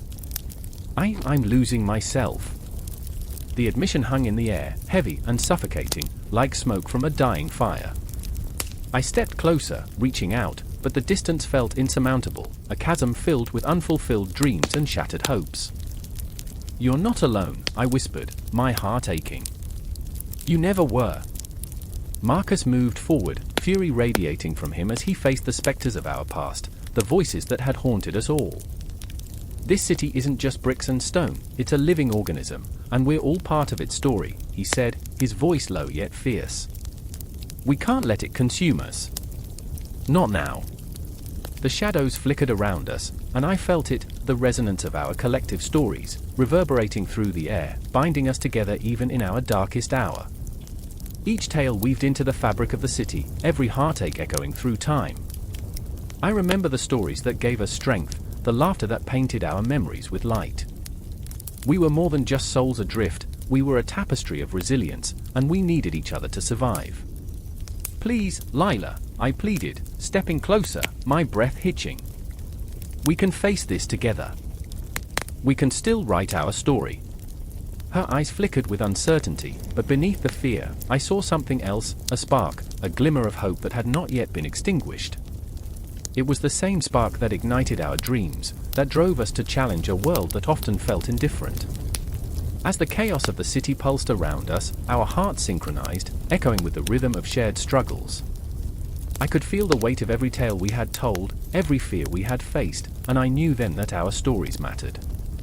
They were the threads that tied us to one another, and perhaps, just perhaps, we could weave something beautiful from this darkness. But the night had more surprises in store, shadows lurking just out of sight, ready to strike again. The air crackled with tension, the universe holding its breath as we stood on the precipice of something profound. The world spun faster, but we were grounded in each other, in the stories that made us whole. And as the clock continued its relentless ticking, we prepared ourselves for the battles yet to come, knowing that our stories would shape not just our destinies, but the very fabric of the world around us. The air was thick with the scent of incense, cloying and sweet, curling through the night like a serpent seeking warmth. I stood there, heart thrumming against my ribcage, surrounded by shadows cast by flickering torches. The festival of Apollo loomed like a spectre in the night, an ancient ritual where joy danced hand in hand with the unexplainable dread that hung over us all. Laughter erupted nearby, but it felt hollow, a mere echo of what should have been a celebration. Myra was there, her eyes darting, scanning the crowd like a hawk searching for prey. The weight of her worry pressed against me. "Something's not right," she whispered, her voice barely loud enough to pierce the boisterous revelry. I wanted to reassure her, to tell her that everything would be fine, but the gnawing sensation in my gut betrayed me. And then there was Theo, his laughter booming, reckless and free. He was the sun, radiating warmth, but tonight, even his light felt dimmed, swathed in the uncertainty of the moment. "Look!" He pointed toward the altar, where a massive statue of Apollo stood, half shadowed by the flickering flames. "We're going to honor him." His enthusiasm clashed with the tension woven tightly around us. I inhaled sharply, remembering the stories, the ones that warned of the god's fickle nature. We must appease him, I murmured, though it felt like a prayer turned to ash in my mouth. The others surged forward, drawn to the statue, but I hesitated, caught in the web of my own thoughts. Each pulse of the drumbeat reverberated in my chest, echoing like a distant thunderstorm, a reminder of the storm brewing in my heart. Come on. Theo beckoned, his voice bright but with an undercurrent of something darker. He was unaware of the looming shadows that flickered just beyond our vision, omens that whispered of sacrifice, of offerings that had gone awry. As we neared the altar, the thrumming beat intensified, rising like an unholy chant, and I could see the frayed edges of the night beginning to unravel. Myra's hand darted out, gripping my wrist. "What if he's angry?" she asked, her voice trembling with the weight of unspoken fears. I felt the shiver of her uncertainty, a mirror to my own. Apollo, the god of music, prophecy, and healing, could also be a harbinger of wrath when disrespected. I could see it in her eyes, fear mixed with an unyielding desire to believe in the goodness of the world. "We'll be fine, right?" I forced the words out, but they tasted bitter, like ash on my tongue. In the back of my mind, I imagined the ancient lore, the tales of those who had crossed Apollo, their fate sealed beneath the spell of unyielding stars. "He just wants us to celebrate," I insisted, though the tremor in my voice betrayed me. And then the moment came, the moment where joy and terror collided like waves crashing against unyielding rocks. The crowd surged forward, hands reaching toward the offering bowl, eyes alight with reckless abandon. What were we willing to give? What price would we pay for Apollo's favor? We knelt before the statue, the flickering flames casting long shadows, dancing like lost souls. The air was electric, charged with the weight of unspoken desires. I caught a glimpse of Theo's face, his features contorted with fervor, and what I saw sent a chill down my spine. It was a wildness, a hunger that spoke of something deeper, something darker. Myra's grip tightened as she whispered, "What if he asks for more than we're willing to give?" Her words hung heavy in the air, a chilling reminder that the gods were not merely figures of law but powerful entities capable of wreaking havoc on those who strayed too close to their whims. The drums beat louder, a primal call, and I found myself swept up in the current, moving toward the altar. The crowd's chant rose, a cacophony of voices, a surreal symphony that bordered on madness.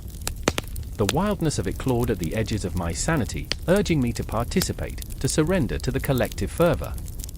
But deep within me, a voice whispered, "This isn't right."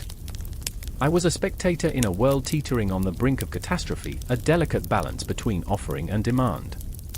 I could feel the eyes of Apollo on us, watching, waiting, his judgment as palpable as the heat radiating from the flames. "Myra!" I shouted over the din. "We need to get out of here." But she was lost, entranced by the chaos, her own desires morphing into something insatiable. I could see the conflict in her eyes, her longing to embrace the moment battling against the primal fear that tugged at her. "Myra, please!" My voice was raw, desperate, and just as her focus shifted back to me, I felt the ground tremble beneath our feet. The flames flickered violently as if stirred by an unseen hand, and the air grew thick with power.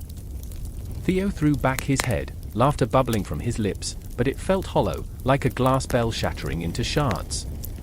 I reached for him, but he was lost, consumed by the frenzy. The shadows around us whispered secrets I dared not comprehend. And then it happened, an otherworldly sound, a voice both beautiful and terrifying, issuing forth from the statue. "What will you offer?" it echoed, heavy with expectation. A hush fell over the crowd, an electric moment where hope and anxiety intertwined, binding us in a fragile web. Something shifted within me, a primal recognition. I remembered the stories of sacrifices, of the desperate trade-offs made in the name of favor. "What will you offer?" The question echoed again, and I felt it reverberate through my bones, a call to confront the darkest corners of our souls. In that moment, as the stars aligned and the torches flickered like dying embers, the world blurred at the edges. Time stretched, and I glanced at Myra, her expression a mirror of my own turmoil, caught between the thrill of devotion and the terror of unknown consequences. I turned to Theo, wild and free, and felt the tightrope we walked, the line between worship and horror, between ecstasy and despair. The festival surged on, a chaotic tide of emotion, but within that maelstrom, I felt the first shudder of a reckoning. The question hung in the air, an unyielding presence: what are you willing to lose? The night deepened, the shadows loomed larger, and I realized with stark clarity that we stood at the precipice. And as the drumbeat echoed in my heart, I knew that the festival of Apollo was not merely a celebration, it was a reckoning, a haunting call to confront the darkness that dwelled within and the price we would ultimately pay to honor the gods. Around us, the revelers danced, oblivious. The winds whispered secrets, and the night wrapped around us like a shroud, thick with anticipation. What would we offer? What would become of us? The answers lay hidden in the flickering flames, in the depths of our yearning souls, waiting to be unearthed in the chaos that was yet to come. The moon hung low in the sky, a silver coin tossed carelessly into a vast, darkened pool. Shadows danced like phantoms among the trees, whispering secrets that only the night could understand. The air was thick with the scent of damp earth and pine, a heady mix that clung to the skin as if it were an omen. In that moment, a single heartbeat echoed through the silence, a slow, deliberate thrum that matched the pulse of a forest on the cusp of awakening. I remember the first time I felt the hunt's call, a primal scream rising from the depths of my soul, a siren song that beckoned me deeper into the thicket, past the boundaries of safety, into the wild embrace of Artemis. I remember the way the adrenaline surged like wildfire, igniting every nerve, every thought, as I chased the elusive thrill of survival. But tonight was different. Tonight, fear rippled through the underbrush like a shiver, a warning that something ancient and terrible lurked beneath the surface. Meris stood beside me, her breath ragged, a mixture of excitement and dread swirling in her wide eyes. She was fierce, a glimmering arrow on the hunt, yet burdened by the weight of expectation, a mantle she wore like a noose. "It's just us and the moon," she whispered, an invocation, a prayer. But even as she said it, the echo of shadowed figures haunted the periphery of our vision, lurking on the edges of our resolve. "Just us and the moon," I echoed, though the words felt brittle on my tongue, a fragile glass ornament hanging above a churning ocean. Elis was behind us, his brow furrowed, a storm brewing in his chest. I could see it in the way his fingers twitched, longing for the familiar weight of a bow, a friend he knew he could trust far better than the uncertainty of this night. "Meris, we can't," he urged, his voice low, heavy with the gravity of what lay ahead. "The hunt is supposed to be sacred. This feels wrong." But the words hung between us, spectral and thin, as the silhouettes moved closer, flickering in and out of sight like half-formed memories. "Do you hear that?" Meris asked, her voice sharp, cutting through the tension like a blade. A rustle, a sigh, then silence. The woods inhaled, drawing us into a breath held tight with anticipation. The night was a living thing, alive with the heartbeat of 1,000 unseen eyes, and in that pulsing rhythm, we were just mortals, fragile, trembling, caught in the web of something far larger than our fears. I remember the stories we told ourselves, the myths that had woven through our lives like threads in a tapestry. Artemis, the huntress, a goddess adorned with moonlight and vengeance, sought not just animals but the very essence of our desires. She became the pulse of our being, a reminder that we were hunters too, striking against the darkness with our own fervor. But tonight, that passion felt ugly and twisted. "Meris, please," Elis implored. "I can't lose you." His plea cut through the air, a lifeline thrown into a stormy sea. I saw the flicker of doubt in her eyes, a momentary crack in her armor, and it was then that the shadows shifted, accelerating, swirling, as if summoned by her wavering heart. "I won't let fear dictate my choices," she said, determination hardening her features, transforming her into a statue of defiance. I admired her, but envy gnawed at my insides, a dark beast begging for release. "We're not afraid, are we?" "No," I said, but my voice trembled, a whisper beneath the cacophony of the night. Fear slipped its claws deeper, and though I wanted to stand tall, I felt the weight of dread like a stone in my gut, sinking me into the earth. And then it happened, a crack, the snap of a twig, the unmistakable sound of something large moving through the thicket, breaking the spell of our fragile bravado. The shadows emerged, dark and formless, a pack of hunters with eyes glinting like stars trapped in the dark. They moved fluidly, a primal dance of instincts honed sharper than the finest blade. "Run!" I shouted, but the word escaped my lips like a desperate prayer, barely a breath before the hunt began in earnest. The forest erupted in a flurry of movement, limbs thrashing, the world spinning, my heart pounding in sync with the thunderous rush of fear. Meris sprinted ahead, her silhouette a darting flame against the night, and Elis followed, a silent guardian caught in a tempest of his own making. I stumbled behind them, the shadows clawing at my heels, an unseen predator lurking just beyond the edge of my vision. I remember the way the adrenaline coursed through my veins, igniting every sense, sharpening my focus yet blurring the line between fear and thrill. The trees rushed past, a blur of green and brown, and with each step, I felt the weight of our history, the sacrifices, the pain, the unyielding need to prove ourselves worthy of Artemis's gaze. But was it worth it? Did the hunt for glory hold more significance than the lives caught in its crosshairs? The question echoed in my mind like a ghostly refrain, intertwining with the rush of the chase, and I realized, in that moment, that the hunt was not just a search for prey, it was a reckoning. Yet, just as the tension reached its peak, the world around us shifted, the shadows solidifying into forms that bore the weight of inevitability. Ely skidded to a halt, eyes wide, as the cacophony of the chase morphed into a chilling silence, a void that swallowed our breaths whole. The moon bore witness, illuminating the scene, and I stood frozen, heart racing, caught in the eye of the storm, a fragile, trembling leaf in a tempest of fate.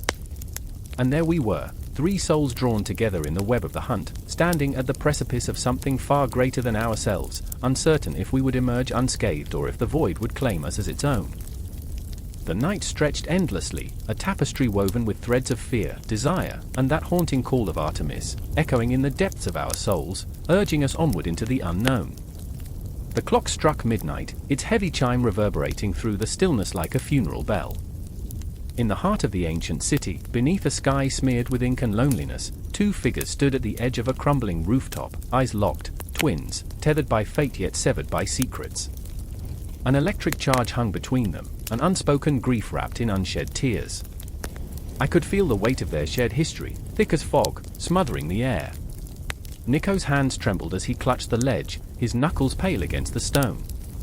Julia, ever the tempestuous spirit, brushed back her wild hair, the moonlight igniting strands like silver flames.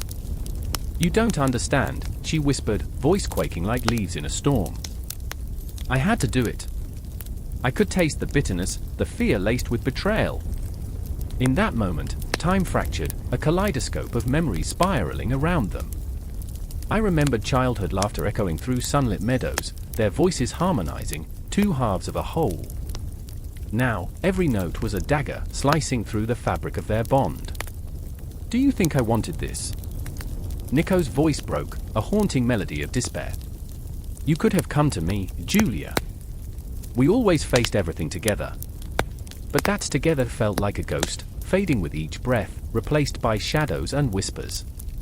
What had once been an indomitable union felt like a fragile thread, frayed and ready to snap. I was scared," she admitted, eyes glistening with unshed tears, the vulnerability exposing her like a wound. "Scared of what you'd think, what you'd do. I thought I could handle it alone." The confession hung between them, heavy as lead, each word a pebble dropped into the vast abyss of their strained connection. It echoed, ricocheting off the walls of their childhood, stirring up the dust of forgotten promises. The city below simmered with life, oblivious to the tempest brewing above. Cars honked, voices clashed, laughter bubbled like a boiling cauldron. But up there, it was just them against the world, a cosmic duel pulling them apart like gravity, the weight of unspoken truths pressing down harder than the stars. Nico stepped back, heart racing, pulse a relentless drumbeat in his ears. "You've broken my trust, Julia. What am I supposed to do with that?" His words sliced through the air, sharper than any knife, a truth so raw it was almost unbearable. I felt the tension coil around us, a living entity, heavy with the scent of failure and regret. "I know that," she said, her voice low, trembling. "But I had to protect you. You think I wanted to lie to you?" The anguish in her tone made my chest ache. I could see the chasm opening between them, a void threatening to swallow them whole. "Protect me from what?" he demanded, the storm within him raging. "From the truth? From your choices? You've plunged us into darkness, And there it was, the invisible thread that held them together now frayed at both ends, unraveling beneath the weight of their shared existence. She was the tempest, he the calm, and now the storm had come to claim its due. "You remember the stories, don't you?" Julia's voice softened, a fragile whisper. "The tales of those who loved too fiercely, whose hearts burned like stars until they collapsed into black holes." "I remember," Nico muttered, eyes aflame with memories, each one a shard of light piercing through the fog. "What we always said, love can be a sweet agony. But this? This is poison." Their shared laughter echoed in the silence, a memory imbued with warmth that now felt like a distant dream. The city's heartbeat pulsed beneath them, yet here, on the precipice of their lives, a different kind of silence reigned, thick, suffocating, tangled with the ghosts of what could have been. And then came a moment, a breath, suspended in the chill of night. Julia stepped closer, her eyes brimming with a tempest of emotions. "I didn't want to burden you. I thought I could fix him." Her voice trembled, and I could see the weight of her choices pressing down like a yoke. "I thought if I could just find a way to mend it all, to save him, I wouldn't have to lose you too." The world spun, a dizzying blur of swirling stars and bitter truths. I felt Nico's heart cracking, splintering under the strain of her confession. "You think I want to be saved from you? I want to be lost with you, Julia." It was a raw, desperate plea, the admission hanging thick and palpable in the air. An undertow of longing tugged at the edges of their despair, binding them to each other, even as the darkness threatened to consume them whole. But she was already slipping away. "You don't know what's at stake," Julia murmured. "You don't know the depths of my choices or the shadows I've danced with." And he could feel it, the vast nothingness yawning before him, the shadows stretching like fingers, clawing at their fragile bond. "Then let me in," he cried, a surge of desperation exploding from his chest. "Let me see the darkness you hide, let me carry it with you." But her eyes, once vibrant, were now mirrors reflecting back a world of pain and betrayal, a chasm so deep it seemed impossible to cross. "I can't," she whispered, tears spilling down her cheeks like shattered pearls. "I'm already too far gone." The moon hung low, a witness to their agony, as the city pulsed below, unaware of the defining moment unfolding above. In that haunting stillness, the clock chimed again, each toll echoing like a heartbeat, a reminder of the time slipping through their fingers. And just like that, silence fell again, heavy and laden with unspoken words. A choice lay before them, an uncharted path through the darkness. Would they reach for each other, or let the weight of their secrets drag them down into an abyss from which they might never return? The tension crackled like lightning, echoing in the air, as the world faded around them, leaving only the burning intensity of their shared existence. The city throbbed beneath them, but here, on this edge, they stood suspended in a moment that felt infinite, a heartbeat caught between love and tragedy, between the light of hope and the shadow of despair. And as the wind howled around them, I knew this was only the beginning, a prelude to something far more profound and devastating. The echoes of their choices lingered in the air, fragile as a spider's web, shimmering with possibility yet poised to snap with the slightest touch. I felt the pull of their connection, the haunting melody of their pain, a song that would carry them onward, deeper into the heart of darkness. The wind howled like a banshee, tearing through the skeletal trees that loomed over the abandoned village. Shadows danced on the crumbling walls, flickering in an unseen light, whispering secrets of a time long past. The air was thick with the scent of decay, of stories untold, as if the very ground beneath their feet was made of buried memories. A distant thunder cracked, reverberating through the empty streets, and in that moment, everything held its breath. I stood there, a spectator caught between the chill of fear and the warmth of past laughter. My heart raced, each beat a countdown to the inevitable confrontation looming just ahead. Across the way, Ava's eyes glistened like shattered glass, reflecting both hope and terror. She clutched a tattered book to her chest, the dusty artifact of our childhood myths. "They'll come for us," she whispered, her voice barely more than a breath. "They always do." And then there was Marcus, pacing like a caged animal, his hands trembling with the weight of a truth he could neither bear nor escape. "If we don't confront them, we'll never know," he growled, his voice raw with desperation and anger. A storm brewed within him, threatening to spill over, to drown us all in its fury.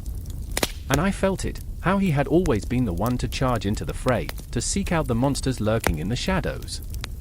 Yet here, in this forsaken place, he was as much a ghost as the legends we chased. I remember the stories. I remember the nights when we would gather around dim flickering candles, listening as our elders spun tales of demons and heroes, of gods who walked among men. How we'd laugh, how we'd shiver, wrapped in the warmth of blankets and each other's dreams. But now? Now those myths had teeth, and they gnawed at our courage, gnawed at the fragile fabric of our friendship. Ava stepped closer to me, her warmth seeping into my cold reality. "Do you believe?" she asked, her voice trembling like the leaves above us. "Do you really think they're real?" I wanted to tell her, wanted to offer the reassurance that we could find safety in disbelief. But deep down, I felt the truth anchoring me, a dark, heavy weight. "I don't know," I finally admitted, and my words hung in the air like a fog, thick and suffocating. Marcus stopped pacing, his eyes wild. "They're not just stories. They're warnings." His voice cracked, the thunder outside echoing his tumult. In that moment, I saw the boy he once was, the seeker of truth, the brave soul who had once dared to dream of greatness. But fear has a way of devouring dreams whole, leaving only madness in its wake. "We can't hide forever," he said, and the tension in his voice slithered through me like ice. The shadows thickened as if they were alive, creeping closer.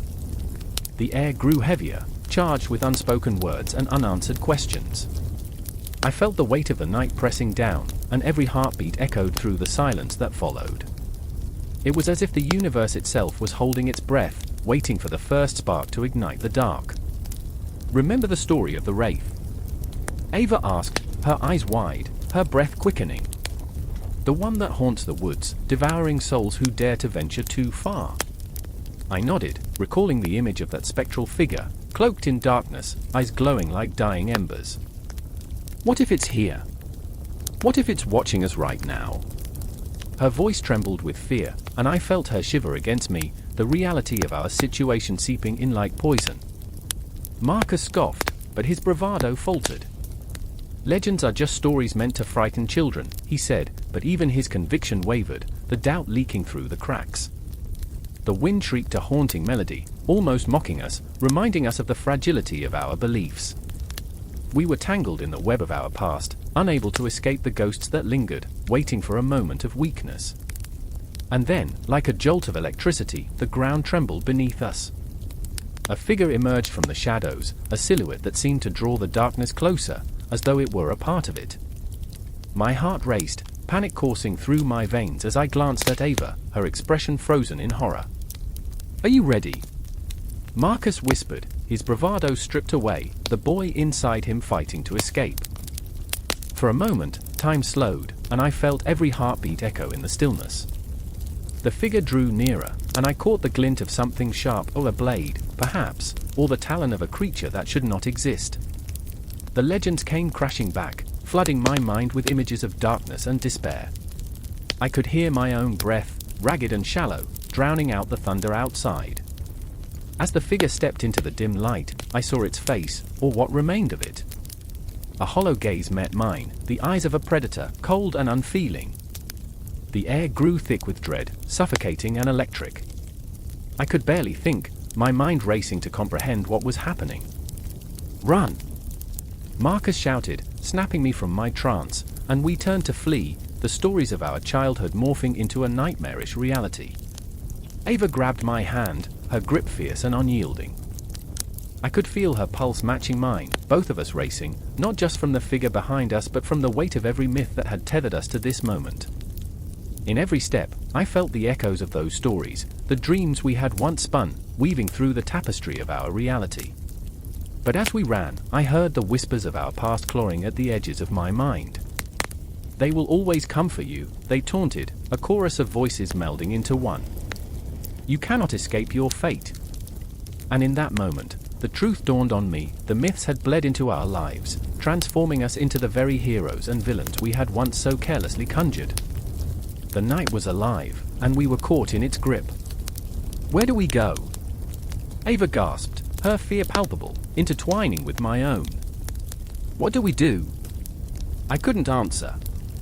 I could only hear the echoes of our laughter, the sweet innocence of our youth, now twisted into something dark and haunting. The confrontation was inevitable, the climax drawing near like a storm on the horizon. But we were warriors in our own right, burdened by the weight of our stories, our histories woven deep into the fabric of this night. And as I glanced back, through the veil of darkness, I saw the shadows shifting, waiting for the moment to claim us, to swallow us whole. The myths lived on, and as we stumbled through the night, I felt their presence, a relentless pulse beneath our feet, a heartbeat echoing in the void. We couldn't hide, nor could we flee. The stories had come alive, and they were hungry. The shadows swallowed the cobblestones in the narrow alley, where the distant echoes of laughter twisted into something unsettling. I stood at the edge, heart pounding like thunder in my chest, a fragile pulse amid the chaos. A flickering street lamp cast ghostly shapes, and I remembered the way the night air felt before everything shattered. How it tasted like burnt sugar and memories too sweet to hold onto. "Lila, don't!" A voice, urgent and raw, cut through the suffocating silence. It was Eli, his breath ragged, face pale, eyes wide with a terror that wrapped around my throat like a noose. He reached for her, but the darkness was alive, a creeping entity that seemed to whisper promises of despair. "I have to go," Lila shouted, her voice sharp, unraveling like a thread caught in a storm.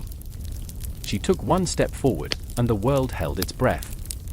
The twin gods had risen that night, powerful and undeterred, their influence like an electric pulse coursing through the city, beckoning the lost. I watched her, helpless, as she stepped into the void. A part of me wanted to scream, to pull her back, but the other part, a darker, instinctual essence, recognized the allure. The twin gods were merciless creators of desire, and Lila was a moth, drawn to the flame. I remember the way she had laughed just hours before, carefree, unburdened, her laughter a melody against the harsh backdrop of our lives. Little did we know then, those moments were merely markers of time, fragile as glass, destined to shatter. "Lila, stop!" Eli's cry shattered the air, desperation coating his words.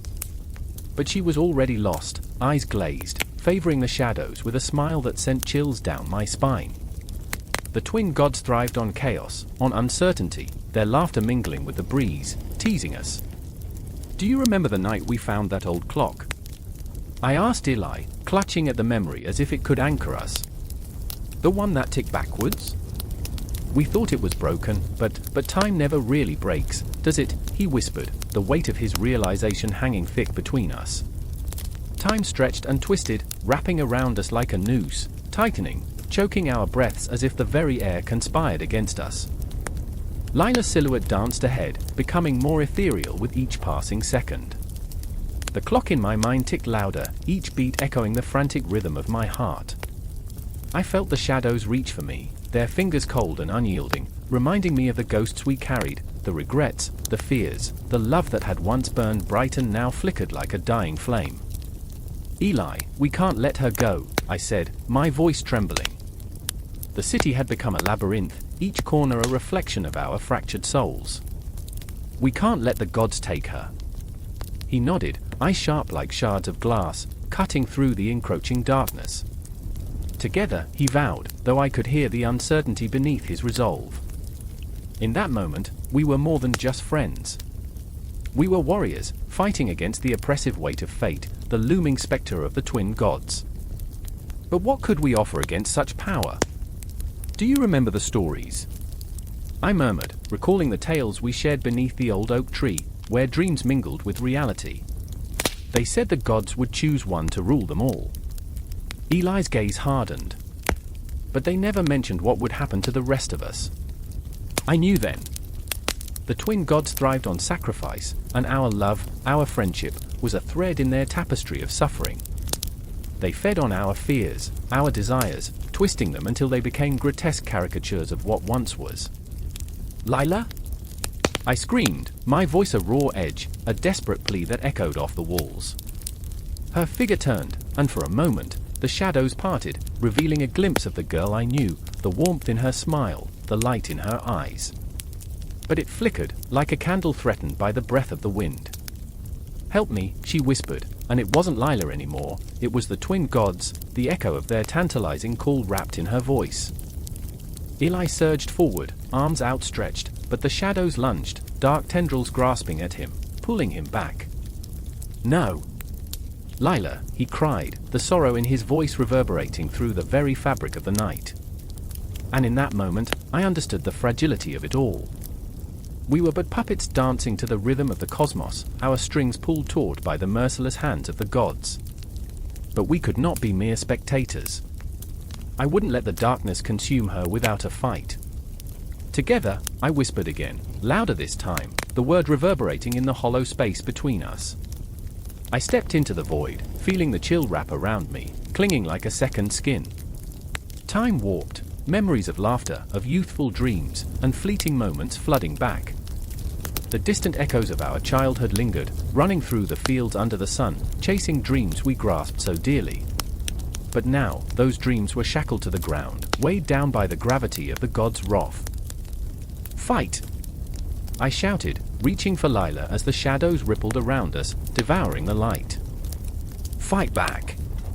Eli's voice joined mine, rising like a chorus, a melody against the cacophony of despair that threatened to swallow us whole. "You are not theirs!" And as I grasped Lila's hand, the world exploded into chaos, a tempest of emotions, memories clashing and colliding, the very essence of our existence laid bare. The twin gods hissed, their laughter a sinister symphony that sent tremors through our souls. But in that moment, as the shadows writhed, I saw it, our love, raw and unyielding, a flicker of defiance against the oppressive dark. And I knew, no matter how grim the fight appeared, we would not surrender. The confrontation loomed, the air thick with anticipation, and I felt the boundaries of our world stretching, bending under the weight of the gods' gaze. I remembered my heart, its relentless beat, and I held onto it fiercely, determined to turn the tide.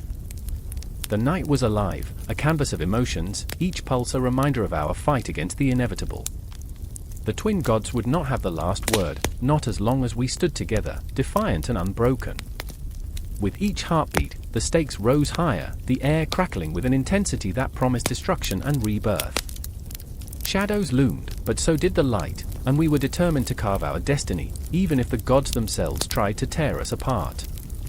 Together, I whispered one last time, as the confrontation drew near, our hearts intertwined, ready to face whatever darkness awaited us. And as we stood on the precipice, the world around us trembled, poised for the storm to come.